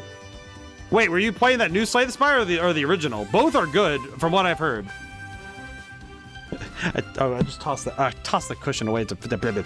I'll just sit up. It's fine. Welcome in, Raiders. Holy crap. I was just like... I was sitting there. I'm like, oh, I'm just like kind of faffing about. And it's like, oh, modded original. Ah, I see. Very good. Welcome in, Raiders. I'm ODaM. I make things. Most recent one was a game. Currently working on a book and another book and another music album. Music album's coming along nicely, but this set of notes I have is... I did not do this very well. I need to write better. But welcome in. We were playing Kirby in the Forgotten Land. I should probably go do some stuff, because I should probably go, like, I should go play some. It's like, yeah, people raid in. I'm not just gonna, like, oh, I'm gonna stream. It's like, no, I gotta play more. The honor demands it. Let's see, what do I got? You know what? Take the new space weapon for a spin. I'm gonna take the space weapon for a spin. We're gonna go fight bosses. I think I'll do a boss rush because I need the money. Actually, I need the money and the stones, so I should probably go do that anyway. I can do that. I got the pep in me to go do a boss fight. Back from ads. Yes, hello. Welcome back. All right, so Raiders, welcome in. Hope everyone had a wonderful time. Daichi, thank you so much for the raid. Holy crap, that's but wow, you could do it. But yeah, Slay the Spire is fantastic. Slay the Spire, I had a lot of fun. I do recall, I think especially, man, it took me 30 minutes to do all that. Well, it's 12 fights, that makes sense. Why does this one take 9 minutes? This one's 30. I don't know why. We only need the one rock, so I guess I could do this one again. I enjoyed it, super fun. I really like Slay the Spire. I feel like me having learned trading cards, like trading card games in general, definitely helped me understand what I needed to do to play the game. To me, catch you as you were ending. No, I was kind of like, my brain was a little unfocused, but no worries. I don't even think about it. But in any case, you know what though? Now that I consider, have you played Slay the Spire before though? I guess I just realized. Have you played that one before? Like you were playing a modded version. Have you played the? Oh god. Have you played it much before? Let me go get the other fox. Oh, we haven't changed over yet. I have. Ooh. I do really like the original. I like Slay the Spire. I have been working on Ascension 20 for the first game for a while now. Man, this gun is fast. This is that Y Iota, as I was saying. As I described it earlier, the Y Iota. Good gun. Got a Sailor Moon workshop item for Slay the Spire. I really like the... I really want to take time and use the Yu-Gi-Oh mod, but I haven't gotten around to it yet because I have been hard focused on trying to do the Ascension 20 as the silent. Watched a friend play a lot of it when I got it. So when I got it, I played one regular game and dove into modding. Ah, I see. I played a ton of it unmodded on Xbox for a while, and then more recently I got it on PC, and along with modding, I have also been very focused on... I've been very focused personally on playing the... Oh god. Where did that even go? What the heck? Ow. I'm gonna shoot this man. Shoot him with a gun.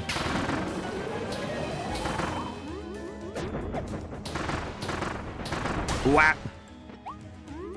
I'm being a little less careful than I should be. There we go. But I remember I remember playing a ton of it on Xbox and not being great at it, but once I started really getting into trading card games, I definitely picked up a lot more of the, like, card advantage was one thing I learned. Learning how to, you know, cycle. I think especially in regards to the, you know,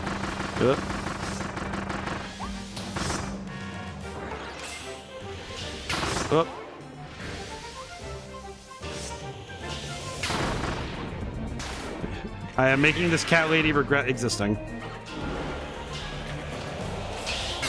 Whoop.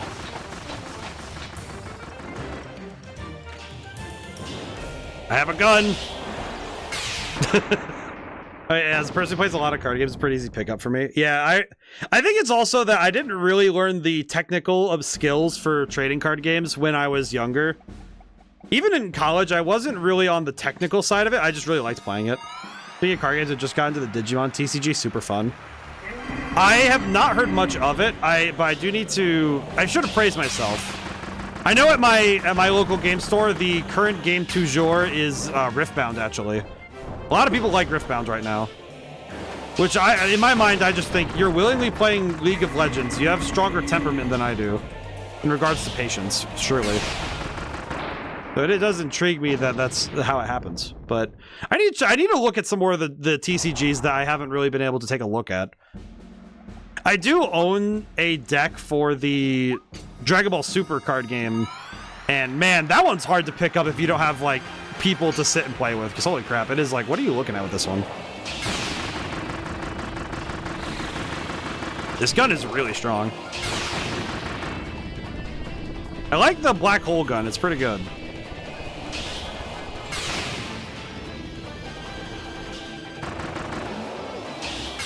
I just shoot him with a gun, I guess. Shoot him with the gun. Kirby just brings the real gun. That's all we did for this entire fight, was just bring a gun. For his neutral special, he wields a gun. Hey, not bad. I will say, Daichi, do you remember that discussion we had in regards to Digimon Time Stranger? I did actually acquire the game and start playing it. I will not lie, as somebody with no nostalgia for Digimon, I've had an interesting time playing it. I think the most I feel like the take I've come to with it, which feels, I feel like it's controversial to say it like this and a bit sacrilegious for people who like Digimon. Digimon feels a bit like preteen Shin Megami Tensei. And this is not in an insulting way, but it's like, I see what they needed to do, because they couldn't, because it feels like somebody who told them they're not allowed to use actual, like, not like actual cryptids per se, but more like, it's almost like they were told, like, you're not allowed to use the actual, like, monsters. It's like, okay, make them into Digimon and make them, you know, fit, like, more abstracted from the original sources, and also include guns and other stuff. But in terms of gameplay, even I found myself comparing it to I was thinking Shin Megami Tensei 5 actually, and half naked people, yeah, which is curious, and it really made me contemplate the game itself and what it was going for. I think I hold that I don't think it's better than Pokemon Legends, but I do think it has strengths in different places that I think both games are very good. It's one of those things where I don't think either game really like stands above the other, because I think if there's one thing that it's like Time Stranger did really well, I think the resource game is a bit more interesting because of the Digimon stuff. Digimon OG I thought was a Pokemon Shift, not a clone, though. Still playing through Cyber Sleuth right now. I'm playing Time Stranger, and the reason Digimon names, they're digital and Mon is their file type. Maybe? I don't know if .mon... I wonder if .mon is a taken name already. I'm uncertain, but that's a fun one. That's a fun theory, though, Echo. But with Time Stranger, I think the thing that I like about it is the gameplay is pretty fun. I do think the one thing I don't get is that their type chart makes no sense, and I have elected to ignore it. Because what I've learned is if I see the damage percentage, all right, cool, got him.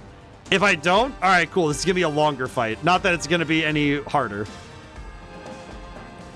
I guess that's one thing I've noticed with that game is that its grinding can be... That's what I did. Yeah, it's like... Also, I gotta be honest, I chose the little bat dude. I forget his name at this point because I'm not gonna lie, I kind of forgot. But he was my starter. He has quite literally, I have been tempted to scrap him multiple times because I just don't care. I got freaking Greymon. I got freaking I got that. Oh god. Ugh. I got friggin' Renamon, and it evolved into Lekismon, which is really cool.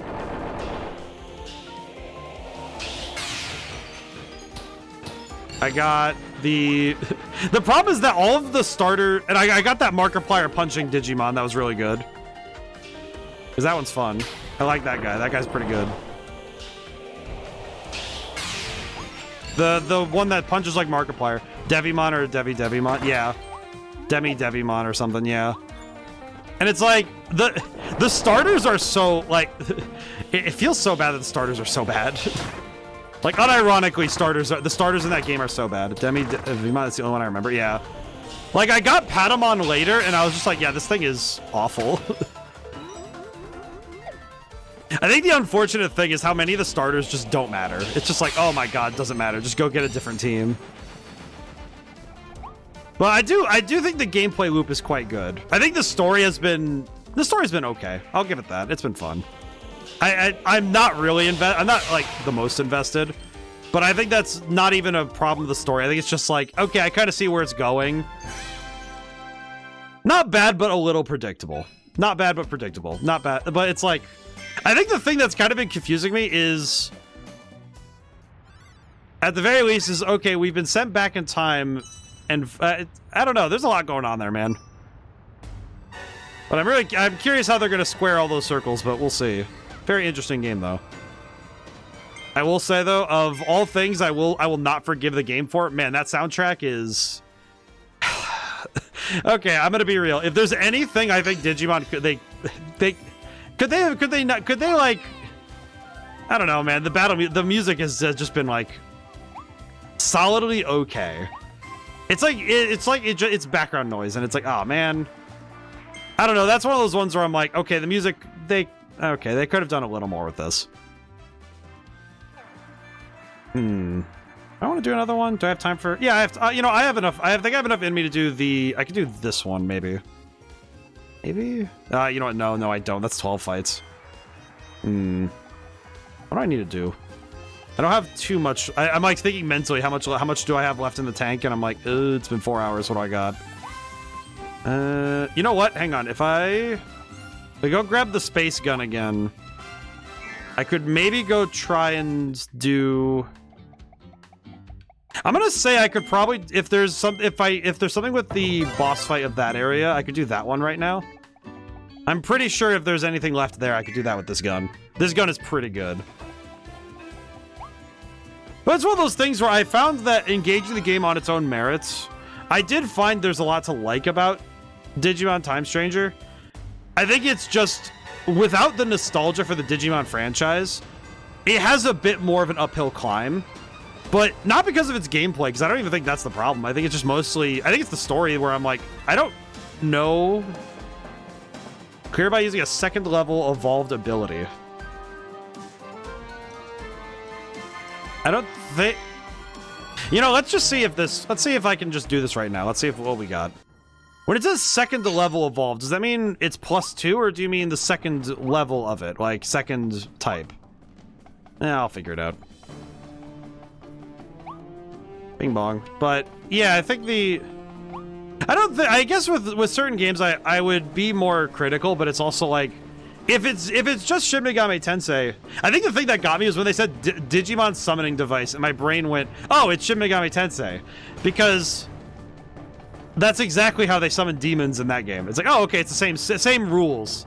Which actually really helped, because it made me think, oh, okay, same rule, it's the similar rules where, okay, we're going to, what? Another raid? Okay, hang on. Let me shout out the holy crap. Today's been crazy for the raids. What the heck? Welcome in, raiders. What the heck? Dark Souls Remastered, how's that going? How's that one going? Oh god. Ugh. Jump out of the way. Jump out of the way. Ugh.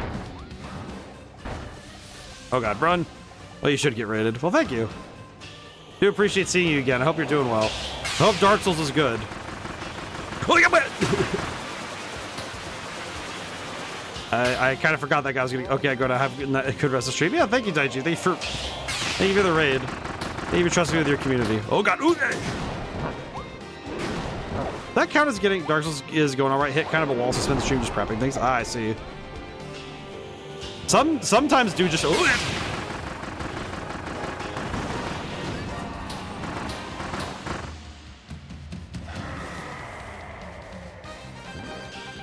oh, sorry, this is the one where you just start running on all fours like a maniac.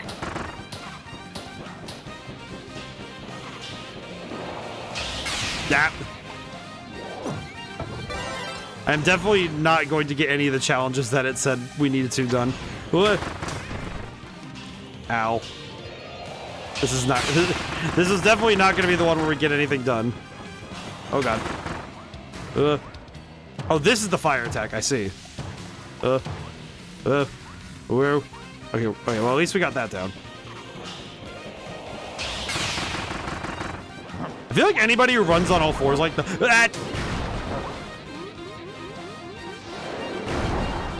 Ow.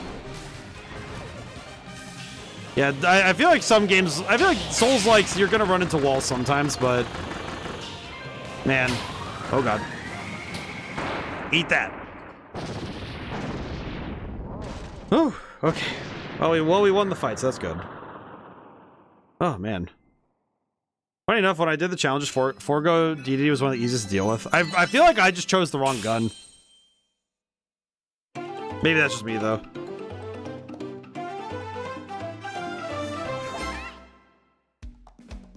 Clearer than 2 minutes. Oh, a second evolved ability. Okay, cool. Clear without taking any damage. Oh, I got everything but taking damage. Okay. Oh yeah, when he's the good king.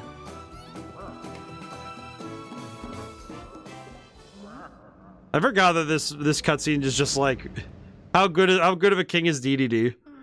And it's like, yes. Yes, he is. Look at this guy. This is a good guy.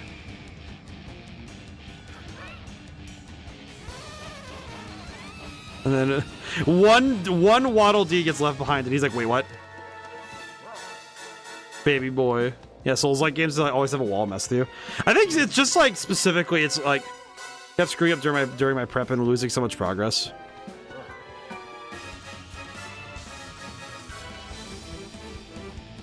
Yeah, no hesitation, just yeets the boy into the elevator and gets ready to fight. Have a raid target if you can't find one.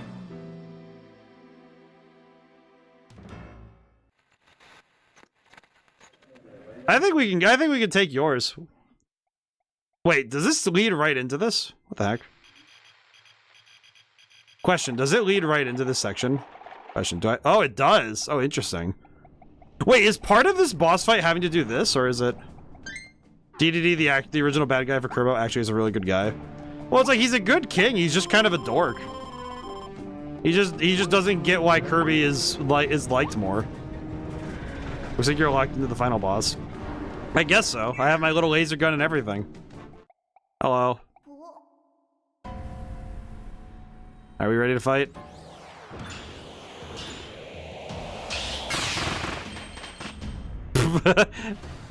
Well, I guess we have one more.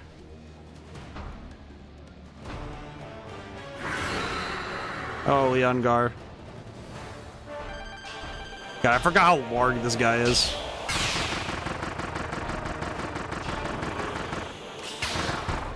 Whoa.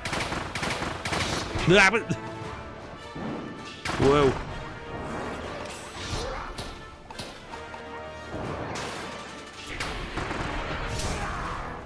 Forgot that this guy's actually kind of cool. Black hole gun! I don't know why I'm thinking of like ray gun from I'm thinking of like the spirit gun from Yu Yu Hakusho for some reason. Oh. Sir. Security camera. Holy crap. Pew. Pew pew gun.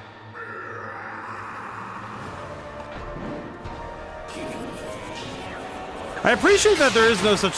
I'm getting spirit gun vibes too. Oh, that's funny. You said they're going, ray gun! Oh god. Ugh. Oh god, that's gonna hurt. Ugh. Whoa! Holy crap. Oh god, the laser beam! Oh, I dodged it. Oh, I did dodge it! I did dodge it! I thought I dodged it for sure. Thanks, son. Here, I thought I dodged it and everything. Wow. Eh, good enough. we win those.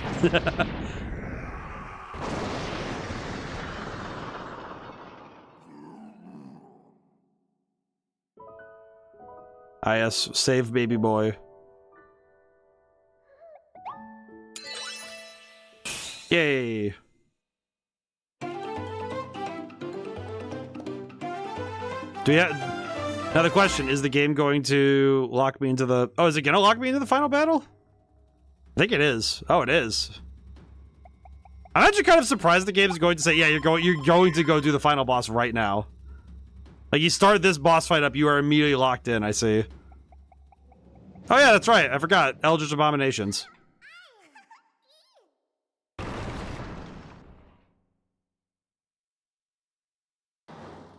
What compels somebody to make this one of the bosses in a Kirby game? Fecto Forgo. God, it's so nasty. Oh god. Oh god. Oh god. You can leave to the world map and go back to Lab Discover, but you gotta refight Lion Guard. Yeah.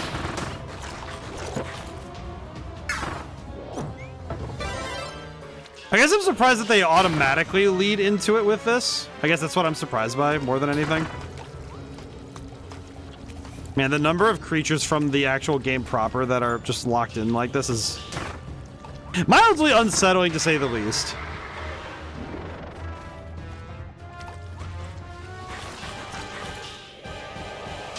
Do you think any kids had like major nightmares about this thing when they were done playing this? Because I could really see kids having nightmares about this sort of thing. Kind of like, I remember people saying they had nightmares about O2. Like the red eyeball thing. I remember that one pretty well for people having like dreams about it, like, oh, this is not good. Not good for my mental to see. That nightmares will affect the Forgo is messed up. Yeah, I mean, yeah, this thing is literally a blob of other living creatures.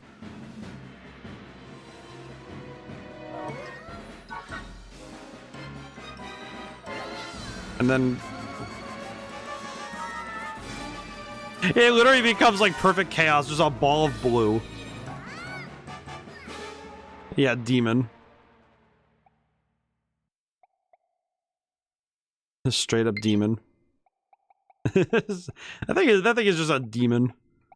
It keeps saying my controller battery is low, and I do apologize. So if I lose half of my controller on the way through this, well, we had a good run, boys and girls, and everybody who I don't get with those two statements. I think gun will do. I think the kitchen gun will save us today. This should do it. Alright, we'll use the laser gun to kill Mewtwo. It'll be fine. Just like Smash Melee, we use the laser gun and ruin his life. Yeah, 0 and 0-2 are pretty messed up, but 0 is definitely more so. It cries bloody, rips his own eye out in the finale. I do wonder, what is it with Kirby games and having Eldritch Abominations as their final bosses, but I guess to be fair, it is one of those things that just kind of works somehow. Fecto Elphalus. I forgot about this guy.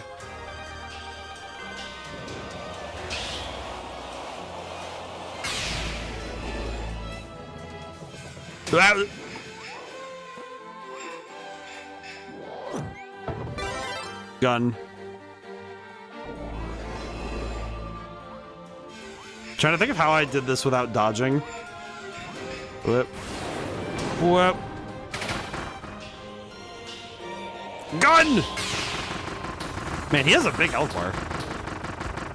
Whoa.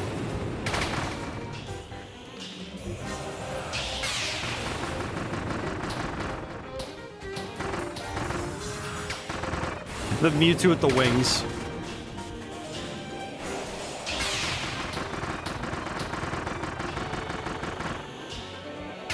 Oh, well. Oh! Hello again. Well, I mean, Finalize is gonna take a beating. Yeah. He's got a big health bar, though. I'm kind of impressed.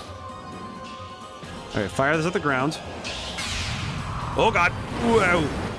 Alright, we're good.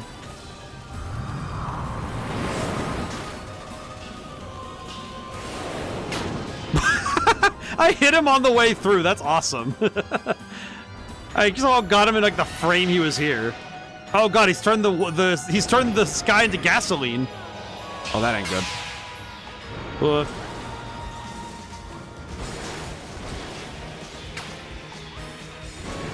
Oh god. Oh god.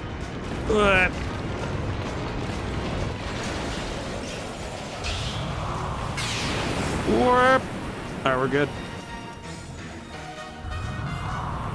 I do like the remix of the theme from the actual theme of the game.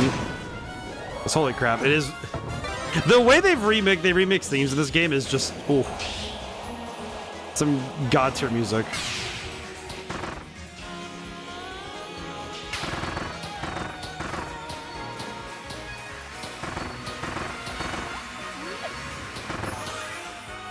Oh, that's right. Does he heal? I forget. Does he heal himself with that?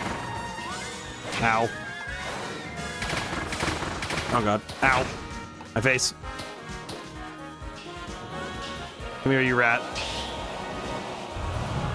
Face me, rat. I'm thinking of like a Razor Jin from Sonic the Secret Rings. Face me, rat. Just yelling up at him like, hey, get down here. Big ween. Just yelling at him. I'm just yelling at this like eldritch god. I'm just like, hey, get down here. You cannot hide forever.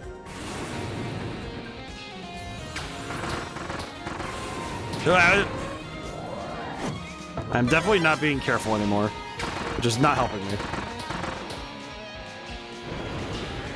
Yeah, I can't hit him from here, can I? Whoa. Oh, but that hit him. Oh, that's funny. You can hit him if he's inside it. If he hits the black hole on the flight back down, he can get hit by it. That's funny. Oh god. Oh god. Whoa. Whoa. Stop summoning stuff, rat.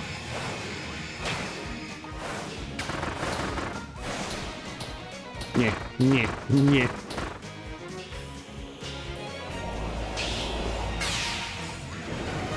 Oh god.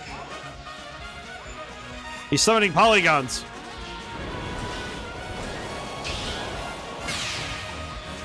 Oh god. Come on, get shot. Behold the firearm. I got him. Oh. Oh, there's baby boy.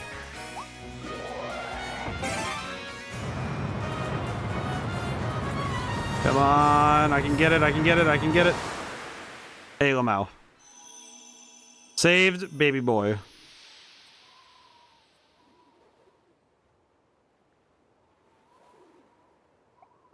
Kirby's just like, we live.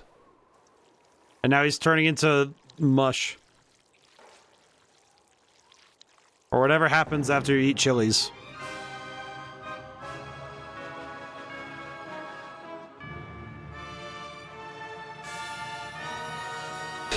You know, it's funny. I know how this ends, and I want to watch it one more time, but there's just something so funny about knowing. Whatever it's going to do is going to be pretty bad. What is it, Kirby? Oh, yeah, here we go. Whoa, is that your home that's Planet Popstar? Oh, yeah, he's trying to like, bring Popstar through the vortex. He's going to try and slap the planet into us. You have to stop it, but how? Kirby has the best idea ever. We're gonna hit him with a truck. It's just like the absolute most diabolical plan possible. Let's hit him with a truck. Like, this is your plan?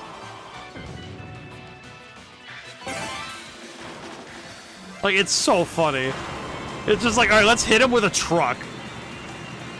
It's just like, all right, he's gonna throw a planet at us. Let's hit him with a truck.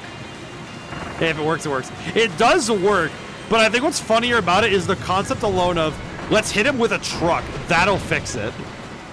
Like, he's a planetary demon, and we're going to hit him with an 18-wheeler, and that should put him down.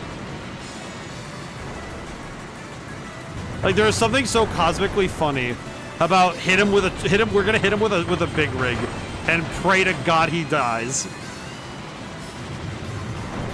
Whee! And of course, we're going to drive the big rig to the invincibility theme. Holy God. So many things are happening all at once. I do feel bad because there are bits of Popstar falling into this place. Like, oh, you know, Planet Popstar is not having a good time right now. Alphalus is just like, okay, they're not serious, right? He's just looking at it like, are you serious?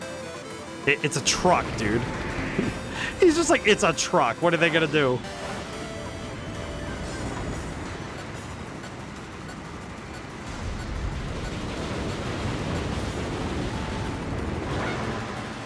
He's just like, it's a truck, man. What are they gonna do? And then he's like looking, oh God, that's a truck.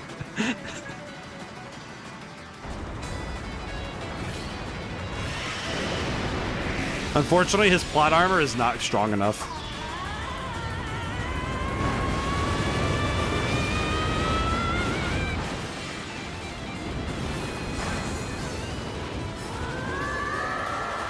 Kirby's just like, time to kill.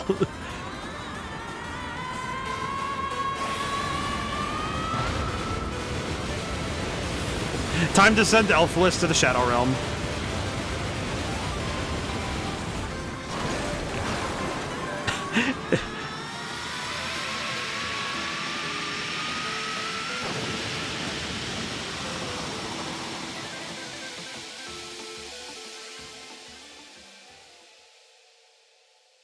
I don't know why my brain just thought this is this is what happens when you get isekai'd. You just get hit by the truck and just disappear. All right, out to bed. Got to see the truck hit later on. Hey, thanks for stopping in, Bubs. It was nice to see you again. And thank you for trusting with your community. Oh yeah, Planet Popstar is currently on fire or something. Thankfully, everything will be okay. Everything's being pulled in. And a little Elphalus is gonna go fix everything. You close the connection. Oh yeah, he's gonna go. You know what's great about this is that I know when I get around to playing Kirby Air Riders, I'm gonna have a similar feeling of what is gonna happen. What is gonna happen in terms of the eldritch abominations that is things that happen in Kirby worlds. Oh, I will say, little baby fake out death. Kirby's just like, oh no, baby.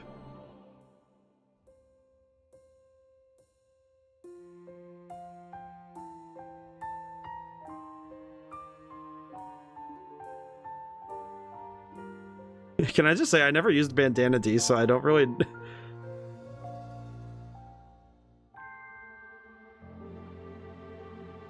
I almost never saw that boy. Alright. Well, we beat the game again. Okay, this time I am going to just skip ahead. Because we've seen this before. We do need to go do some other stuff, though. Meow. Xeno Penumbra is still on it. If he's still on as my raid target. Let me go see. We'll leave at the menu. Well, that was nice. It was nice to get to replay that again. Oh. Let's restart the schedule. I'll restart the schedule talk. So earlier I said, so for everyone new, Wednesday, Thursday, Sundays are when I stream 7 p.m. Eastern Standard.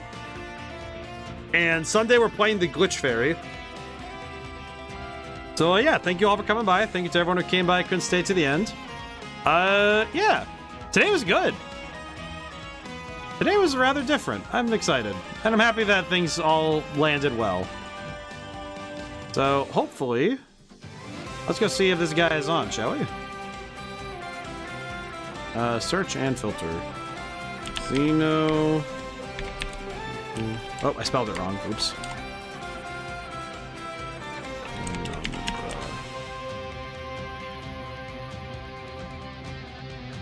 Esteemed Baldman, I presume. Oh, I've disappeared. Hang on. Is it this established one with the? Is he playing Star Fox? God, playing Star Fox Adventures. Man, I haven't played that in ages. Yes, I have. I do own it, but I never got very far in it because, like other Zelda likes, I did not understand what I needed to do. Alrighty, we'll raid over there. So, now and whenever I see you guys next, goodbye for now and thank you so much. I'll see you soon.